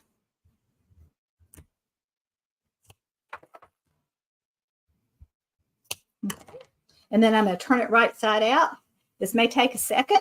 All right, so are there any questions while I'm turning this corner? Jane, any questions out there? Yeah, a couple of questions came up, Melinda. Let's see here. Is the reason you use a serger instead of a sewing machine because seams will be stronger? That's what Kathy is asking. Yes, absolutely.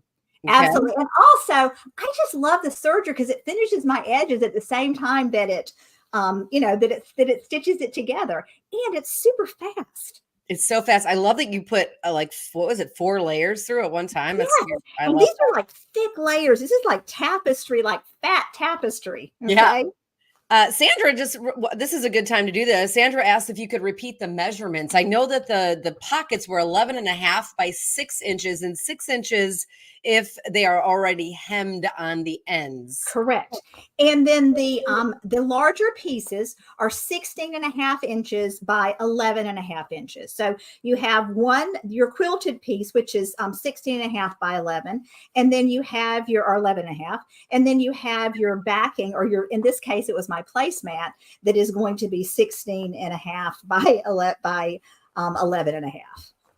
That was for you, Sandra. And then Sewing Bub asked, would it benefit adding interfacing or stabilizer to make it more substantial? I think in your case, that placemat is pretty thick. But yes, Jane, that's exactly right. And that is the purpose of using the placemat, is so that I don't have to put any more lining in it. Okay. And you can see how hard it is to turn this because it's so thick. That's how thick it is. Okay.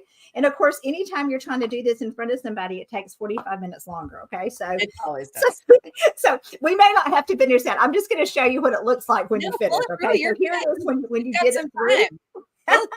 Yeah, go ahead. This is really fun because this is the one that I added piping to. Mm-hmm. And then you can see it's super fun if you also take some of your leftover fabric and then create a little zipper pocket. And so all you do is just do a front and a back, stitch up the sides, and then you've got a little zipper pocket. So there it is. Okay. I want you to keep turning that one. I want you to keep turning that one so you could slip it on to the book. It's so cute. I'm going to keep turning it. Okay. Let me ask you a piece while you're there. Somebody was asking, can you chain the pieces together? Can you chain the pieces together? Mm-hmm. You could. And so there are only 4 pieces though. 4 pieces. So, I always stop and start over again because I always just want to make sure that I have my my edges lining up. And sometimes when I chain, I get in a big hurry. And so my pieces are not always lined up properly. So that's probably the reason I didn't chain these together. And by the way, I know that you think that it's taking forever for you to turn that inside out, but it just feels like that. It's actually really fast because we're going through questions. I get it. When you're doing the live show thing, that's what happens. Piping is a great idea. Everybody else is saying, I count my squares too when I'm counting. You're going 1, 2, 3, 4, 5, 6. The funny thing is I said the same thing when you were counting. I'm like, why? I count just like that with my finger. And a lot of people said, I'm going to make this. Well, it's coming all of it. It's here. And it's so fast and quick. And then everyone's loving using the jelly roll because the colors are there and the patterns are there and the fun is there. Yeah. And these, I'm pretty sure SewingMachinesPlus sells the Tilda fabrics. They're just so beautiful and they stitch out so beautifully. I just discovered them like 2 weeks ago. A friend of mine, a fellow educator, told me about them. I was like, oh my gosh, these are so beautiful. I love that. I know. We're still pulling. Susie says, since you trim the corners and they're serger threads, will they unravel in the wash? I don't know that I would throw this in the wash. Yeah, I mean, they probably won't though. This is the thing. Because I have did put it through the wash. It was fine. It was fine. Yeah. And that's another thing, like these placemats have already been through the wash, and that is something that you kind of want to do before you create these, is you want to make sure you put your placemats, you want to put it through. Okay, we're almost there. Why? Because you don't want any soup, like leftovers on your plate? Yeah, that's gross. You don't want your dog to start pulling your placemat off of your notebook. Right, exactly. Last night's supper. Yeah, exactly. The person that receives the gifts will be like, "Is this a little chocolate chip for me? What is that?" It's a little extra. A little extra. Don't worry about it. It was Right, delicious meal when we ate it. And then the zipper pouch. Oh, she's getting it through, everybody. We're almost there. We have 2 minutes left. I know you're doing it. I got it, girl. I can do this. Okay, good. I know you can, because it slips on just like a little jacket. It does. It absolutely does. Now, the only thing that you have to do, and I'm going to put the camera back over on the table so you can see me slip it onto the notebook. The only other thing that has to happen is that you have to stitch up the place that you turned, right? So you just turned through here, and that was kind of a rough turning, right? So you can see where I turned it through there. So you're going to have to you're going to flip that over, and you can hand stitch it, you can machine stitch it, or you can use steam-a-seam, okay? And just like pop it in there. Let's put her in a one shot, guys, so everybody can see a bigger version of what Melinda's doing there. So let's, I stitched backwards right there. Y'all have to ignore that. That's okay. All right. All right. So I'm just going to pop it in. Maybe they'll put you on a one shot so it's closer, but it's okay. They just watch me watching you. I love this, because this is when you have to bend everything backwards. And that's right. You got to squish that all in. What a cute idea. It's super fun, y'all. It's just super easy. Back to school. Get rid of a notebook cover that you don't like anymore. And it's just like if when you carry these, and then this needs to, of course, be pressed, and then that needs to be popped in, right? Yep. But there it is. So that it's just so like fun, quick and easy, and it's pretty to look at. That's the other thing I love about the placemats. It's pretty. It's beautiful. It's kind of fun. If I'd sewn that one straight, but I didn't. Okay. So Melinda, there we go. Bravo, Melinda. Bravo. You finished on time. Let's get you back on so we can see your pretty face. And you're saying we don't need to keep all of our placemats. You don't need to keep all our Melinda J. Stevenson, you are a delight. Thank you for that education session. We are all now going to make our own upcycled placemat book covers and give them all away. So don't be surprised if you get a bunch of them in the mail. Love it. Thank you so much, Jane. I appreciate your having me. You're a joy. Thanks, Melinda. We'll see you soon. Oh my gosh, I love that. So much fun. Great questions, everybody. Okay, that was education session number 2. I am going to bring Blaine back in so I can go make upcycled placemat into a notebook cover. Well, hey, Jane. Hey, I want to real quick take care of a little business while we're talking. Just wanted to let everybody know there were some people yesterday tried to get some of Reen Wilcoxon's, things that she was doing, the little snack or the bag. Yeah. And we gave them the wrong price when they called in. And I just want to let everybody know the price on that for the SewFest, they were giving the regular price. SewFest pricing is $99 for that set. So if anybody wants to get that, give us a call right now, and they can take your order at the call center, but it's $99 is the price on that. Airplane Blaine deals are insane, is what Jeanette says. Well, it is, because it's normally $200. So wow, really good. It's half off on it. So amazing. And that was a cute little bag. Those great. Designs are adorable. Well, this was super fun too with Melinda Stevenson. That was fun. All right. Well, hey, we got another session coming up, so we'll see you back here in just a few minutes. Okay. All right, so guys, we're going to continue on. We've got Elna in the house. We're going to bring up Elna next, and we got Christina. Y'all remember her? She's been on here a lot this week, hasn't she? Christina Dolliner, and she's going to come in and talk all about the elements, but we want to bring her back in. So welcome back to the show, Christina. Hi, Blaine. Thank you for having me again. Oh, thank you. It's been great, and I know we've got another great machine today again. And all these machines you've been showing have been big hits, so keep it going. Good, good. We have another great machine to show you right now. All right, we'll see you back here about 25 minutes. Perfect, thank you. Hi, everybody, and thank you for tuning in. Today, I have the great opportunity to talk to you about the Elna Expressive 830L. This is an embroidery-only machine. The beautiful part, you pull it out of the box, you set it on your table, and you are all ready to start embroidering. The foot's on, you just have to thread it up and pull up a design. Now, your 830 actually comes with a written instruction book.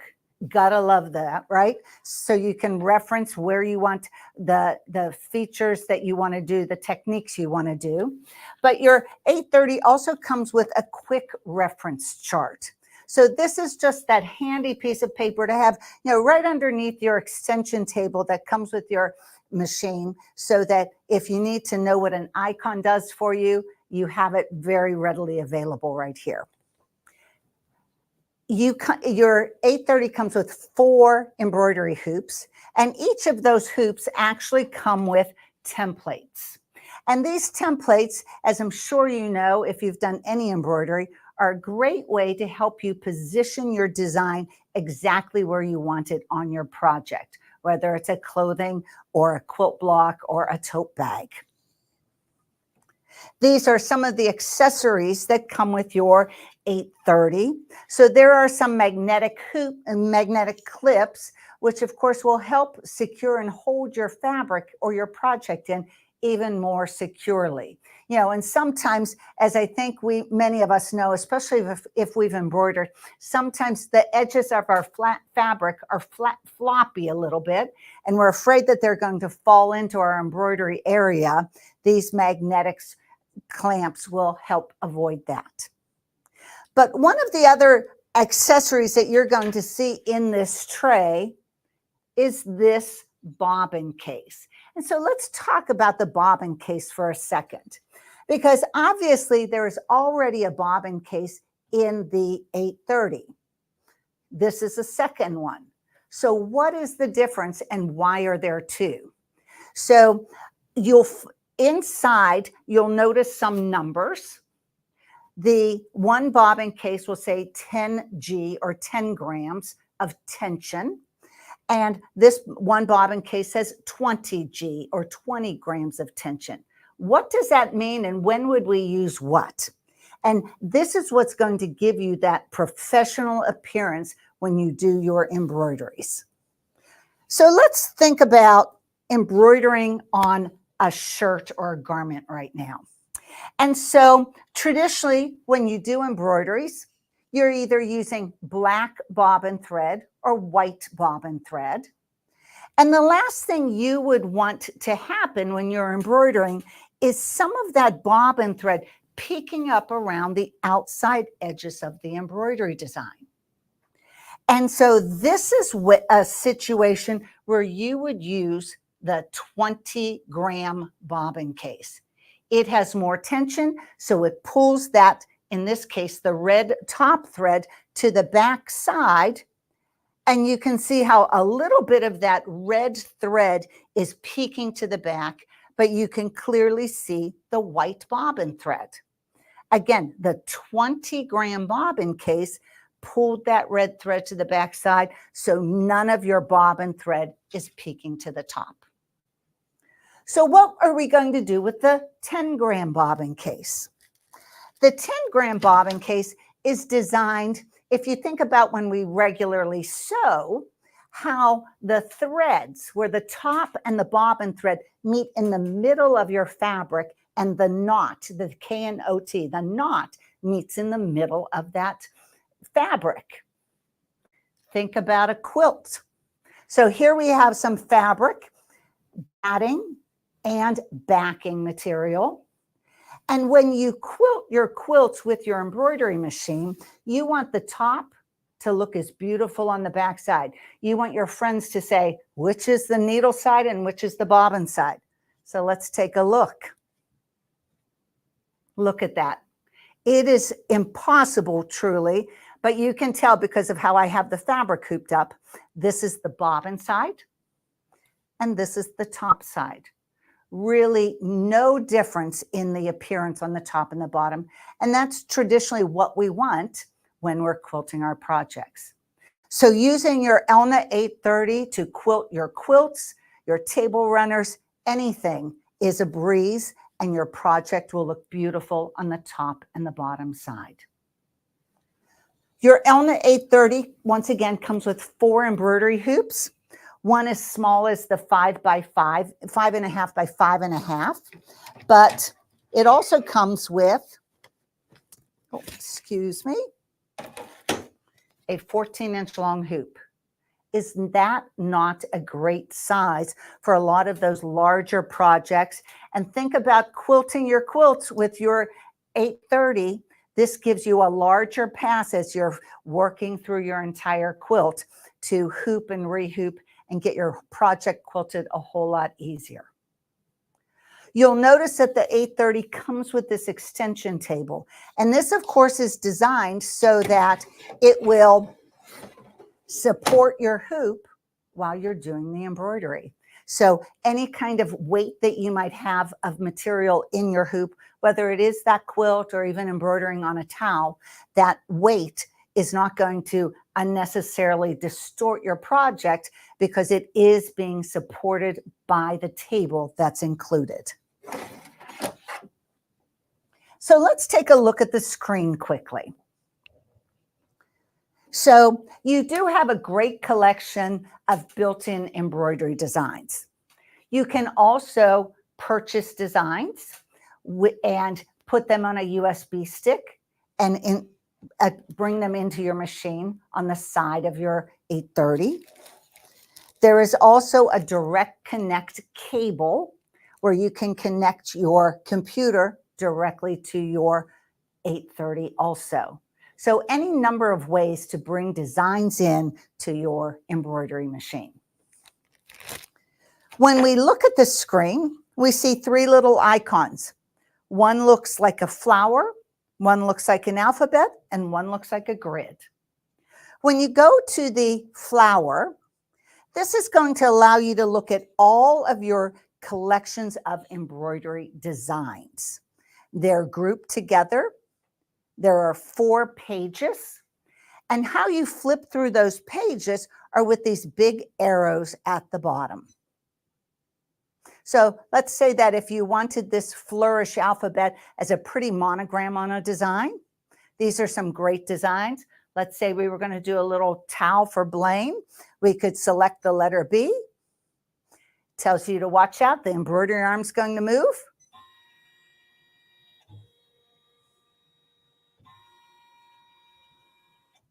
So there's a friendly reminder on the hoop size. But now it's telling you again, the hoop size, the actual size of your embroidery design, how many colors, how fast it's going to stitch, and how long this is going to take. At the 600 stitches per minute, this will embroider up to 860 stitches a minute, so a nice fast speed. At 600 stitches a minute, it will take 34 minutes to stitch out. And down here, you can see your color changes as you're stitching through. So that's where, once again, we'll go home. And when we went to the flower icon, that is pick a design and stitch it out. Let's say we wanted to go to an alphabet, put somebody's name on a project. We went to the ABCs. The ABC, this icon shows you all of your fonts. There are 2 pages. And when we arrow over, there are even 2 and 3 letter monograms. Some little, in the olden days, we called them wingdings when computers, oh, I hate to say that, when computers first came out, those little designs like little flowers and little hearts and stuff that are great for borders. But we call them wingdings. Those are available. Let's go to the 3-letter monogram. So this is perfect for a monogram. Again, on a tote bag, you see many classic tote bags that have monograms that have been embroidered on them, you can do that yourself. Down along the bottom, you have the ability to select different designs that would fit around your 3 letters. So we'll select that first. It's that classic hexagon. And I'll actually type in my initials. And it's a small initial, large a little, large initial, small initial. So there's a great debate on which order you put the initials in. I like to put my last name as the big initial in the bottom, in the middle. So we'll type in C, then my last name starts with a D, and then my middle name is with an M. And when we touch OK, again, friendly reminder of what hoop we're using. And there's that monogram. If you only have 2 initials in your name, you certainly can use the 2-letter monogram. But once again, it gives us all that information about the size of the actual design, how many colors, and how long it's going to take us to stitch out. So the flower, when we went to the flower, and again, just to go back, we're going to go home, touch that home icon. Again, the flower, pick a design and stitch it out. The ABC, put in a name or a monogram and stitch it out. But many times you want to combine designs. Maybe make a little label for a t-shirt that you're making, for maybe a business that you're running or whatever. This icon, the grid icon, is what's going to allow you to combine as many designs as you'd like and as many words as you like. So if you're making that label for your quilt, you would go to the grid icon.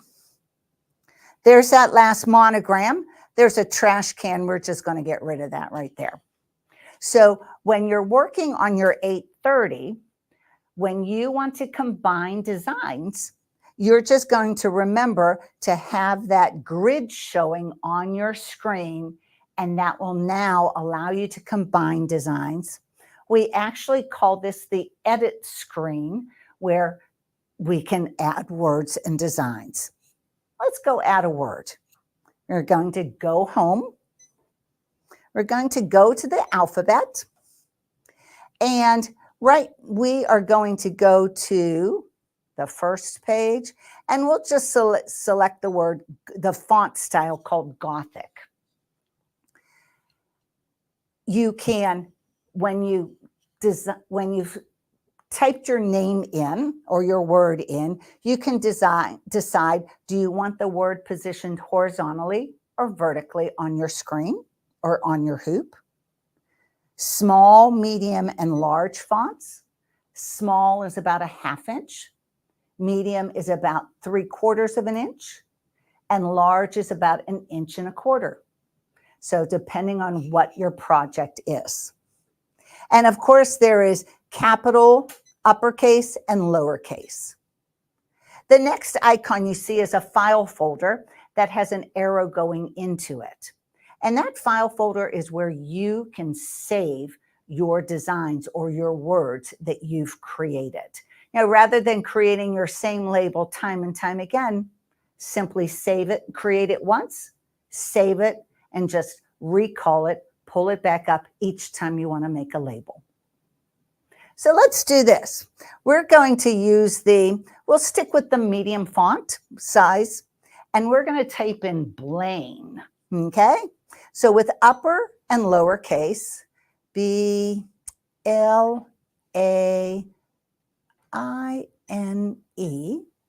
We want to put an apostrophe S. So there are 5 pages because the additional pages are what give you all your punctuation marks. And there's also international letters also that have the umlauts and accents over it. So we're going to select our apostrophe and go back to the letters and type in the word, add an S. So Blaine's. We're going to type OK. When you first pull up a design, it will always put it right in the middle of the hoop. We can move, This is going to sound funny. We can move Blaine around that easily. You can use these northeast, southwest directional arrows and fine tune where you want that design to be. You can also notice that, of course, Blaine, the name Blaine is perfectly horizontal, but you might want to put the word in an arc, kind of like maybe Blaine's starting a new business and doing pies. And so he might want a little logo on a t-shirt that says Blaine's Pies and wants the Blaine to be in a little arc. So if we arrow over, we can find the letters A, B, C on an arc. And this will now allow us to curve the letters clockwise or counterclockwise.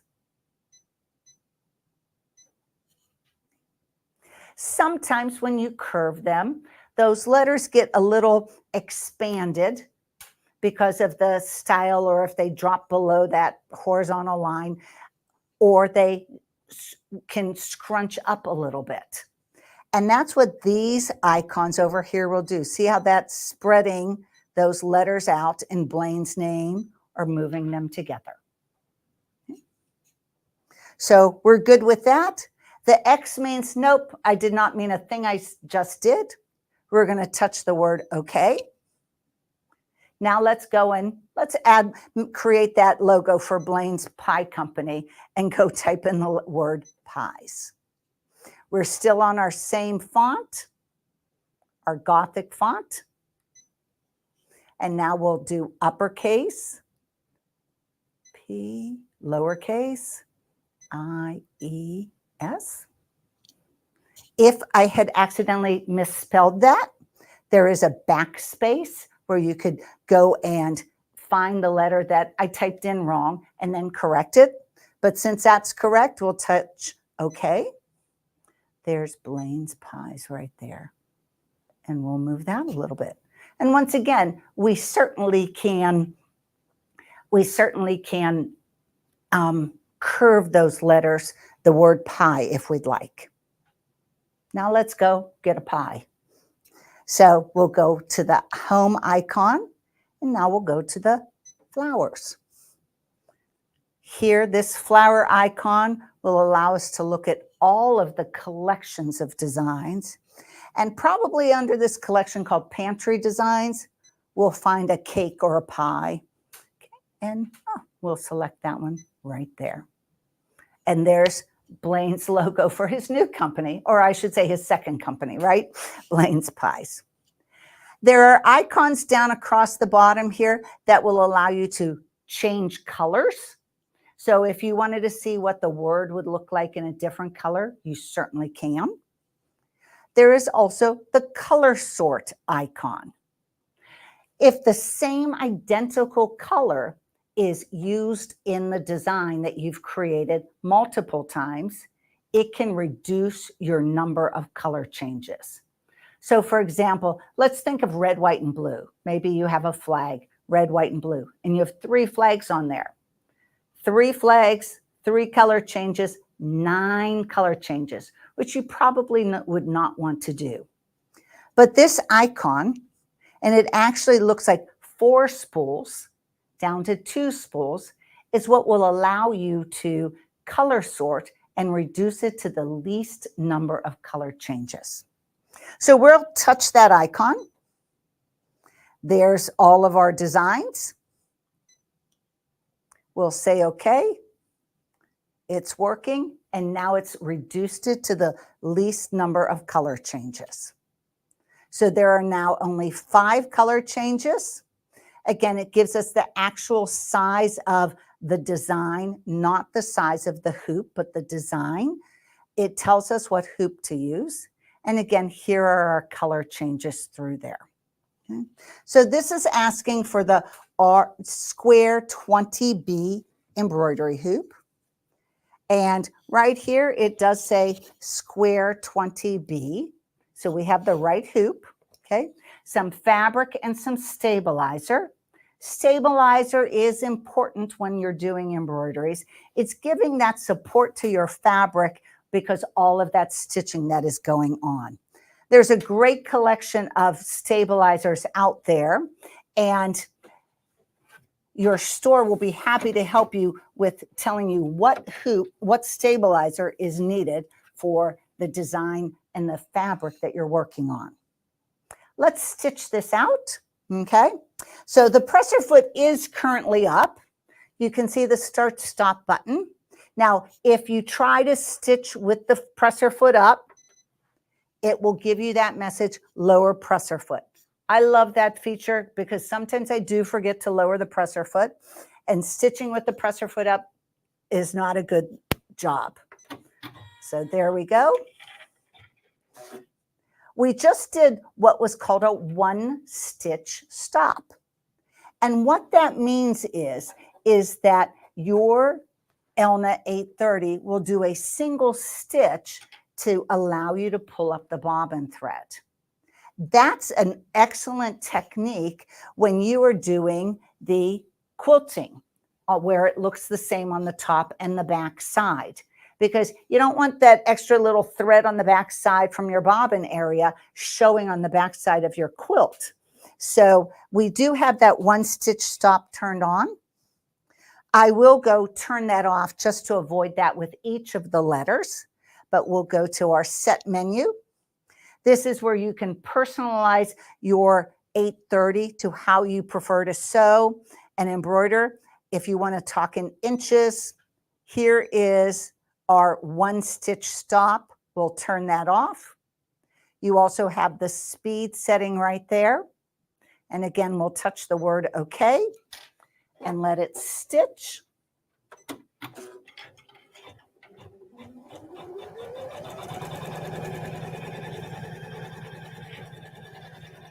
Super quiet with the embroidery mode. And beautiful, beautiful stitching.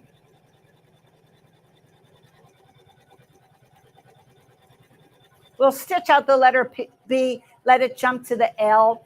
It won't take long, and just let you see how it will cut your top and your bottom thread in between your colors, in between your letters, as it jumps from one design to the next. So it's done with the letter B. That little noise was it cutting your top and your bottom thread. And now it continues on. So again, it will continue stitching in this color. And once it's ready for the next color, it will stop and in essence, give you the symbol to change your color. Now, again, you have a great collection of designs built in. You can always purchase more embroidery designs, but there is some great computer software available also. With Elna, we have a computer program called Artistic Digitizer that will allow you to do everything from resizing designs super small to super big, to taking a photograph and turning it into an embroidery design. We also have a computer program called AccuFill. And if you take a look at this blue quilt, you can see it looks like somebody stippled all over it. But that was not somebody stippling. It is actually an embroidery. So AccuFill will actually take the size of your quilt when you enter those measurements in, and it will take the hoop size that you're using and tell you, in essence, how many hoopings it will take for you to complete and quilt this entire quilt. So great alternative if you do not have space for a long arm. Do your quilting just like a professional, beautiful on both sides with your embroidery machine. So I'm going to continue stitching out Blaine's Pies logo. So again, Blaine's second business, right? And we'll take it back to Blaine. All right. Well, hey, I expect that in the mail. You got it.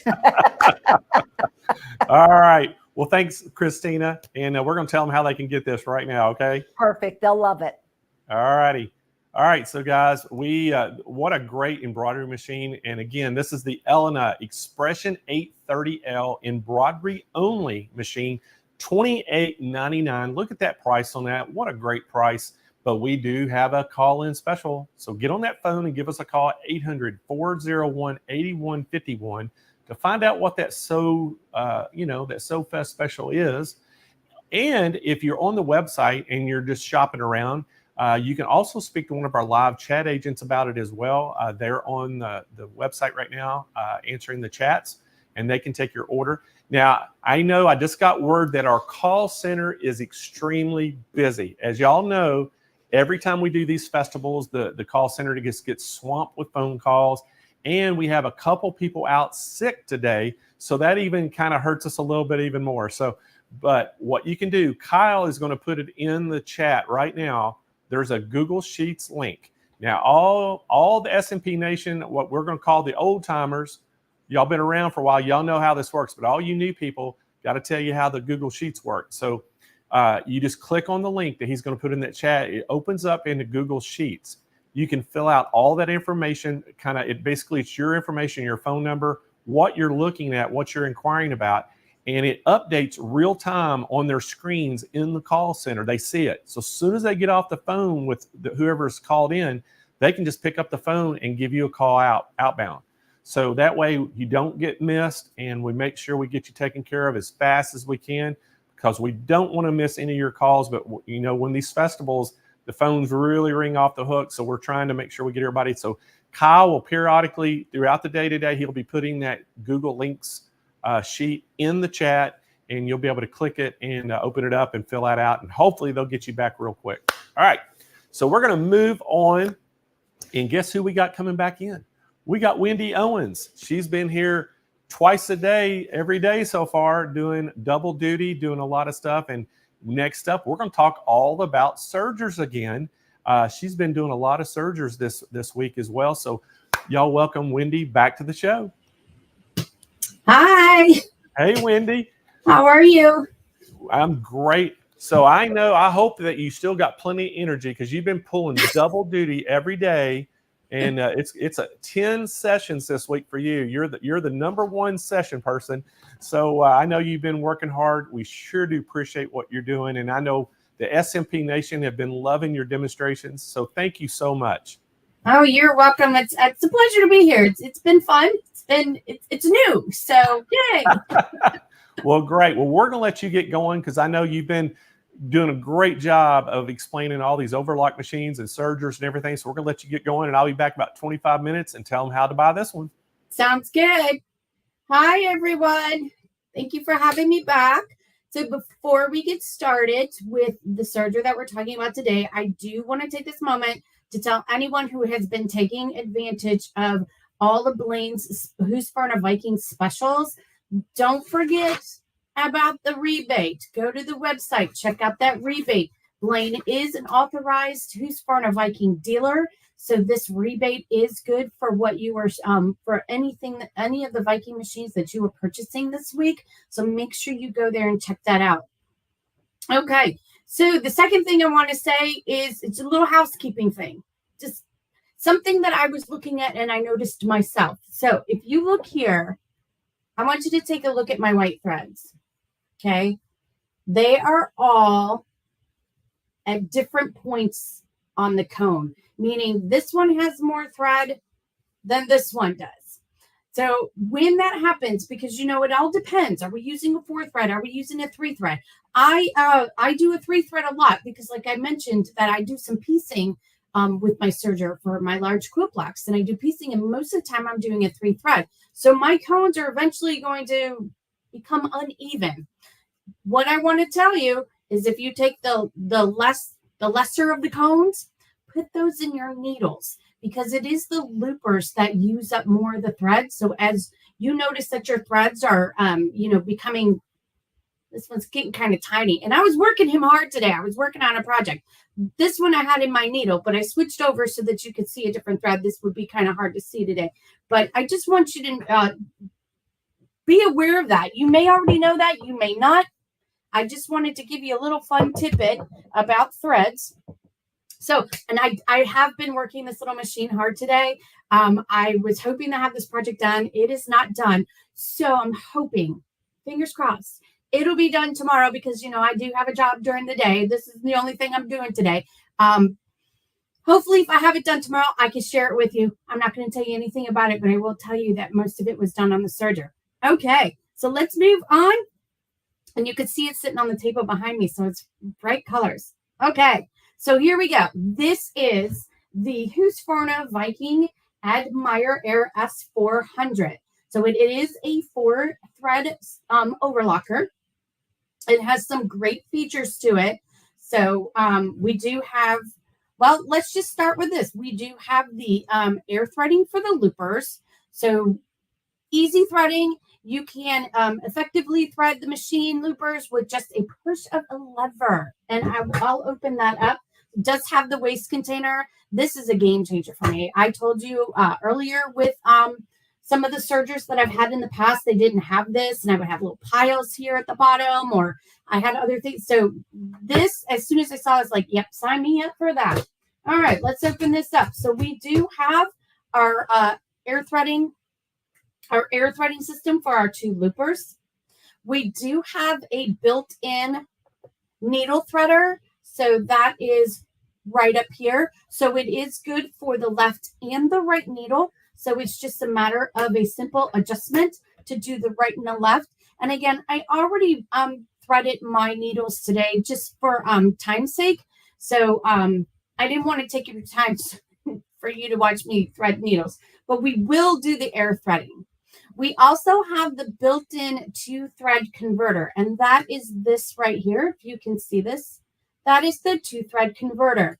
And what this will do will allow you to swiftly convert to a 2-thread stitches with just a flip of the converter. And all you do is just flip it over.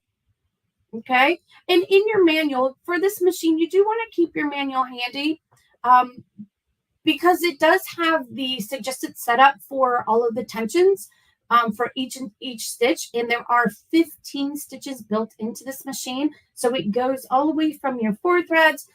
You've got your 3 threads wides and narrows, and then you have your 2 threads, your rolled edges, and you have your flat locks, and then you have your 2-thread wraps. So you have all of these different stitches on it. And there are different I'm pointing to the machine and you're looking at me. There are all of these dials. So there are suggested settings within the manual to get you started, but that is just a jumping off point. That doesn't mean that's the end all be all for those tensions. You may need to adjust those. As I mentioned earlier this week and yesterday, it all depends. What fabric are you sewing? What threads are you using? Are you using comb thread? Are you using your embroidery threads? Those can be used as well. Are you using woolly nylon? All of those threads and all of the fabrics, those do make a huge difference on that. All right, so let me go back to the machine here. We do have a bright, it's nice and bright here, and this does stitch 1,300 stitches per minute. That is super fast. So if you are a speed demon like me, you can just go. You could do stuff in half the time that you do with the sewing. And the other good thing about this is when you are sewing with the Serger, not only are you making your seam, but you're cleaning the seam up at the same time. You do not need to have a super fancy Serger to do some even garment construction. I mean, yesterday I mentioned to you about the pajama pants. Have those down to 45 minutes from cutting to sewing. And because it's all being done on the Serger, I'm not going to my sewing machine and sewing the seam and then coming over to the Serger and cleaning off my edges. So I'm using a 4-thread for that. And that is super efficient. So sewing pajama pants aren't always that exciting to me, but knowing that I can get them done that fast, pretty cool. All righty. So I am going to try and move my camera a little bit closer and move it down so that we can see more of the threading system. I'm going to also turn on this light. I don't know if you just saw that light go on, but let me see if I can adjust this. You would think that I was here all week, that by now I would have this down to a science, right? But I do not. So hopefully you can see more of what's going on here.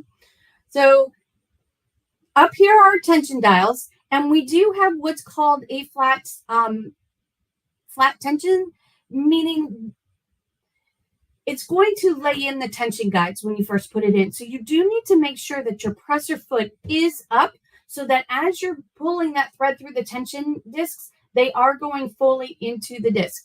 It happens all the time. When I'm out at classes, they're like, the tension's not right. I'm like, yeah, I could probably tell you what you did, because to be honest, I have done it too. We all forget to lift that presser foot. This one is not automatic. We do need to reach behind the machine for the presser foot lifter. It happens to me. It's going to happen to you. But just know that, you know, when you see that the stitch isn't forming right, the first thing you check is just go in and check those tension guides. All righty. Actually, not a tension guide. It's a disc. Okay, so let's go ahead. I'm going to thread my upper looper first. And that is this one. And pardon my arm if it gets in the way. Here you have a thread guide. That's just a thread guide. It is not anything to do with tension. This one right here, it's just a thread guide. And then I'm just going to take this into here. And I have a thread guide right here as well. And then right here, that is my upper looper. I'm going to pull some thread out. And this, I already have the dial turned to the upper looper. And you want to have a little puddle there. And just pop it in there. But there is one thing I haven't done yet. And that is right here. This takes me from sewing to threading, and I need to turn the hand wheel towards me so that you can hear the pop. Hopefully you heard that pop. That is a dead giveaway that my channels are now locked. All right, and then I will just lift this. I have a little puddle here, and if I just lift this and just poof. Okay, I should have had it over here so that you can see it now comes out right here, right in the hole that I need it to be in. So let's go back, and I'm going to thread this one up. Same thing, presser foot lifter up, pulling it down through. There is my guide. I need to switch this over, so now it's for my lower looper. Pull it down, give it a little puddle there. And then before I do this, let me switch cameras here so that you can see that pop through. So look in this area, because, oops, always. Now, if I didn't have the camera on it, it would have come right out. Okay, so it fell out of my little hole. I didn't put enough in there, so boom. You see it? It is right there, okay? Sometimes you could push it more. All I did you see that? So all I did was I came over here, and instead of trying to pull it out and getting my tweezers out, I just lifted this and gave it another pump, and it pushed it back further. So you don't have to, you know, think that you have to go in there digging. I do like to have my threads towards the back. So that's what I'm doing here. I'm just moving them to the back. It is a little awkward because I'm working around the camera here. So let's get that little thread. Machine comes with the tweezers. Comes in your little accessory box. Makes it nice and convenient. Comes with the needle screwdriver that you need to switch out your needles. So, all right. I got that pulled to the side. There we go. And that's all it is to the threading. It is super easy. And like I said, you do have the needle threader here. So if right now it's on the right needle, and then if you just, I'm going to lift it up, and then you pull this. I'm going to use my tweezers to pull it back. Very little that it moved. And let's go to this one. So then you can see, you just go ahead and pull that down, and it's on the left needle. So then it is just, it's one of those snaps. So it's not an automatic. It is it's a built-in. All right, I'm going to just trim that off. Alrighty, so I'm going to set this up for a four thread. And let me close this, take it out of threading, because if I do not, my little front door will not close. Okay. So we do have different settings. We do have right here, if you can see this right here, that is your stitch width. And what that does is it is going to move your blade left and right, so you can get closer to the fabric if you need to. We also have on the top of the machine, we have, this is our presser foot pressure. I can't say that fast because it'll just come out a hot mess. Okay. And then over here on the side, we do have our stitch length, our differential feed, and this is our needles. So if you need them, you always pull it towards you, just like, you know, our sewing machine. And then as you saw earlier, these are our tension guides. I am going to go ahead and adjust these tension guides, and I'm going to move this camera because we're going to do some sewing. Okay, I'm going to adjust this. I'm going to take this maybe down to 3s, readjust that, readjust my camera, and here we go. So right now my presser foot is up. Let's lower that presser foot. Got my little scrap collector here, and let's just start stitching.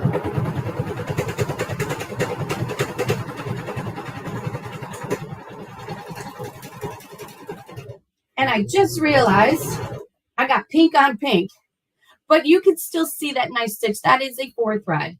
So that is nice. Like I said, this is the one that I use for when I sew my pajama pants because it's a sturdier stitch. It has that nice wrap. All right, I'm going to show you a stretch. So the 4 thread also has the greatest amount of stretch. So let's look at this fabric here. Ooh, look at how much stretch that has, right? Now, when you're sewing it with a sewing machine, you want to make sure that you still keep that stretch. And when you sew it with a serger, you have a better chance of keeping that stretch. So let me go ahead and I'm going to just lift that up a little. Okay. And let's see, I'm not going to adjust my settings.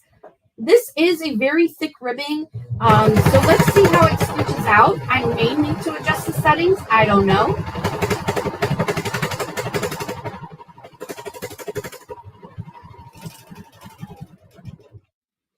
There is a thread cutter on the side of the machine. I like using the blade. So for this, I will tell you, I would do a test out. This would have been my test out. And this is telling me that I should be changing my differential feed. But I want to show you this. Do you see how that still stretches with that great stretch recovery? That is awesome. So that is what a 4 thread can do for you. So let's do this. I am going to play with my differential feed here for a second. So let's take it. I'm going to leave my stitch length. I'm going to leave the stitch length at 3, but I am changing my differential feed. Remember, I showed you that's over here on the side. I'm going to change that. Let's change it to a 5. Let's do this one first. And you know what? I want to find the most amount of stretch on this. Okay, just lifting that up.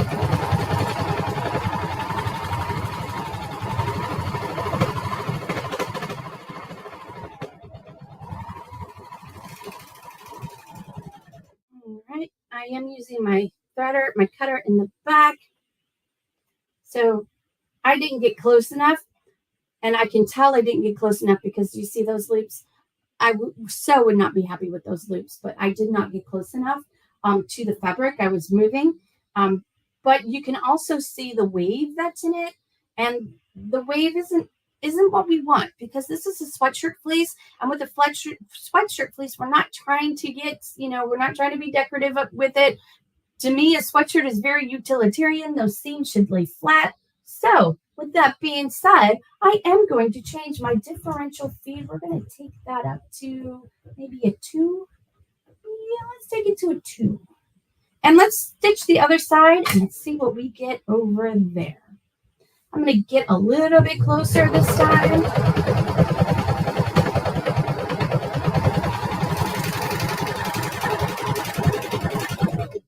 All right, much, much better. So now you can see, let me move that out of the way. Oops. So now you can see you've got a nice flat seam there, all by just changing the differential feed. So when you're playing with these different fabrics, so let's show the sample. A nice flat seam, not so nice curvy seam. Could be what you're going for, but sweatshirt, I want my seams to lay flat. So this tells you that you really do need to do a sample stitch out. So whatever fabric you're sewing on and whatever thread you're going to be using for your project, just grab a small little scrap, do a small little stitch. It's not like you have to do 5-6 inches, just enough so that you know that if you need to adjust that differential feed, you'll take the chance, you'll have the time to do it. You don't want to do your first seam and then say, oh, the seam isn't great, because you have to take it out. And taking out a serger stitch is not difficult, but it is a little more time consuming to take out more than to take out a straight stitch. Okay, so differential feed, what else is that good for? Well, that's also good for, oh, I just watched my camera fall. It's also good for gathering. So to do a gather, I am just going to take a piece of just regular cotton, and I do need to make some setting changes. So I'll show you what I'm doing here, if you can see this. So I am leaving the differential feed all up at 2.0, but I'm also changing the stitch length to 5. I want to make that stitch as long as I possibly can. And over here, I want to have a nice little tail. So no fabric, just giving myself a tail. And then I'm going to start stitching. And, you know, I'm going to lift this so I can start stitching. What I'm going to do is I'm going to put my finger in the back. Oops. And what that's going to do is it's going to help gather that fabric a little bit more.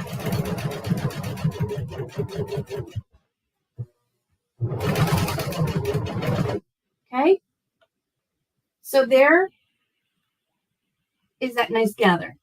You see that nice gather? And then because I left tails on either end, I do have the opportunity that I can pull the needle thread, and then I can adjust my gathers if I need it gathered more or if I needed to relax a little bit. If you were to purchase the additional gathering foot, so that is a separate purchase, but there is a gathering foot for the machine. With the gathering foot, you'll get even more gathers. And then you also have the opportunity, there's a little slot in that foot. I should have brought it out. There's a little slot in that foot so that you can gather 2 pieces of fabric together. So it'll keep the bottom one flat that's underneath the foot. And then in the little slot, you would slide your fabric that you need gathered through the slot, and then it'll gather the top, leave the bottom one flat. So, and then you have that opportunity for some really nice gathers. Okay. Any questions so far? It is pretty good. It is easy. You saw I'm doing it right here. I'm doing it live. So it's pretty awesome. I am going to attempt a demo that did not work out very well for me yesterday, but we're going to do it again because why not? And if I have an epic fail again, I have an epic fail, but let's try it. So if you need to make things like spaghetti straps, or you need to make tubes or something like that, you can do it with the serger. So what I'm going to do here is I am going to change my stitch length back. I'm going to lift up my foot here and pull that out there. So let's see, I'm going to make some changes here to this. Trying to get my camera set for you guys. All right. I am going to leave it. I'm still on all my tensions. I'm pretty close to 3 on all of them. Some of them I'm a little bit closer to 4. And I'm going to change my stitch length back to 3. Boom, boom, boom, over here on the side. Just change that back to 3. I do need to change my differential feed because otherwise it's going to begin to gather on me. So I'm going to take that down to maybe a 1. And let's see what we get there. So keep fingers crossed, wish me luck. I do want to start out by having a nice tail, about 6 to, I'm going to do 6 to 8 inches because I don't have a very long piece of tricot. And what we are going to do is we are going to take this. I'm not going to cut this. I'm going to leave it attached. And then this is going to go in here. And we're going to flip this over. We're going to put it inside. Okay.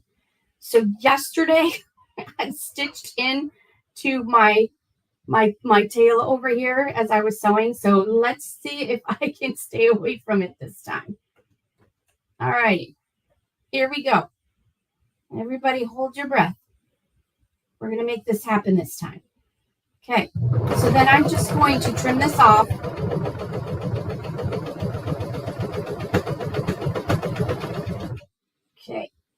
reaching back here.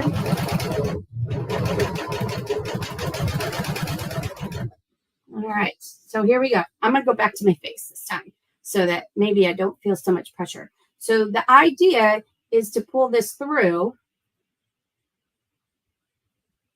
and it may take a moment to get it started. And of course, if you're going to do this like 4 spaghetti straps, then you would definitely have a longer tail. It's always starting it. So if there's any questions, I can peek up and look at the comments and see if there's yes, typically sergers are a little bit louder. They are a little more industrious than a sewing machine. But you'll notice that this serger isn't very loud. I've had sergers that are much louder, and we're being patient. It's coming. It's coming. Yes. And there it is. There's our tube. So if you need a spaghetti strap or you need tubes for something, there you have it. This one worked out so much better than yesterday. So yay, I get to drink tonight. Alrighty, any questions on this? All right, so I know yesterday I had someone ask me, they asked, what can I make with the serger? Well, there's all kinds of things that you can make with the serger. It does a lot more than just cleaning off your seams. I mean, you can use it just for that. I have friends who are like, nope, I just have my serger for cleaning off the seams, and that's awesome. You know, they have a serger in their repertoire, but there are other things that you can do with it. So, oh, I brought them over here. So I didn't show this sample yesterday. That's a good thing. I don't know if my microphone is amplifying it because the microphone is right next to the machine. So good point there. All right, so this little onesie, this one was done with a 4-thread. So the onesie, it was purchased. It is a purchased onesie, and all I did was chop it off, and then I serged on this little band, and I made this cute little skirt. And on the edge of the skirt, you can see that I did a rolled edge. So that is a rolled edge, and I am almost certain I used a woolly on that so that when I serged it, and I also made the stitch length, I shortened the stitch length so that those stitches were much closer to each other. And when you use a woolly, when it goes through the serger, it's thinned out, but it bounces back. So as it's surging, it does that. And then once it's relaxed, do you see how it fills that out? Totally love my woolly. I mentioned yesterday you could do that on napkins. That would make, you know, finish off a napkin really nicely. There's so many things that you could do with the rolled edge. I clean off the edges with the rolled edge to make rolled flowers. I showed that earlier this week. This is a sample I did not show yesterday, so I'm going to show it today. This is a blanket, a quilt that I did. It's quite large. I wanted it larger. But this was all done. Let me see. I'll move back and stand up. So all of those ruffles, can you see the ruffles? Those were gathered on the serger. I did use a woolly on both sides of it. So I did a rolled edge on both sides of the strip before I did the gathering. You want to finish off that edge before you do the gathering. Ask me how I know. What a hot mess, because I did one step and I'm like, oh, I'll just go back and do the other step. No, it did not work out very well for me. I had to take it out. But then after I did this, these are all just strips. So then I put them right sides together, and then I did a quilt as you go process. So then I switched it over to a 3-thread overlock, and I did my quilt as you go. So it went, you know, it goes through all of those layers, through the batting, everything. So I do not need to do any quilting on this quilt. So is it still considered a quilt? A philosophical question. Go ahead, put your comments. Is it still a quilt?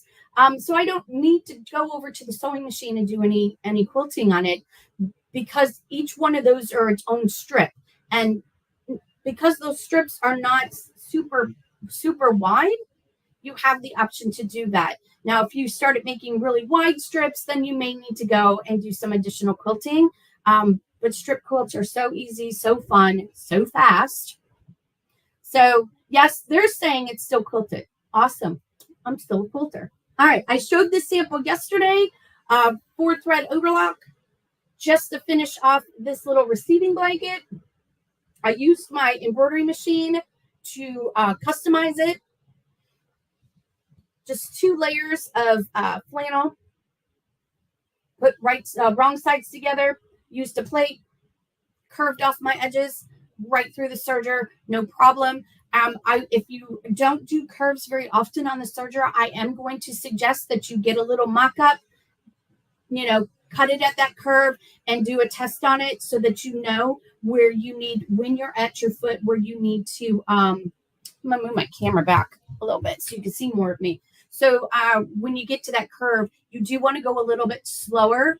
Our foot is not a super long foot, so it won't be that difficult to go around curves. There are some that are a little bit longer than this, but this is a good one. Someone asked, where do you get that stretchy thread?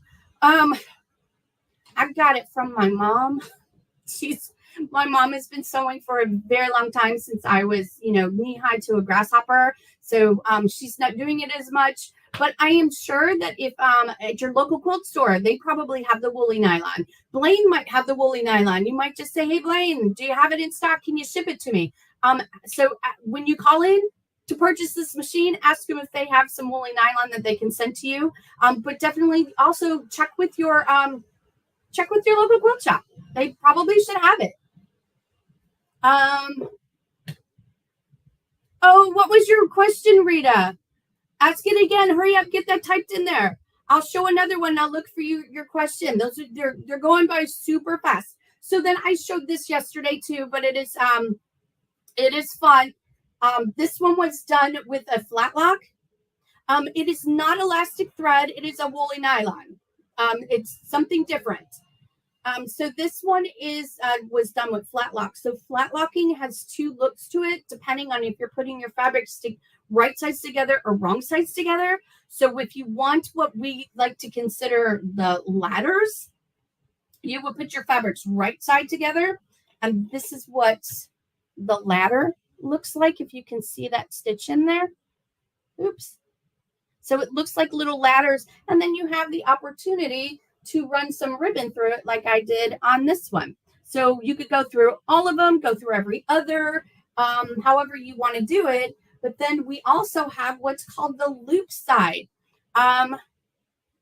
So Rita is asking, why is the Topaz 40 not on the list? It always goes from, you know what? I don't know. I'm not sure why the Topaz 40 is not there. I'm sorry, Rita. Blaine just sent me a list and said these are the machines we're going to do. But I'm sure that if you ask one of the call people in the call center at Blaine's, they will tell you about the Topaz 40. It's very similar to the Topaz 50, but of course the Topaz 50 has a little bit more features than the Topaz 40. So I hope that was the question. I hope that was the same, Rita. Anyway, so here we go. So we have this is called the loops part of it. So these were all sewn with the wrong sides together. So you have 2 different stitches from one stitch. You have 2 different loops from one stitch. So that's pretty darn cool. Any other questions? Thank you. I had that fabric here in my house for almost 10 years. I just didn't know what to do with it. And finally I said, let's pull it out. Let's do something with it. All right, Wendy. Well, great job. Thank you so much. And I'm going to tell them how they get this. And I know we're going to see you back here in about 30 minutes. Yes, sir. All right. All right, everyone. Again, let me remind you what this is. This is the Amber Air S400 overlocker. And again, look at the price on that. You're getting very high quality Viking, sergers and overlockers that we're showing you this week. And look at the prices. We have a price range that'll fit anybody's budget. And what's also awesome about this is $12.99, but you're also getting a $125 gift card with purchase. And we do have a call-in special on this as well. So get on the phones and give us a call, 800-401-8151. Naturally, it's going to be free shipping, and we do have some financing available. And if you're on the website, you can just type in the Amber Air S400, and it'll take you to that product page, and you can read all the specs on it that Wendy went over. So, all right, guys, we're going to continue on. We're going to bring Jane back in. Hi. Hi, everybody. Jane had a pretty good little rest and a break there. So are you ready to go now? I am raring to go, Blaine. Thank you for that little respite. All right. Well, you got a good session coming up next. I'm going to let you take it away. I will. Thank you so much. Okay, I'm excited because our presenter is from Dime. She is an educator and inspiration consultant, and she combines her professional career in information technology, IT, thank you so much, with a personal interest in embroidery, sewing, quilting to deliver a broad range of knowledge and in a simple and straightforward manner, which we all really appreciate. Now, she gained extensive knowledge of nearly every brand of sewing and embroidery machine and embroidery software while she was working and teaching for one of the largest sewing machine dealers in the industry. She is a Martha Pullen licensed teacher and runs her own embroidery business. Now, our friend Ashley Jones travels all over the country sharing her tips and tricks. Thank you for stabilizing, hooping, placement, and using embroidery software to overcome everyday challenges with embroidery. She loves sharing the abundance of techniques she has fine-tuned over so many years. I'm super excited to say hi to our friend, Ashley Jones. Hi, Ashley. Hey, Jane. Good to see you again. How are you? I'm doing real well. Thank you.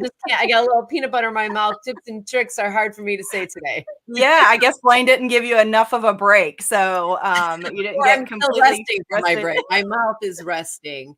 Or you're too fabulous and your intro was a lot. I don't know about that, but I'm just one of just like everybody else out there, just likes to sew and embroider and craft, not just sewing and embroidering and quilting, but just crafting in general. Anything that I can make with my hands, I just absolutely love to do. And I know that you are the same way.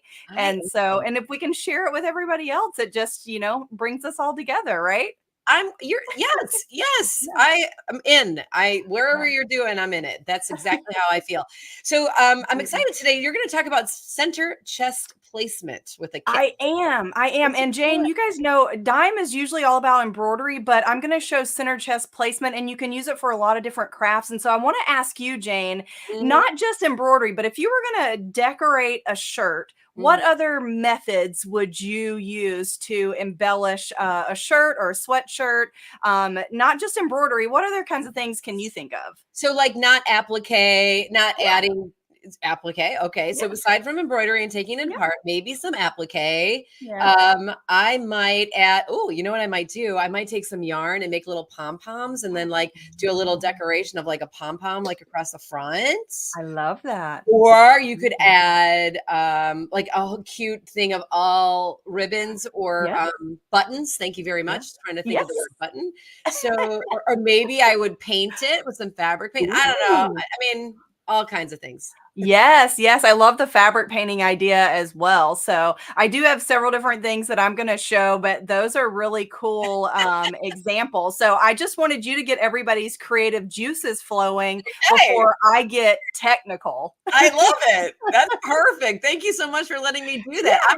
I'm going to let you get technical, and I'm going to be taking notes. All right. Sounds good. Thanks, Jane. I'll see you back in a bit. So, hey, everybody. Again, I'm Ashley Jones from Dime, which stands for Designs and Machine Embroidery. So we have all kinds of tools and supplies for machine embroidery, but placement is one of our biggest things that we teach, and we have products that help you with perfect placement. And so I have a new item today that I'm going to be sharing with you to get perfect placement for center chest designs or anything you're putting on the front of your shirt. But even though we're Designs and Machine Embroidery, I'm going to be using this and showing you how you can use it with other things, not just embroidery. And even some of the things that Jane just said are great examples of that too. So, okay, so I've got my camera ready to go. So let's share that and we'll see what we're going to be talking about. Okay, so I've got a variety of different short shirts here, and it looks like my camera is not going my hands under there, but it's not going as it should. So let me just close this and open it again. So sometimes that does the trick. So I've got, while I'm opening it here, I've got a ton of different t-shirts, and I do have a sweatshirt here too. And that is what we're going to be talking about, getting center chest. So any shirt that you want to get center chest placement for, this is going to be what you want to use. So there we go. Finally, my hand's under there and we can see it. Okay, so not only do I have different types of shirts here, they have different necklines. So we're going to talk crew necks, women's crew neck, which is definitely different than a man's crew neck or a unisex crew neck. So scoop neck. We're also going to see V-neck. So V-neck is something that we get often for placement, especially women's specific shirts. So we actually have a new tool that's going to help us with that. So I'm going to be showing you our perfect placement kit for center chest. And it is a set of templates for those different types of shirts. So it is in this one kit. You can get center chest placement for a men's crew neck, or we sometimes refer to that as a unisex. Also women's crew neck, which is actually, believe it or not, just a smidge different. A women's crew neck a lot of times is fitted, and the crew neck is sometimes a little more open. Not quite a scoop neck though, but we also have a template for a scoop neck and a V-neck placement. Now this kit, again, created for machine embroidery placement, but you can use it on when you're doing placement on other items as well. So let me show you what these templates look like. So a little unboxing here. So you get 12 different templates, and I'm going to separate these out. So each one of the types of shirts has 3 different templates, because size does matter. So this would be the template for a men's crew neck, or again, think unisex, small, medium, large. And then we also have the extra large and the 2XL, and then also 3XL and 4XL. Okay, so we've got men's crew neck, and we've got the women's crew neck also in those 3 different sizes, templates as well. But you're going from size small all the way to 4X on these sizes. And I'm just separating these out, so whenever I have my specific shirt, I can also find which one. So we've got the scoop neck set and the V-neck set. And so I want to show you why size does matter. So look at these all stacked up here, and you can see that there's actually a different placement line for each of the sizes. So you can see they're kind of, it looks graduated on here, or just, you know, a little bit lower in each of those sizes. Okay, so I'm going to place these out. And then let's start with the sweatshirt. I'm going to be talking t-shirts just because those are the ones that I have on hand, but it's starting to be sweatshirt season. But I know you guys that are in California, or maybe even Arizona, Florida, that we have summer year round, really, right? Okay, but sweatshirts are a great place to start. Okay, to use the template to get that perfect placement, you're going to need to fold your shirt in half and then mark it. Okay, so let's flip this. I'm going to fold it in half, and I'm just going to line up the shoulder seams here to get my perfect center. Now, you guys know when you buy these pre-made shirts, it's not always perfect. We like everything we do to be perfect, but you know, when we buy these shirts, sometimes they're not exactly perfect. I do like to match the seam all the way down, and I like to make sure that I've got, you know, that nice straight fold there on the center. Okay, so now we're going to mark the center. And I usually just use my straight pins so I can move them out. So I'm going to put one in the ribbing here, because we're going to need to use that for aligning our template. But then I do like to mark further down. We're going to remove it, you know, as we need to, but it just helps me get my my template as straight as possible. So I'm going to put one just a little bit lower to help me with my center spot there, and we'll see that. Okay, you can also like iron a crease into your shirt. I sometimes do that too. If I've got my press on or my iron on, you can iron that center mark. Okay, so here's the center of our ribbing. I'm just getting this all flat. Now, the key to using these templates, now this is a unisex or a men's crew for this one. And so I'm going to get my templates and I'm going to match the size. So it's a medium. So I'm going to grab my medium template and we're going to align that center with the ribbing and the center mark. Okay, so and it tells me right here on my template to place this at the bottom of the ribbing and then by centering it here. So you can see why I put my other pin there, because I didn't want to have my center like this, and I wanted to make sure that it was nice and straight down my sweatshirt, just like that. Okay.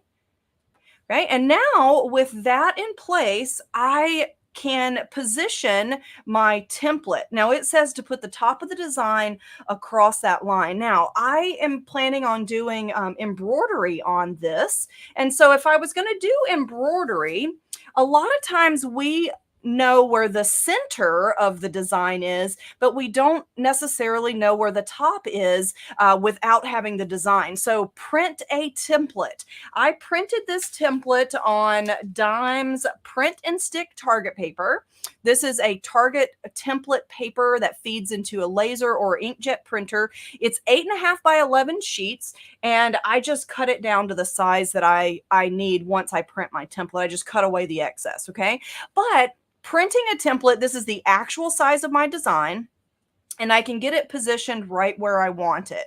Okay, now this is I'm kind of crooked under the camera here, so it's messing with my brain, but this template is adhesive. So when I place it down, it's going to stick in place while I do my hooping. Now, remember, this is an embroidery design that I printed on this print and stick target paper. And so then I can just place this down right center with my template here, just like that. And I don't stick this all the way down. So now that I've got this top part in place, my template has done its job. So I can set that aside. And then we also want to remove our straight pin.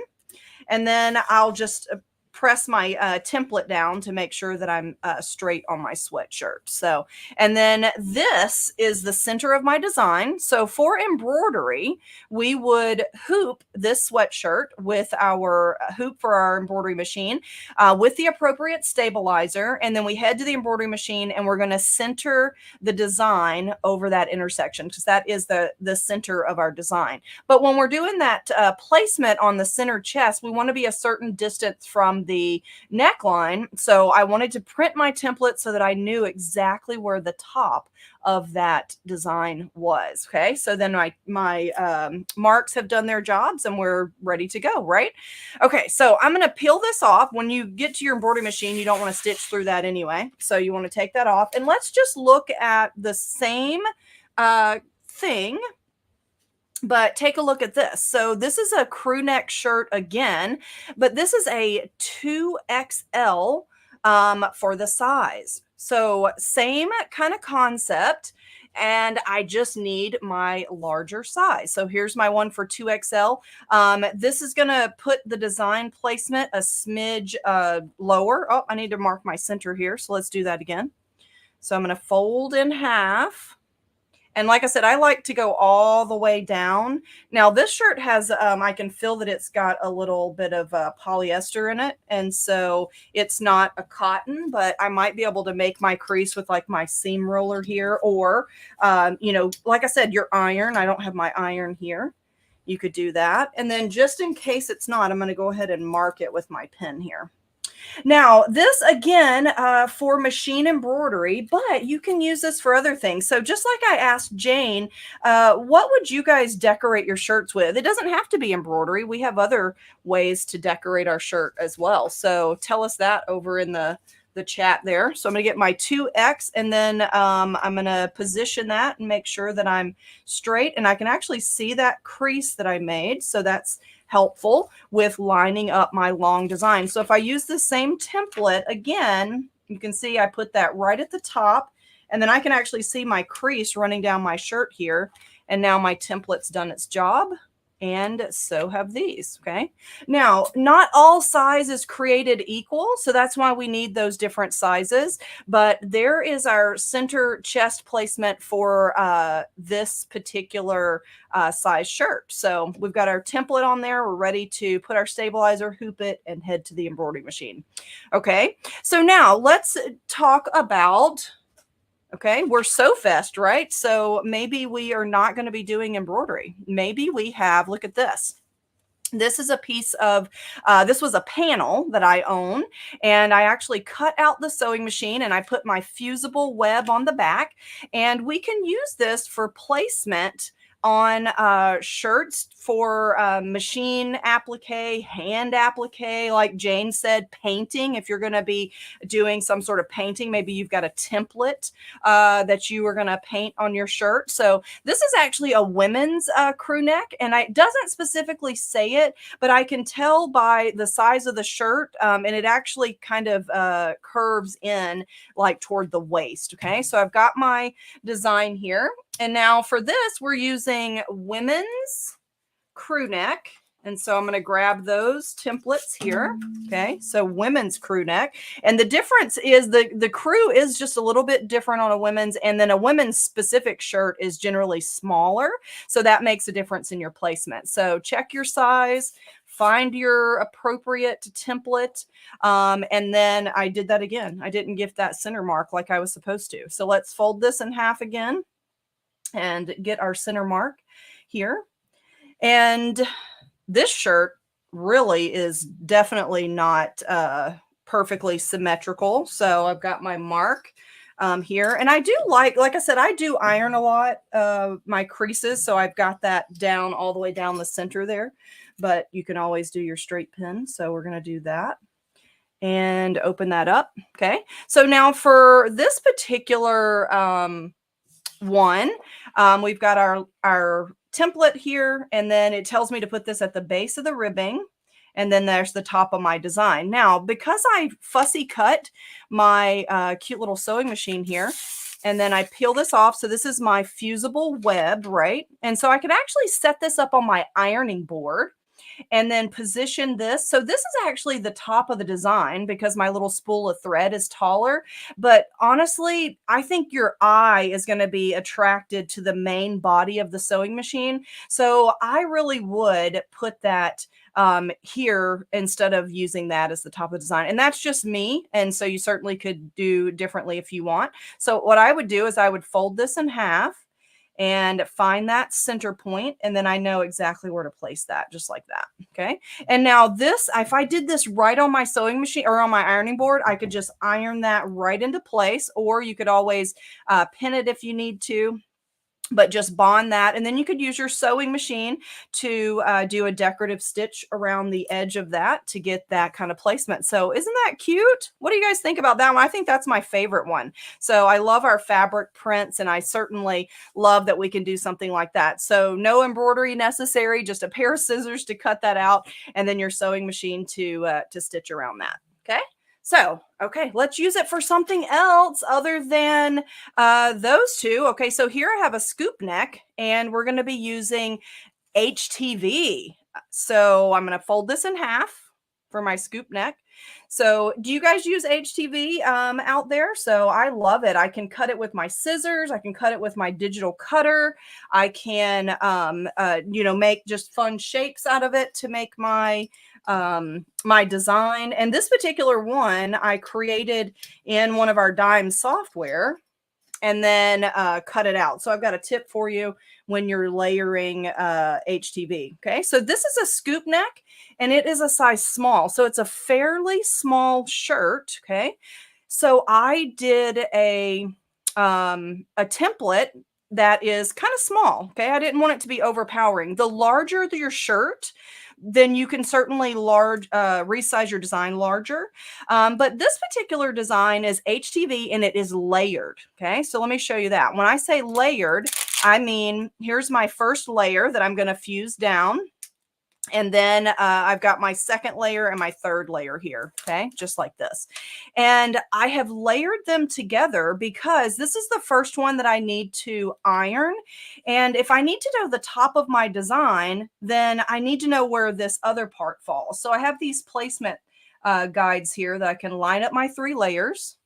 And then I can position that with my template. Okay, so we've got scoop neck, and then we've got a size small. So I've got that here, and I'm going to position that. It says again, base of the ribbing. So we always head up to the base of the ribbing. I can see my fold mark here, so I can tell that I'm nice and straight, just like that. And now we're ready to position our design. So I have all my layers together so that I can position this entire design. And I am going to only fuse the one on the bottom. Okay. So now these little HTV marks here, you're going to want to put either some heat safe tape or either a little piece of your carrier sheet on the back so that these don't get fused, but they're just going to help me with my alignment. They help me get things straight and make sure I'm aligned. So here's the top of my design is my word spooky, right? And so I've got these all in position. HTV, it's a little bit tacky on the back, so it'll hold into position. Now what I'm going to do is I'm going to remove those other 2 layers, and I would fuse this layer and then peel up my carrier sheet, and then I would put down my next layer, which is going to be the spooky without the bat in the center, just like that. And I would iron that, and then the third one. So by not knowing where that the top of the design is, since we need to fuse on the green layer first, it was helpful to put all of these layers together to know where this top of my design ends. So, and that's pretty cute, right? So then I would just press all those 3 layers on. And so then that is placement for HTV, right? So really cool. Okay, so if you have questions over there, you can type them in the chat. I'll take a look and we'll answer some. But let's do another one. We're almost to our end of our time here. Okay, so what about sublimation? Does anybody out there do sublimation? So I printed this design. This shirt, it does have quite a bit of polyester in it. And I can use the placement kit for my sublimation designs as well. So I'm going to fold this in half here. Again, same thing. So by the time we're done, you'll have this part down pat. Okay, match those shoulder seams. Mark my center. And this is a much larger scoop neck. I want to say this one's a 2. Yeah, it's an XL. On this one. So I'm just making that crease there, and that just helps me find my center. And then I flip that over. Okay.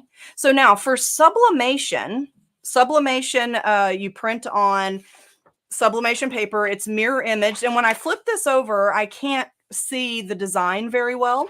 So what I did here was I trimmed very close to the edge so that whenever I put my template in place, I can line up the top of my paper with this design. Now, when you sublimate on a colored shirt, it doesn't show up as bright, but I do like the vintage look that you kind of get from it. Okay, so let's find our scoop neck template size here, and we are 2X. So I'm going to grab that one. And then I'll place that down under for my shirt, all lined up. I'm checking my seam there to make sure that I'm still straight. And then for my template, I would place that down right into position. Now, I would probably fold this in half, make sure I find my center part so that I know I'm centered. Okay. And now for sublimation, you have to use a heat safe tape. So my template is done, and I would just tape that into place while I head to my heat press. Okay, so just a few little pieces, and again, that's you have to do heat safe tape. So for sublimation, you can also do, and so now it's ready to press, and I've got that perfect placed center chest design there. Okay, now one more before we go, because this is one I saved it for last because it is something that we get all the time. So whenever I'm doing a dime presentation on perfect placement, we always get asked, what about a V-neck shirt, or what about women specific? And so we've talked about women specific, but V-neck, believe it or not, you still want to place your design a decent distance, you know, underneath that V. Okay, so I'm going to fold in half, making sure everything's lined up. And then if you don't have a seam roller, maybe you have, you know, a wooden seam press or something, or like I said, a little mini iron. You can go to your ironing board. I'm just making that crease. And then I always, well, we kind of know where this is. We really don't have to mark this, right? So we know where that center is. And then I'm going to open it up. Now, this is an embroidery template. Remember, for embroidery designs, we want to make sure that we print a template, because embroidery, usually the center of the design is what comes up on the machine. So we need to know that top of the design as well. Okay, so for V-neck, this particular size is a size small. So again, I've got all my templates and I'm going to use the small size here. Put that into position. Again, place at the bottom of the ribbing. The instructions are right here, so it's really, really easy to know. So my printed template is going to help me get that perfectly aligned. Now I line it with that black line, and I just don't press this down at the top so that I can remove my template from my adhesive template paper, and then I can, you know, like I said, we didn't really need that anyway, but look at that, how cute. So little stars in a quilting shape, and then I am a quilt star. So so that is center chest placement for the different projects. Like I said, even the things that Jane was mentioning you could use. So the printed template is on a product called Print and Stick Target Paper. This works with both an inkjet and a laser printer. And these are 8.5 by 11 sheets. So you feed it into your printer, and then I usually just cut away the excess, or sometimes I'll print 2 or 3 designs on one page so that I can just cut them out and save paper. So, and I see, hey, Jennifer Alexander, I see she's over there in the chat, and she answered that question about the print and stick target paper. So yeah, so I see some people says sublimation in ink, HTV is heat transfer vinyl. Yes, sublimation is ink and HTV is heat transfer vinyl. Thank you for clarifying that. So and I don't see any specific questions popping up. So can you reuse them? If you're talking about the printed template, yes, I usually reuse this as many times as I want until if I'm going to use this design, then I will reuse that template just by putting it back on its release paper and save that again. But it does have to be this design. Now, the templates that come in the Perfect Placement Kit, these definitely are all reusable. You're going to save these in your packaging. It has a set of instructions to remind you how to use it. And then you'll be able to reuse these as many times as you like. So templates for children. So Dime has a kit called the Children's Perfect Placement Kit that I know Sewing Machines Plus also carries. So you can certainly grab that from them as well. So print anything on heat transfer vinyl. So print anything on print.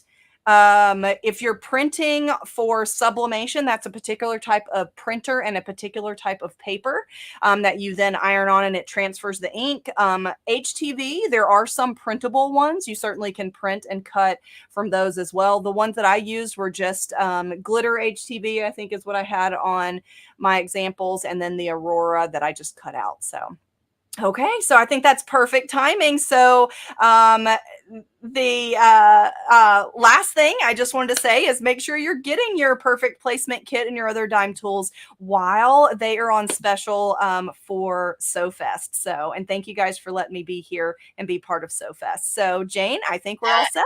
I think Ashley is so, I mean, this is so great. I love this. So I thought, oh, sublimation was one of the things I do all the time. And of course I failed to say that, and somebody said patches would be also a great placement. Yes, absolutely. Iron-on patches too. If you don't sew, but you purchase iron-on patches, certainly can do that too. That's a good one. And here's what I love most. we always hear people, a rule of thumb, 1 inch below your collar, rule of thumb, 2 inches below. But by the way, this just takes out the guess. This takes out the bringing my little measuring tape and trying to do it. And, it takes all of the guessing away. You put it on, you fold it, put it on there, you plop it down. You know exactly where it is. That's why it's called perfect placement.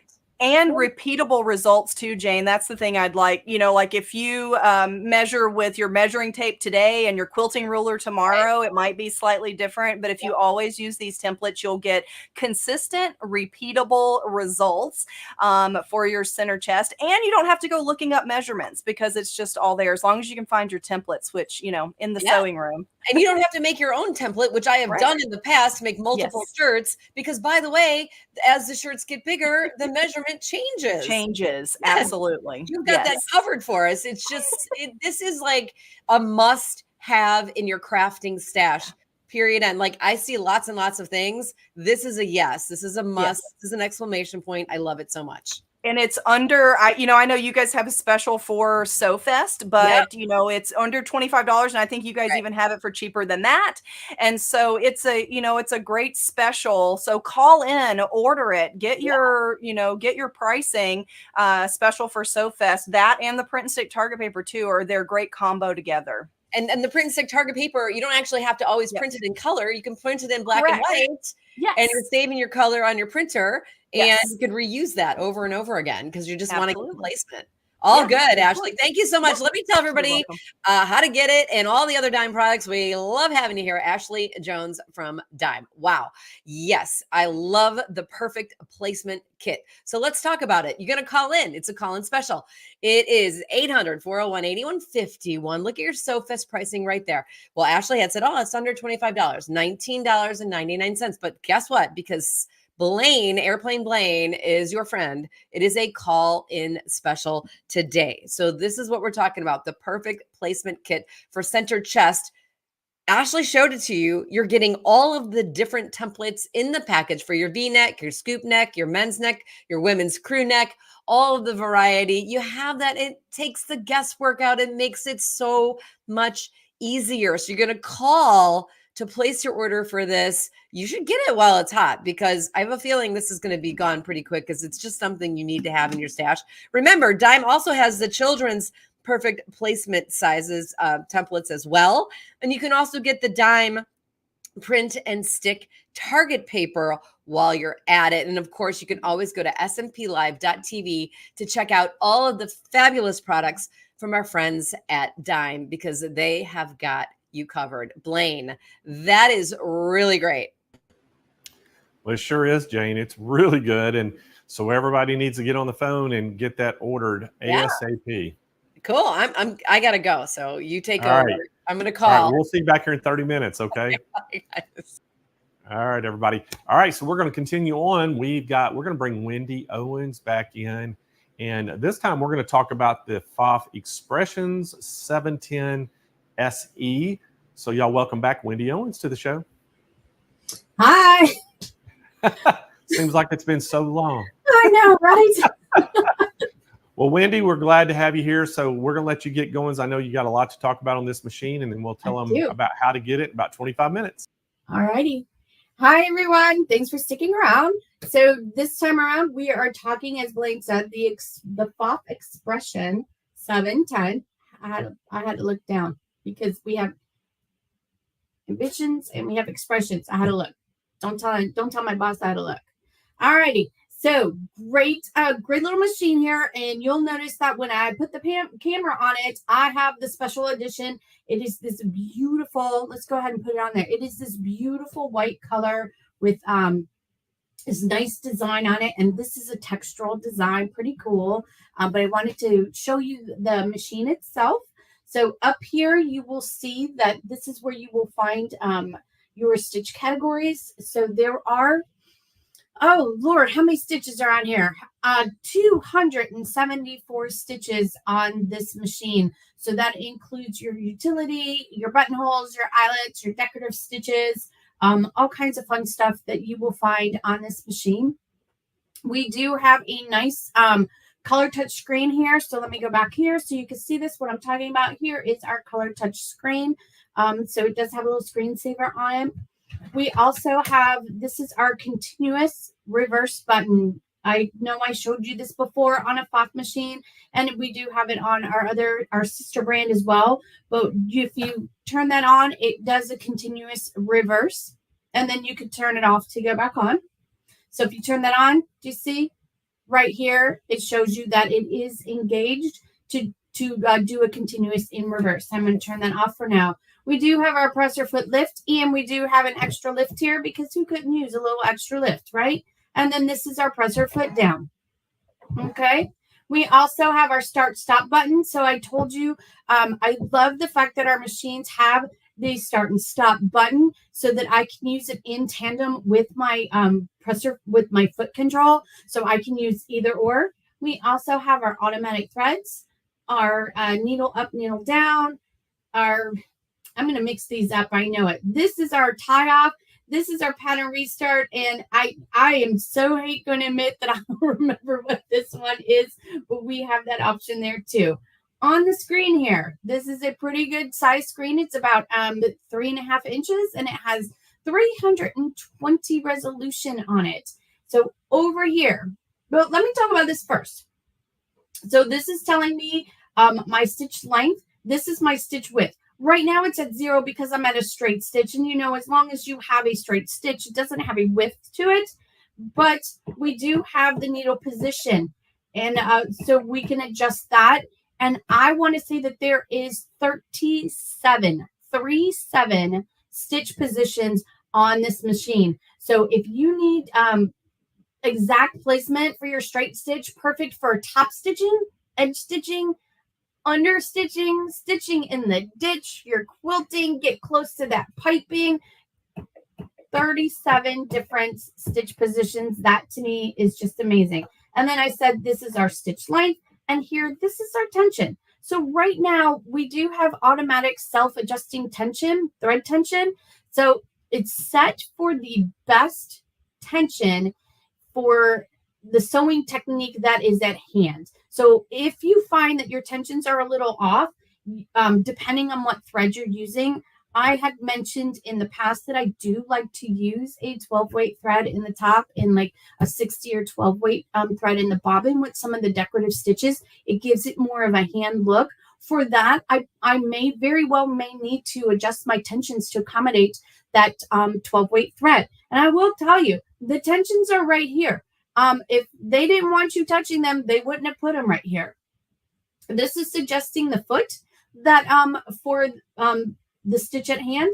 This is for your free motion. So if we touch the free motion, you see the different options that we have for free motion feet. We do for this machine also have a free motion ruler foot. So if you are big into free motion and you want to get into the ruler work, we do have a separate foot just for that.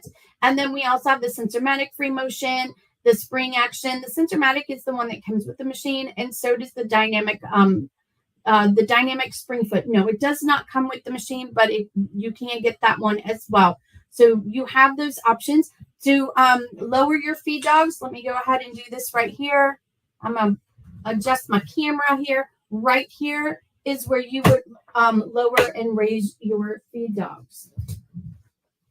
Okay, so for our stitches, we can also do a reverse. Oops, let's put it over here. Let me see if I can bring in more light. There. So over here, it is hard to see, but we do have a reverse up and down, a reverse left and right.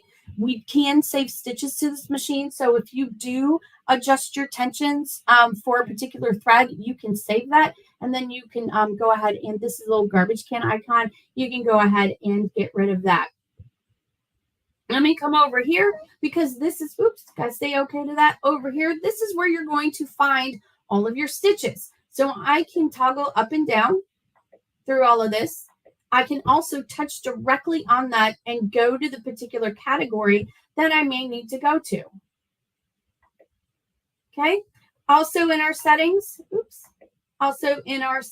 we do have a twin needle safety. So if you're using twin needles, you can touch that and tell it what twin needle you're actually using, because you know they do come in different sizes.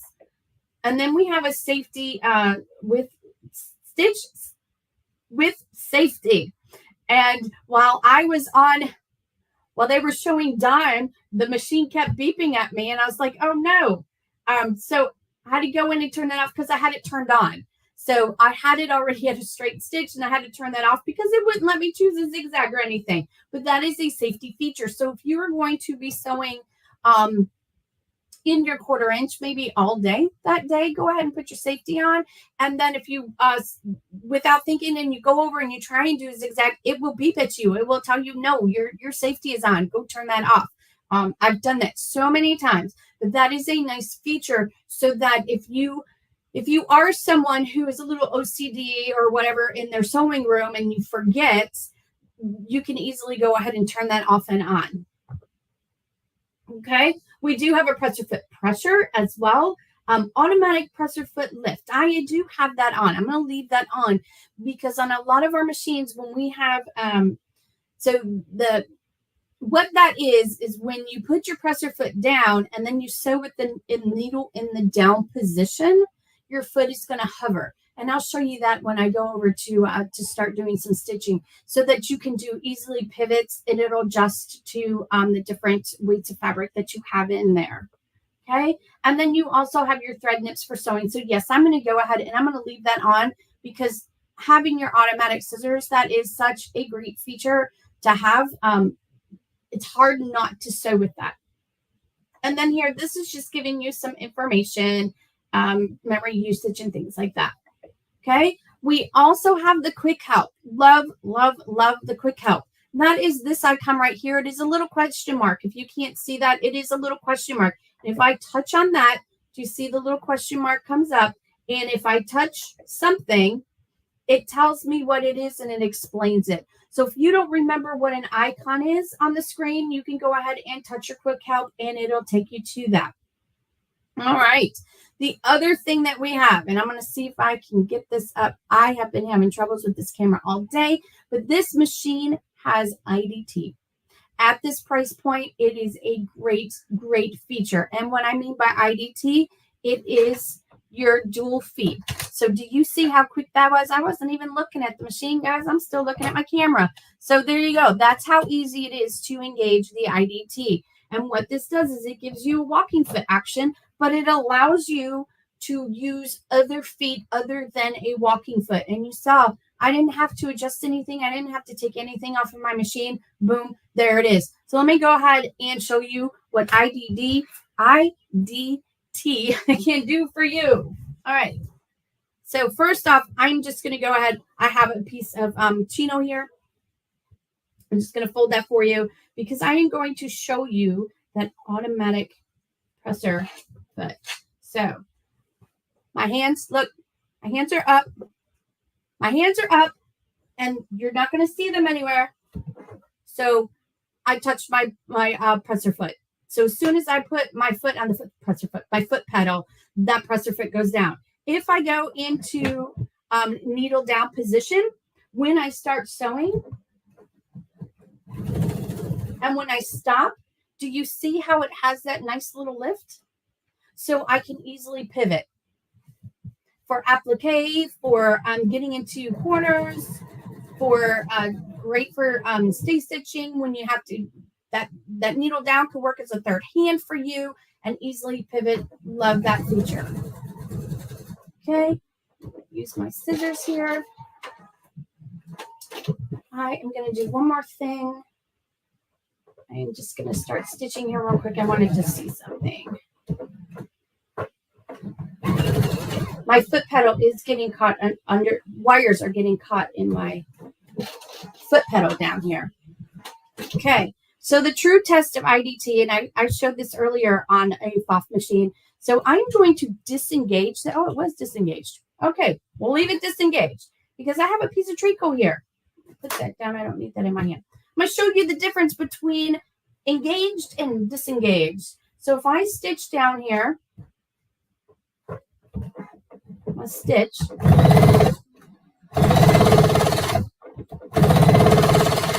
I had to move my foot pedal. Okay. I want you to see this. So I have it disengaged right now. Do you see that? Do you see how that pulls on that? We don't want that. That's not what we want. I'm going to go ahead and engage it. And now, do you see how that's sewing nice and flat? It's not gathering up on me. That is the huge difference. That is just proof in the pudding when you look at that. Nice and flat. Isn't that awesome? So when you're doing some stay stitching, when you go around your neckline, you want to stay stitch it. That's not going to have this curvy wave to it. Going through multiple layers. I like using it for definitely when I'm sewing my knits so it has an even feed. So if you think about it, sometimes when you're stitching down a seam and you started them out even at the top, but when you get to the bottom, you have one that's longer than the other. That is what dual feed is going to stop. You won't have those two different lengths when you get down to the bottom of the seam. It is going to keep those layers together. It is not just for quilting. Use it for a lot of things. Like I said, for slinky fabric, silky fabric. Look at this, my tricot. Look at how nice that came out. That's super slinky and super thin. So you have all of this. It's just a wonderful feature. I know I showed this demo before, but I'm going to do it one more time because it's one of my favorite. I am going to do my jeans demo. For those of you who may not have been here earlier this week, I'm going to do it again. So what I'm going to do is I'm just going to fold my denim in half. And we're going to stitch our seam. I have it lined up about right here at the 5/8.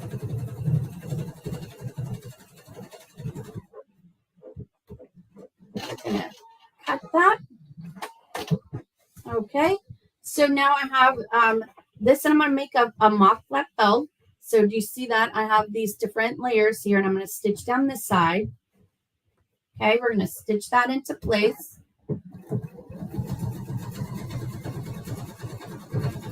This is a heavier, stiffer denim that I was using earlier this week. So, all right, now I'm going to fold this up. Do you see that? I have this right here. So we're going to do that. We're going to do it once, twice, 3 times. She's a lady. Okay. Now watch when I go over that. So easy. I did slow down. You do want to slow down. And there's nothing wrong with that. But that means, look at how nice that came out. Do you see how nice that came out? So cool. So very cool. Right? So yes, I did slow down, and I slowed down every time I did get to that hump, but that means I don't have to pull out that universal tool. And you guys know what I mean by that universal tool. It's in your bag. It is nice. So if I were going over, maybe if I rolled it over one more time, I may pull this out, just put it behind it to help me get over that hump. But you saw for just a regular hem, I didn't even go in there and do that fancy little snip that you see out there on YouTube. I just folded it twice and went right over it. So that is, I just love that. Okay, one more feature about the IDT. And let me see if I can do this. I'm bringing up my bobbin thread here. And so what I'm going to do, and I showed this only once earlier this week, so we're going to do it again. So what I'm doing here is I got my bobbin thread and I have my top thread. And what I'm doing is I'm just pulling this out maybe 8 or 10 times, okay? So I have, do you see all that? I know it's red. It's hard to see. There. Oh, that's easier to see. All right. I'm not even going to cut this. So I'm going to go back to my other camera so you can see what's happening. So this camera? Nope, this camera. Okay. So what I'm doing here is I'm just going to go ahead and I am holding it to get it started. I do have my IDT engaged, cleaning that up, and I'm going to get started. I'm holding it just to get started. Oh, I did this the last time. Let's change our stitch because I need a zigzag stitch. So let me go to a zigzag. Number 5 looks good. Machine is set for needle position. Did I turn that off? Did I turn that off? Oops. Don't we love lives? What's that? And machine. I did. Look it. I turned it back on. Shoot. Okay. Turned it off. All right. Now I can go to my zigzag. Number 5 is alive. Okay. Here we go. I'm holding it just to get it started. We're doing a zigzag. I let it go. And I'm just straightening out those threads as it goes.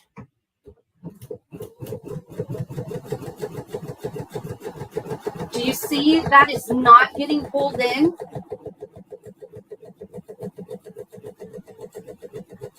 Okay, I'm going to go just a little bit further. That, to me, is super cool. So you're probably thinking, what did I create? Well, I'll show you what I created. If you could feel this, this is there. Can you see that? So what I did was it zigzagged over that and it created a cord. Okay. So if I took more out of the machine, more, I could have, I could made it thicker for a thicker piping, but I could use this as a piping right now if I needed to. There you go. Look at that little buttonhole, a little button loop. So if you want something to match your fabrics boy, maybe I should start drinking before these. If you want the colors to match perfectly, just use the thread that you made your garment out of. Go a little bit bigger. And now I have a little belt loop. So on those dresses or that, come with an accessory belt, if it didn't come with a belt loop or a belt loop broke and you can't put it on, you could just go ahead and make your own cord to do that. So very cool. IDT, it fed that in, and you saw my hands weren't even back there. I just had to hold it to get it started. Other than that, I was able to let it go. Alrighty. So what else can I show you? There's lots of stuff on this machine to show you. So let's go back to the machine. Here, I gotta readjust my camera. We do have tapering stitches on the machine. So if we go to do some stitchings here, let's see. Let me find the satin stitches. There you go. So satin elements. No, let's go up one. I should have just a flat satin. Yeah, let's see what that one's. So right here, this icon right here is tapering. So when you look at that, so I have, this is the beginning and this is the end for tapering. So what I mean by tapering is, it's going to, do you see what happened here? Do you see it, how it goes to the curve? I'll turn that off. So original, and that's your tapered. And then you have it at the bottom. And as you sew down the seam, that will taper as well. So it's a nice little feature. So if you were creating like maybe an applique or something and you're going around a square and you don't want these fat stitches, you can taper them there at the corner, kind of like make a mitered corner. Instead of stitching on top of it, you can have it more of a miter corner. I did mention that you can save your stitches. So if you find something that you like, you can save it. So that's where you would save it. And I can put it right there, and there's that stitch, and then it's saved, and I can get back to it later. Pretty cool. So this is our tie-off options. So beginning, end. What else do we have here? We're just so much. I know there's more. There's lots more. All these stitches, what's that? So these are my personal thoughts. Oh, we have alphabets. We do have sew-in alphabets. You have 3 of them to choose from. So if you need to label something, instead of using a permanent marker, you can go ahead and sew that out. That's pretty cool. You know what? I've talked about this before, and I'm going to show it this time. So what I'm going to do is, remember I was telling you about, this is our speed control. That's what it is. I figured it out. Remember I was telling you earlier, and I'm going to take this down one more. So I was telling you about free motion using the foot pedal. I'm going to see if I can hurry up and do that. I don't want to run out of time. So let me find my free motion foot here. This just pops off. And this is how I learned to do free motion, was I changed the speed. I made it to like a middle of the road. And I did this last time, so I'm going to talk to you while I put this foot on. Because I don't know why I always have problems with this particular foot. And I make it look hard, but it's really not. It just snaps on. Oh, thought I had it. But anyway, I put on the free motion foot. I will lower the speed so that all I need to concentrate on is the speed that I have it at. And I'll use the start stop button to get me going so that I can get a gauge of what that speed is. And then when I need to stop to adjust my hands or to adjust the fabric, wow. Pass that wine this way. I don't know if I'm going to have time to do this. I can't believe I can't get this foot on. Maybe I should have started my demo with that. You know what? I'm going to pretend the foot's on there. Let's see if it works for us. All right. So I changed my speed. I do need to go back to a straight stitch. Let's just go back to a straight stitch. So here, and my essential stitches, straight stitch here. All right. So what I meant, do you see, this is showing me my speed control, and this is our speed option right here. That's how we did it. I have a little thing here. So to start free motioning, and I know this isn't the ideal thing, but let's all pretend here. Here's my start stop. So if I can get started, all right. So I have an idea. Ooh, I forgot to lower my feet dogs. Okay, one more time. One more time. All right, one more time. So, did my feet dogs not go down? They did go down. I'm bird's nesting. See, you really need that foot. Anyway, so I'll demonstrate it this way. So, if I were moving, moving, and I needed to adjust my hands, did you see my hand stayed right there? All I did was put my foot down on that foot pedal to stop it.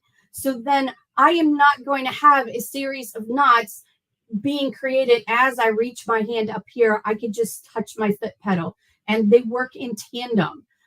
So I can use either or, but after I touch the start button, so if I were to start with the foot pedal, I would need to continue with the foot pedal. But if I touch the start button, I get the gauge of the speed of the machine. That way, I'm not trying to have my hands, machine, and feet, those three elements doing the free motion. I only have my hands moving in tandem with the speed of the machine. It just makes free motion work out a little bit easier when you're first getting started. It's a little bit more comfortable because normally you have the three elements. This one, you only have the two. Makes sense? Any questions out there? Let me cut my thread here. All right. Any questions? Hey, Wendy, I don't see any. Great job as usual. It was a very good demo. And thank you. I know that we're going to see tomorrow on the final day. So you'll be able to have your glass of wine at the end of the day tomorrow. Yes, I am. Well, thank you so much, Wendy. Great job. We'll tell them how they can get this now. Wonderful. Thank you, Blaine. All righty. So this is the Pfaff Expressions 710. And again, the price on it is $29.99. And we're going to give you a $300 gift card with purchase. So guys, this is a great price. This is a sewing and quilting machine. It is absolutely just loaded up with features. Now, if you look at the needle right there, to the right side of that needle, it has about 10 inches. So you can actually do some quilting on this. 10 inches. It's extremely a lightweight machine. So if you wanted a good classroom machine, something to take with you to class, it's 19.8 pounds, less than 20 pounds on this. It has 247 stitches. The maximum stitch width is 9 millimeters. The maximum stitch length is 6 millimeters. It has 3 sewing fonts. And so again, it's got so many things. It's got the needle threader built in. It has a 3.5-inch diagonal screen size and so many things. It does 1,000 stitches per minute, and the speed control is digital on it as well. So if you really do need a great machine and you want something that you can sew and quilt on, you want to take it to class, this would be a great addition to your sewing studio. So give us a call right now at 800-401-8151. We are offering some financing, and we're going to naturally ship it free nationwide to you, right to your doorstep. So give us a call at 800-401-8151. If you can't get through on the phones, Kyle has been putting in the chat a link to the Google Sheets page. Just go click that link. It'll open up Google Sheets. You can fill out all your information there and what you're looking at. It updates real time in the call center on their screens, and they'll give, as soon as they get off the phone, they'll give you a call right back. So that way we won't miss your call. So it's really busy over there today. So, all right, guys, we're going to continue on. We're going to bring Jane back in. Hey, Blaine. Hi, everybody. Hey, well, hey, this is our last session of the day. Can you believe it? Day 4, Thursday, the last session, and one more day left. Oh, I can't believe it. And then the giveaway of that ultimate sewing studio. Well, we're going to pick our 4th finalist right after Cutterpillar. Yes, and we we'll are. see 4th finalist for the $25,000 Dream Studio. So, hey, the quicker you get going, the quicker we can do that. So, all right. I'll take it away, Blaine. Jane. Thank you. All right. The dynamic duo from Cutterpillar. Yes, they are back. Jack Thompson and Lindsay Lamoureux. Now, Jack started out Cutterpillar with his brother in 2012, and he's been to hundreds of quilting shows over the years, and he really likes showing y'all what he's making, and he's listening to all the customers. So he's comes from a sewing family. And when he was a teenager, he learned how to sew, and he wants to combine the knowledge with what he's learned from listening to all of the Cutterpillar customers to create innovative sewing, quilting, and paper crafting tools. And we know innovation is key when we're talking about Cutterpillar. Lindsay Lamoureux is a lifelong quilter. She's a sewist and all-around crafter. Now, professionally, she is an accomplished salesperson, presenter, and social media expert.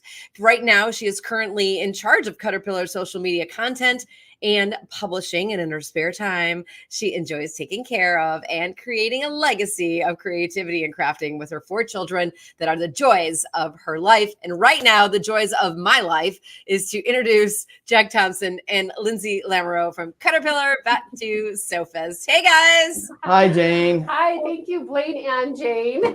It's great to have you back today. I don't want to take up any more time. I want to see what you have today because you're talking about the travel package. Yes. We're going to do some traveling. Okay, I'm packing my bag. Let's go. Awesome. Good afternoon, SMP Nation. We're so happy to be here on day 4 of Day 4. It's going by fast. And we've got some fun things for you. Okay, like Jane said, I'm a fellow quilter, crafter, and sewist, joined by the famous Steven Spielberg. Okay. David Are we going to deal with this? So or David Spade. I mean, Johnny Depp. if you watched yesterday, Chip Gaines. Blaine and Jane were teasing me a little bit about who I look like. And so it was in the comments. What do you guys think? These are some of the things that came up. You know, his grandson, this is cute. His grandson actually thinks he looks like an older Mark Hamill, Luke Skywalker. Luke Skywalker and Papa. He says he saw Luke Skywalker and he goes, Papa. That's so cute. So what do you guys think? We want to hear what you think. We hear, okay, awesome. That's so great. I'm going for the dude abides. Any Lebowski fans out there? Oh, I'd be happy with that. Jeff Bridges, right? Jeff Bridges. Circa late 1990s. I see it. Well, you're a good looking guy. Yeah, thanks. You're very good. Okay. Jack has another Jack joke for us, or story. Yeah, this one, anecdote. I think I've used all my joke, but this is something that when we were talking about the travel package today is something I saw that's just stuck with me, and I just chuckled. So every year we fly down to Houston in late October, and we do the 11 days there for a market and festival. Wow. And coming out of Salt Lake City, there was a woman that was holding up the line getting on the plane because she had more than her fair share of getting on. She had her suitcase and her backpack, and she had a tote that was full. And they said, "I'm sorry, you're going to have to check this." She says, "No, I'm not going to check this." So we all waited while she took out precious cargo. 2 quilts because she was on her way to the market, and she put them over her shoulder. No, she didn't. And wore them. Cute. And she wore them. She wore them onto the plane, walking down the aisle with these 2 quilts, and sat down. Cute. So That's cute. I like that. that's our quilting travel story today. I like it. Well, you guys are in for a treat today. This bundle's awesome. So if you're into traveling at all, or going to retreats, going to classes, crops, friends' houses, to craft, and this is what you need. This is exactly what you need. We made this, we designed this for people on the go.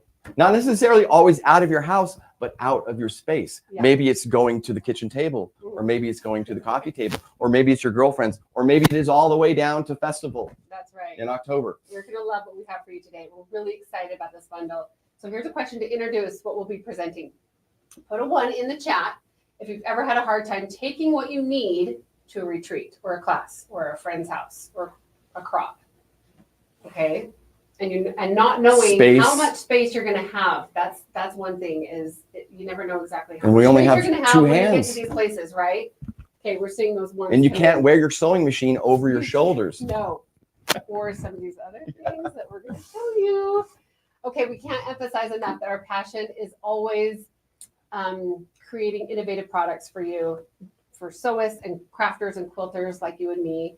And we love to solve the problems you face. And 3 big problems that we know you face are having a hard time getting the crafting supplies you need to retreats and classes, and traveling to your crops, and dealing with annoying mats that warp easily. And of course, never having enough light.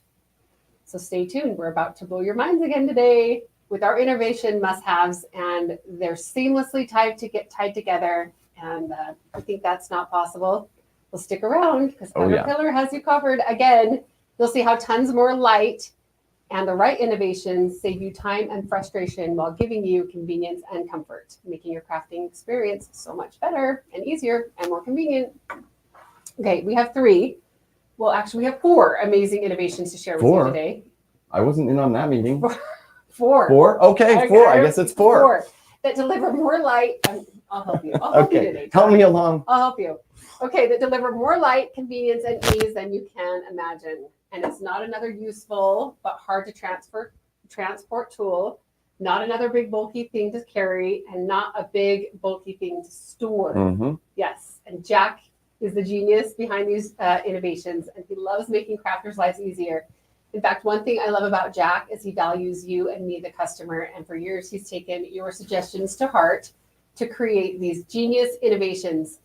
Jack, will you just give us a quick little story about Cutterpillar. So yes. Well, Cutterpillar started in 2011, and started by my brother. He brought me on to start marketing. And the way we started marketing, because we didn't have any money, is by going to shows.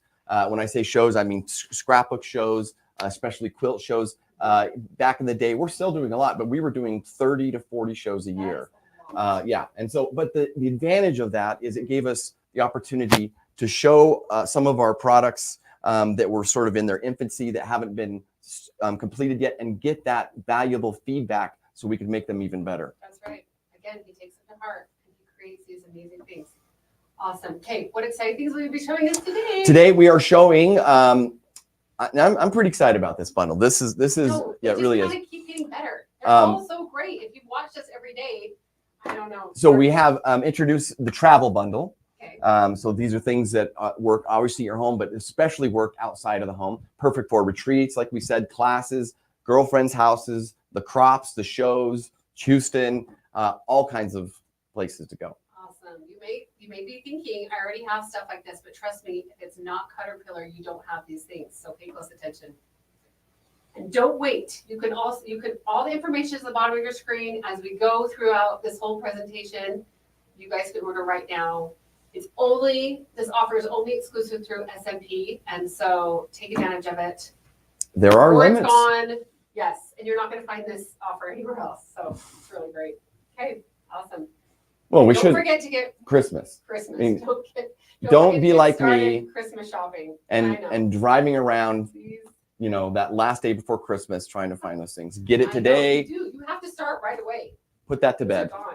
Okay, which innovations are in the travel bundle? So today we have the flip and fold mat, Okay. and you're going to see how that works. We have the mini plus gridded.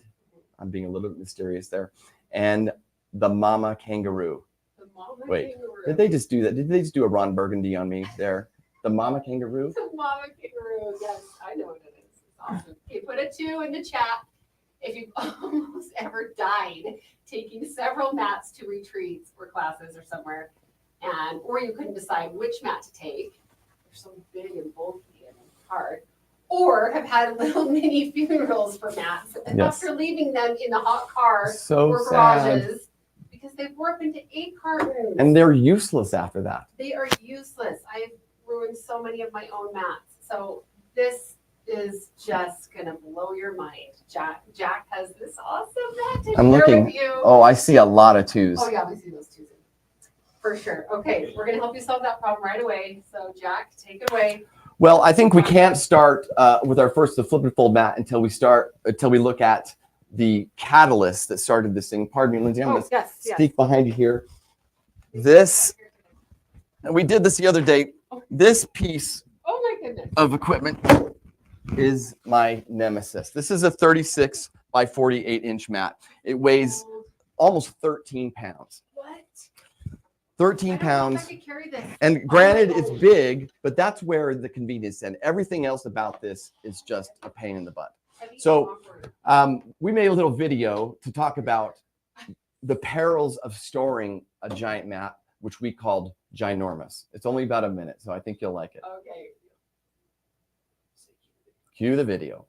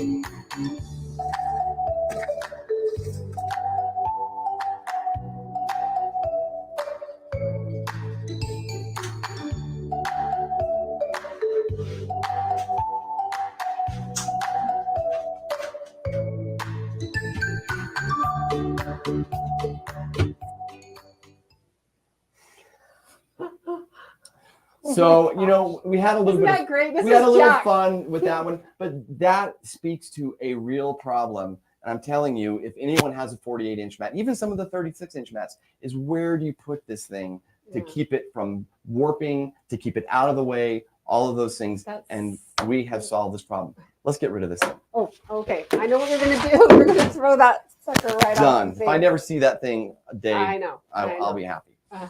And you don't have to see yours anymore because we have the flip and fold. The flip and fold. Are we ready? Okay. We're bringing it Yeah, down? bring it Let's do down. it. Show us. Oh, look at what a joy this is compared to that. So great, you guys. Let's get a close up here. Just this. Can you see? Oh, There we go. yes. Da, da, da. There's the This mat. is it. Less than. I mean, the profile is so thin. It's like not even an inch. But Jack, you show us how this. Well, how so this let's talk about the functionality, and then we'll talk about some of the benefits of it. Okay. So let's say that you're here working. Now, what a lot of people don't realize is every cutting surface is its own, right? So when you start here at 12 by 18, you have your own grid here. So you have it starts at 0. starts at 0, has all the hatch marks here. You could be cutting your small, your fussy cutting, your small shapes in here. Let's say the next step, you need to go something bigger. Well, rather than searching around the room for that next bigger mat, look what we do That's here. what we're talking about. Boom. You just open it like a book. You open it like a book. And- And we start from 0 again. 0 to 24, 0 to 18. This is fabulous. We've added the fractions to the hatch marks. All of those angles are there. We have gridded down to 1/4 of an inch for easy access there. So now let's say we need something bigger. You pull out that bolt of fabric and you need to cut. Well, again, searching again for that bigger mat, trying to drag 2 mats together. And the reason why we call this the flip and fold is we flip it. And now we have. Open it again. So, okay, so we just inches. 1, 2, this is the third. This is number 3. Cutting mat in the flip and fold. 3 out of 5. So, oh my gosh, so many cuts can be done here. Again, 0 to 48. This is all self-healing too. Yes. All of Cutterpillar Self-healing mats are as good as self-healing. any mats on the market there. And so this is one of my favorite ones because it's so easy to get to. Okay. And we knew we were going to run into problems when you start putting mats together. So we see that seal there. Yes. And the way we solve that, and we got a patent on this, is this puzzle piece. You locks that together. This is amazing. And so when you cut across This is seamless, you guys. Your fabric will not be catching over this at all. Cut like seamless. a little bit of fabric it's there. Incredibly genius. And wow. I forgot to get it. So where's the fabric? Oh, there we go. Let's just use this. Let's just pull that out. There we go. So as I'm cutting across that seam, here is my. Now, one of the things when you push 2 mats together, again, he's going across the seam that we connected with the puzzle piece. Is you don't have those threads and those pieces missing in there. Wow. So there's 1, there's 2. It cuts perfectly. And 3. And self-healing. Look how long this is. So this starts at 0 again, and at 18 to 48. Now, wow. Okay, we can go bigger. Should we go bigger? Let's go bigger. Go bigger, go home. So, and it's as simple as just flipping it open again. That is so easy. Now This we is have so easy. 48 by 36. I wish you guys could see everything. We start at 0 again. We have the puzzle pieces to lock those pieces Just together. connect these together again. And now, not Seamless. only do you have big cuts, but you have a place for planning that allow that space for planning your projects and not having to add those all mats together.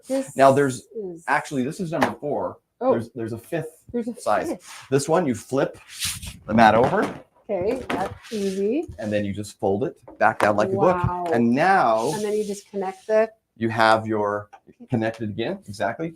And now you Wow. have your 24 by 36. Yes. Um, Jack, you've and outdone yourself. So really what we've done here is we have created 5 mats in one. You know what? We did a little bit of math, right? As I fold this up, you can see how easy it is to fold That back up. is so Is easy. if you were to go to a store and get 5 mats, we did the math, about $340 Oh, easily. to buy oh my 5 mats. gosh. Yeah, and it doesn't fold up this Exactly. easy And then or transport. You know, we talked about storing, Mhm. and look how easy it just goes right back on the shelf there. That is awesome. Or in a drawer. This is made out of a new kind of material. It's called TPE. It's way different than PVC. One of the things that not only is it non-toxic, the way it's made, you can actually cut carrots here when you're cutting your fat quarters and then do carrots. Now we're joking around, but that a lot of people think that's important. This is a non-toxic mat. Now it's also heat resistant and warp resistant. I am going to show you. We did a little experiment. Where'd they go? Okay. We left this in the Utah summer in the middle of July. In a 100+ degree. It had to car. be. It had to be 150 Oh, degrees yeah. in here. Probably. Now look. For only like a couple hours. Look at how Look at these mats. horribly these are warped. And these are You permanently can't use warped, by the these. way. They're dead. So Funerals. we took a piece off of Now look at this. to show We put in these the all same in at car, the same time, the same car, the same heat. and look at that. There's no warp There's at no warp. all. Oh, So my again, goodness. that lends to the fact that it's travel friendly. If you leave it in the car, and you don't have to worry about your investment being warped by the Oh. sun. So. That is just such a game changer. Awesome. Okay. You might be thinking, I already have a bunch of mats. You don't have this one, or it looks complicated to use, or I don't travel a lot. Well, let's just say, like I was saying earlier, it's not necessarily about going out of the house. right. But You're what right. about the space in your house? What if you have your mountains of fabric don't allow you to make that big cut? And so you say, well, I'm going to move over to the kitchen table for a few minutes. This is what you do. You just swap over to the kitchen table. Let me do it. I Go want to see how ahead. Okay. easy it is. Sorry. And then I'm say, just well, going to get I right need in to- here. Not sorry. Okay, here we go. This is I'm going to just flip it over. Mat 1. flip this little tab right here. Yeah, can you see that? Like a book. 2,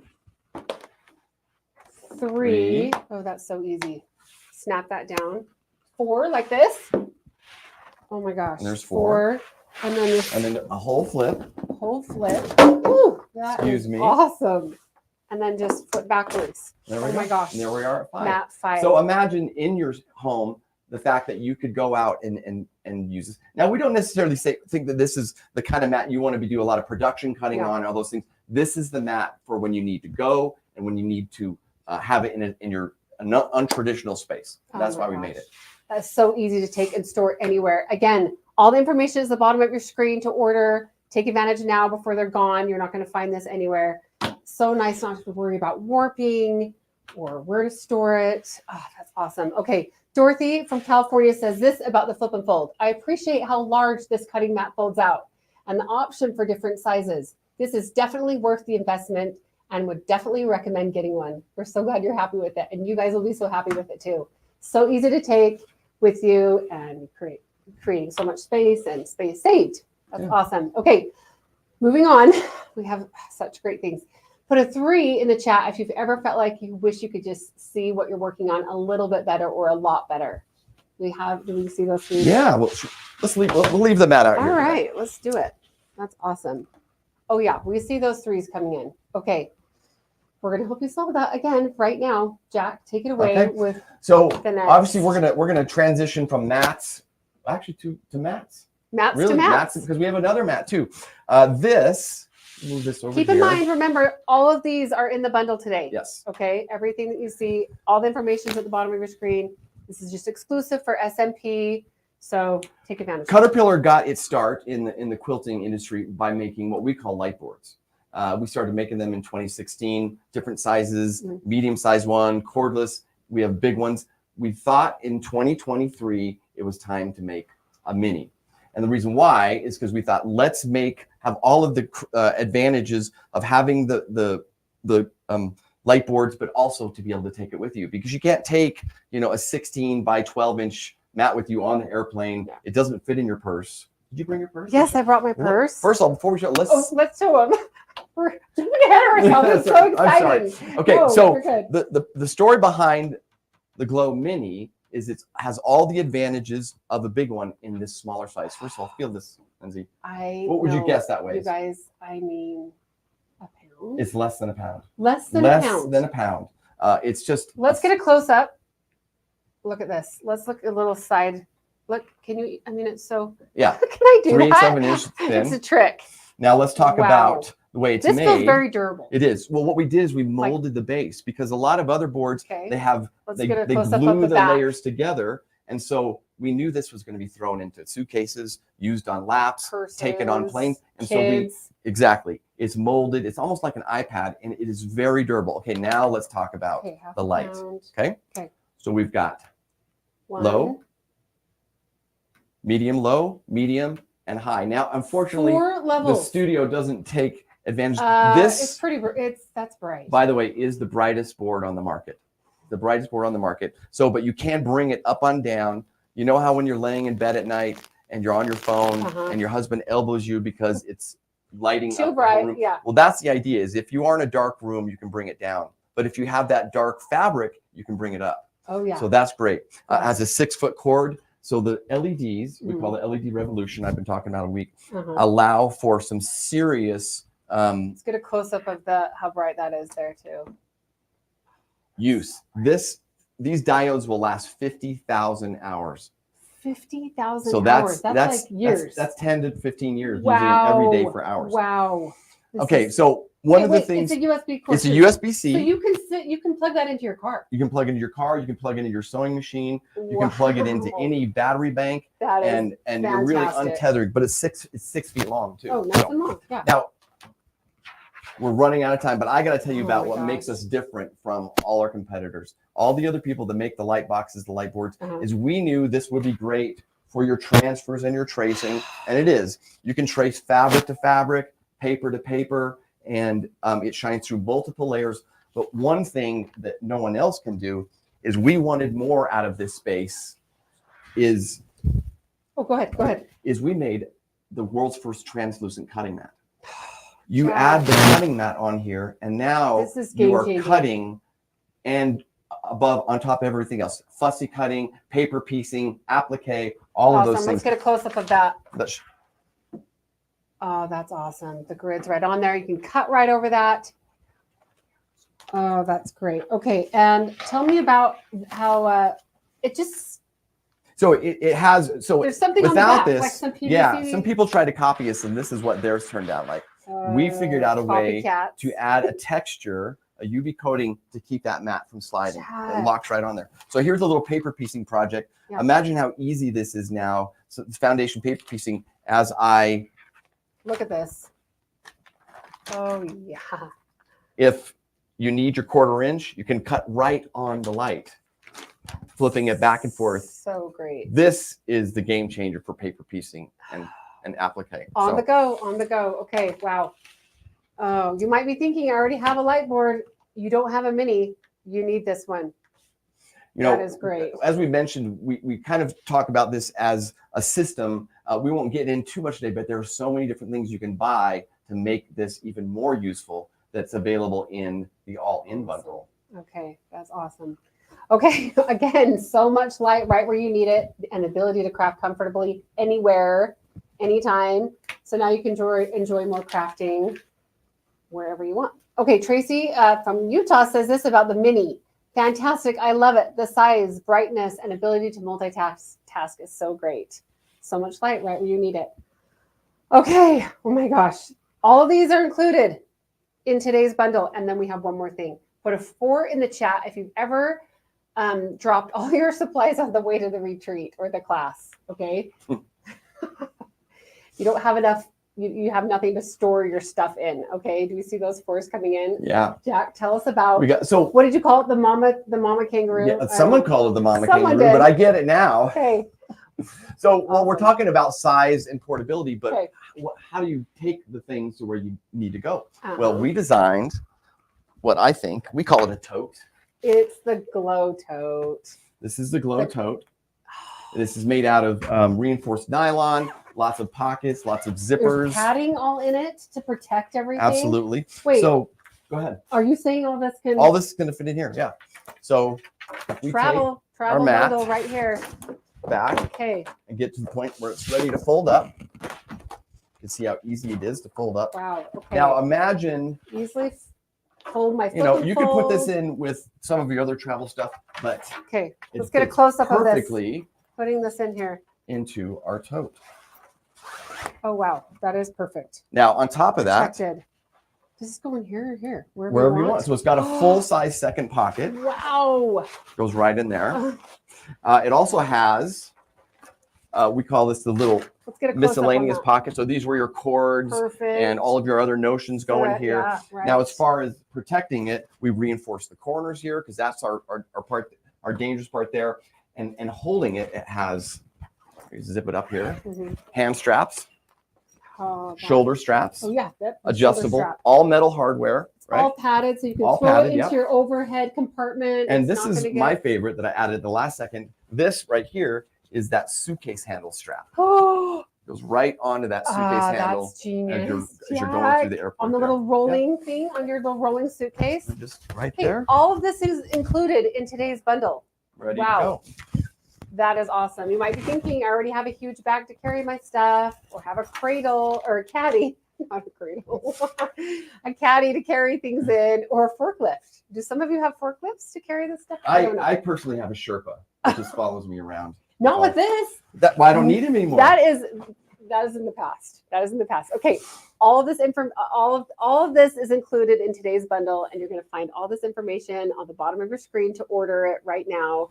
Oh my gosh, no more need to dropping all of your stuff all over the place on your way on at your the way to airport. Houston. You're like running around and not even heavy, you guys. This is just The awesome. flip and fold is about 4.5 pounds. The mini is less than a pound. So these things were made Travel to go. in style. Yeah, That's right. you seriously have thought of everything. Okay, Deborah from Illinois says this about the glow tote. Well made, holds the light board and all my accessories well. There's tons more room, by the way, to put in all of your stuff. all these other things. Glad to have it all safe and ready for use. That is awesome. It's just so much easier to travel with your craft supplies with this. And storing them in the house too. Oh yeah. Oh, well, yeah, of course. Storing them in the closet. This will hang up. These are all Do not wait to reinforced order nylons. this bundle. This information again is at the bottom of your screen. It's a perfect Christmas gift for all of your friends, family, mother, whatever. I'm going to be looking for you at festival to see if you're taking advantage of this. That is awesome. Again, it's only offered through SMP's SewFest this week. Okay. We're just thrilled about it. And we know that and then, you guys will be, it's gone. Sorry, are we lost?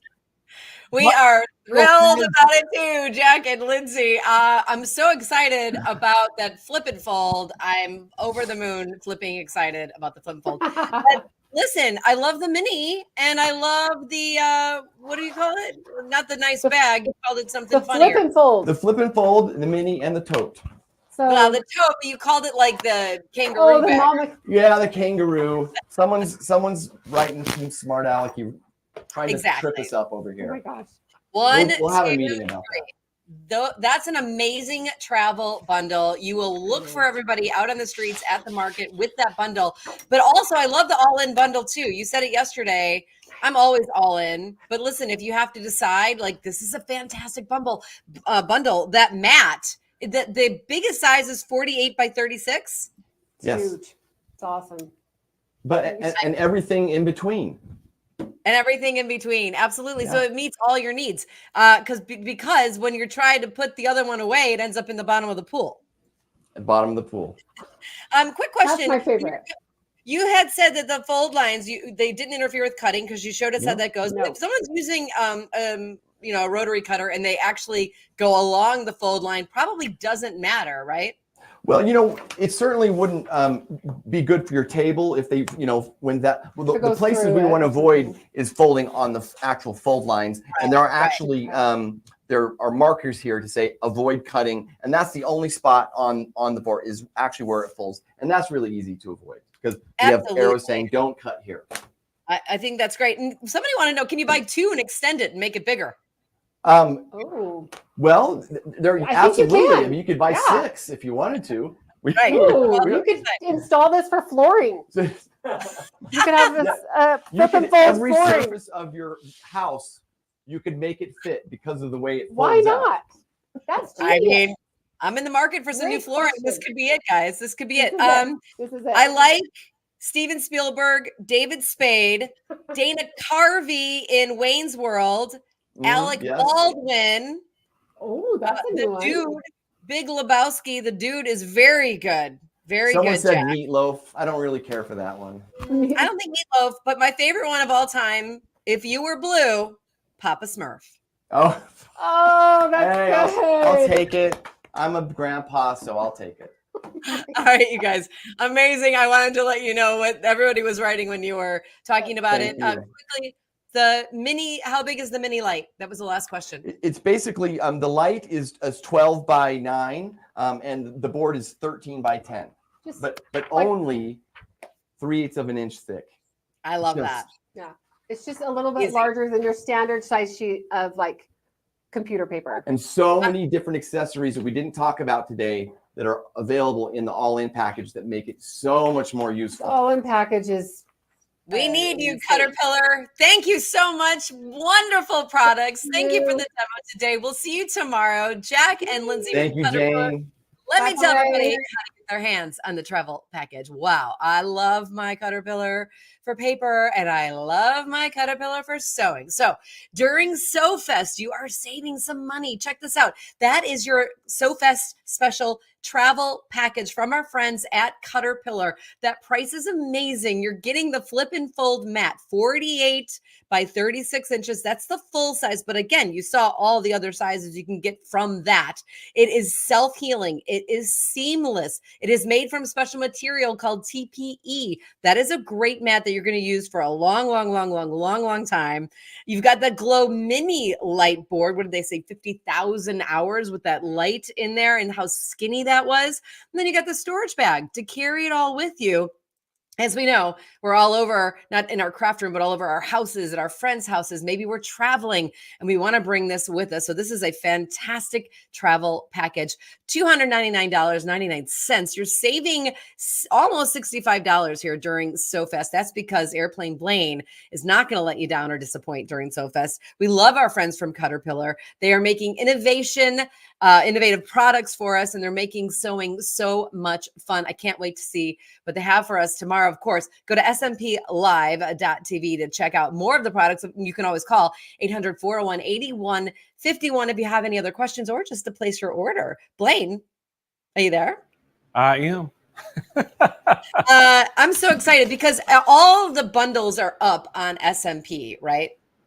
Yes, we have all of them up there. We also have the all-in package listed as well, and Kyle can actually show that right now. Good. It's I keep saying them all in. Yeah, it's $599, and we are offering some financing for this, free shipping nationwide, and this has everything you're going to see this entire week all bundled into one all-in package. And this is an incredible package. You're getting the mini Lite, you're getting the big cutting pads, you're getting the magnets, you're getting the carrying case, you're getting all the stuff you've seen. And so to me, tomorrow, I hope that we can get them to kind of do a little bit of a deep dive into the all-in package and just kind of maybe show it all at one time, and we'll look at it. But we're supposed to show the quilters package tomorrow, but I think SMP Nation, y'all chime in. Would y'all rather see the quilters package tomorrow, or would you rather see the all-in package? Let us know. You know, I love the all-in package because we want to see all in. I mean, I got to be honest with you, that's a really good price for all. Oh, it's a great price. Great price. Maybe like if you paid $100 less, you might get one cutting mat from other. You know, I can speak from experience. So everybody knows, you know, one of my hobbies is flying radio controlled airplanes, and I like to, you know, when you do the heat shrink covering on them, we put vinyl graphics on them to dress them up, you know, kind of like if you can imagine a NASCAR car with all the decals. Well, we, excuse me, we kind of do that with the radio control because we're trying to duplicate a scale airplane. So I have a vinyl cutter that cuts vinyl, and I have a big cutting mat that I use to, you know, weed and all that stuff. And it is a pain to store it. I mean, I was relating to Jack's video so much because I'm like, I've had a hard time. So I've actually stored this behind our dresser and mirror in the master bedroom. So a place I can find. You know, it's crazy. It's just exactly. I can relate to the video too because I'm always moving things around. And the thing is, I don't have a mat that big, but I want a mat that big. But then I go, where am I going to put it? Because I see the rest of my mats like leaning up against things like behind the mirror in your master bedroom. So I met that mat at a convention in May. And when he showed me the mat, I was like, this is a game changer because it is you can cut right across those seams. So it's seamless and it's self-healing. And the fact that you can actually make it smaller or larger. So that's a great mat. And that mat is part of the all-in bundle. Like that mat's going to cost you anywhere else what it costs for the all-in bundle, right? Well, the thing is, the all-in bundle has all the bundles we're showing this week. It's great. And again, you know, I always think about that folding mat that he has, the weight difference too. My mat is so heavy.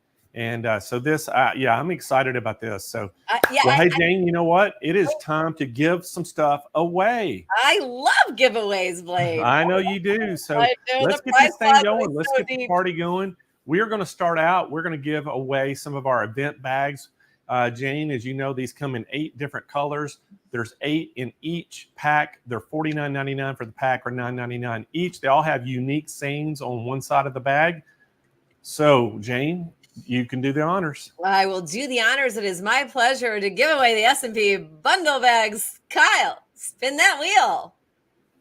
Can we get a new bag saying that says more is more and less is a bore? We might be able to. You know, like next time you reorder. Visionary Creations, congratulations. You're the winner of the SMP bags. You are watching with us on YouTube. Thank you for hanging out with us today. So Visionary Creations, you know what to do. Go to smplive.tv, scroll to the bottom, fill out all the information, let us know what you won.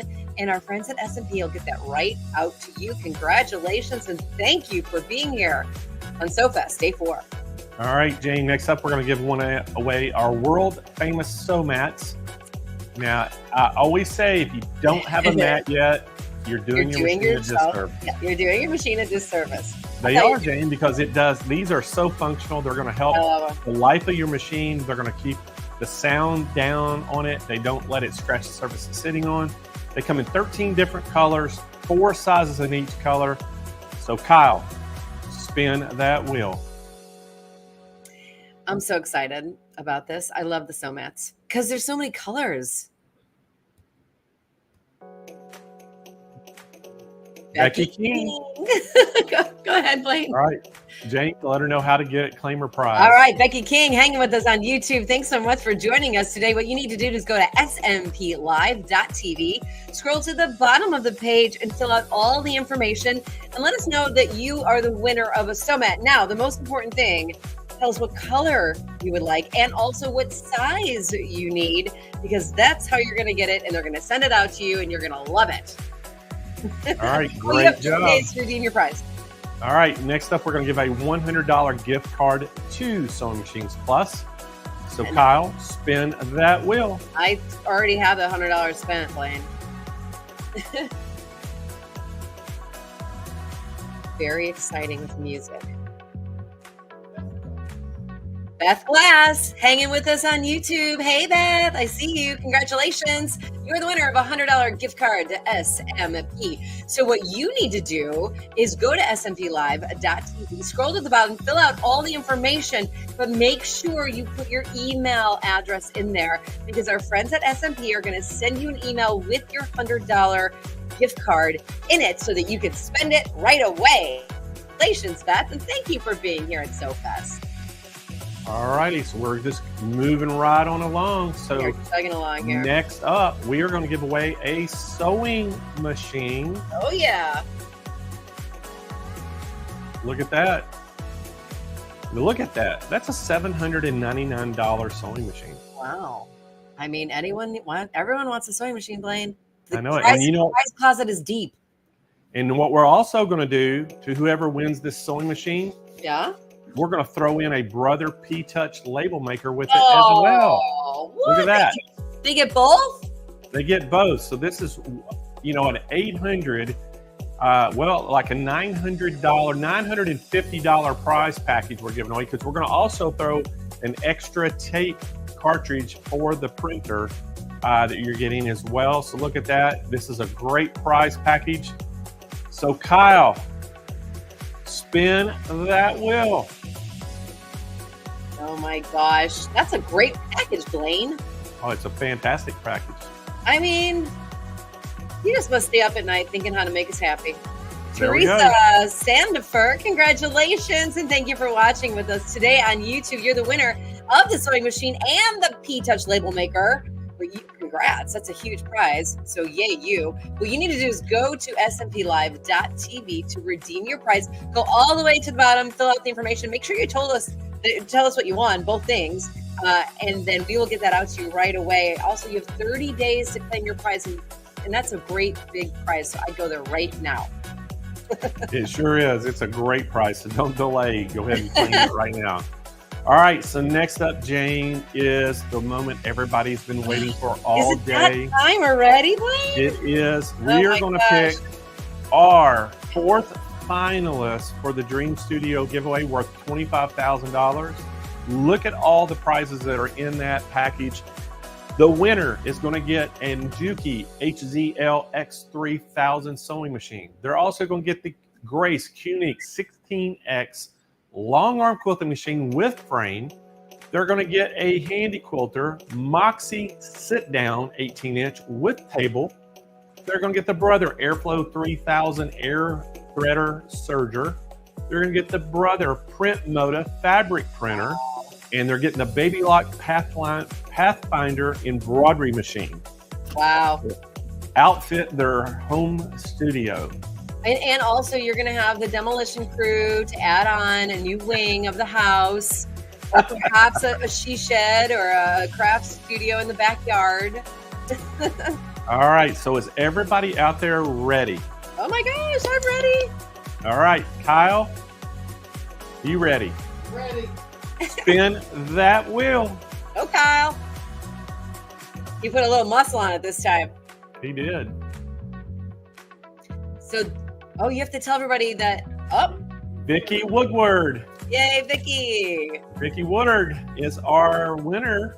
So, Vicky, you are our 4th finalist for the Dream Studio giveaway, and you are going to win a minimum of a Brother SE600 sewing machine, and you could win the grand prize of the Dream Studio giveaway, Jane.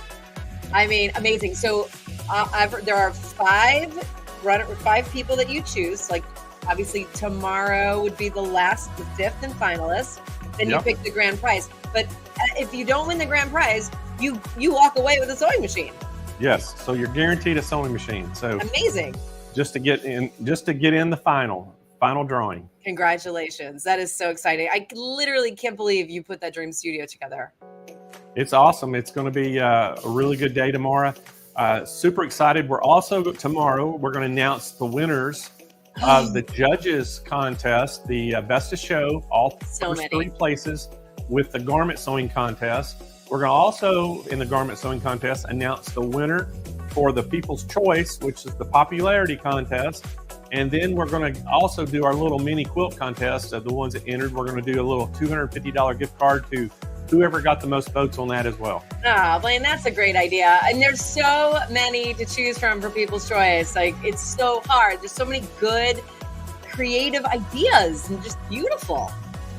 Yeah, it is. It's, you know, my hat goes off to everybody that enters a quilt. I mean, for one, you know, to put yourself out there for people to judge your work is, you know, one thing. But, you know, I think everybody should just try it, have fun with it.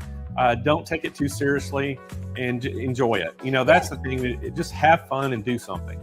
Well, I think we talked about Melinda earlier when in her intro. She's like, you know, it lowers your blood pressure. It makes you feel better. Just any creativity, any creation, like you said, there's no pressure. Just have fun. But it's also give me an hour creating and then go do whatever you want. I tell that to every person. The people that I'm not creative at all, I go, give me 1 hour and make something, and you will be changed.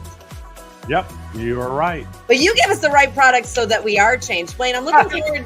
You do. You get the right products. Well, we try real hard. So anyway, I want everybody to be patient on the phones. I know the phones have been slammed busy the last 2 days, especially today. Tomorrow's going to even be a bigger day. So we'll have the Google Sheets up again so y'all can get them filled out. If they do not get you called before 6 p.m. Pacific time tonight, they'll call you tomorrow. But we're going to be open tonight until 6 p.m. Pacific time, which is 8 p.m. Central. We'll be open so you can get your orders in. And tomorrow, all the specials are going to remain for this whole week, all the way through 4 p.m. Pacific time on Saturday. So you'll still be able to get your orders in. And one other thing I'm going to do, Jane, if we run out of stock on a product or any of the products that's on the show, you have to pre-order it to get the price, and we'll honor the price even though we don't have it here. Okay, that's a good deal. I'll take that. Blaine, you're great. By the way, tomorrow we got 2 education sessions I'm looking forward to. Joanne Banco will be on the show, and also Angela Wolf back. Two rock stars tomorrow, so everybody ought to be excited about that. For our education, but I feel like all the sessions are education. I loved all of them. Can I show you what I need today? It's been incredible. Absolutely been incredible this week. And so anyway, Jane, thank you again for coming on. Oh, look at your football. Is that what you've been making between sessions? Yeah, I made 2 placemats. One That's for me, awesome. Because you know, tonight is Thursday Night Football. We got a big game that we're going to be watching, so I thought I would do a little table decor, and then also I did a little sublimation because we have guests coming in town this weekend. So I made some napkins. That's awesome. A little sublimated napkin. So we're going to have a football party. That's what I've been working on today, friends. Well, that's awesome. Well, I'm inspired.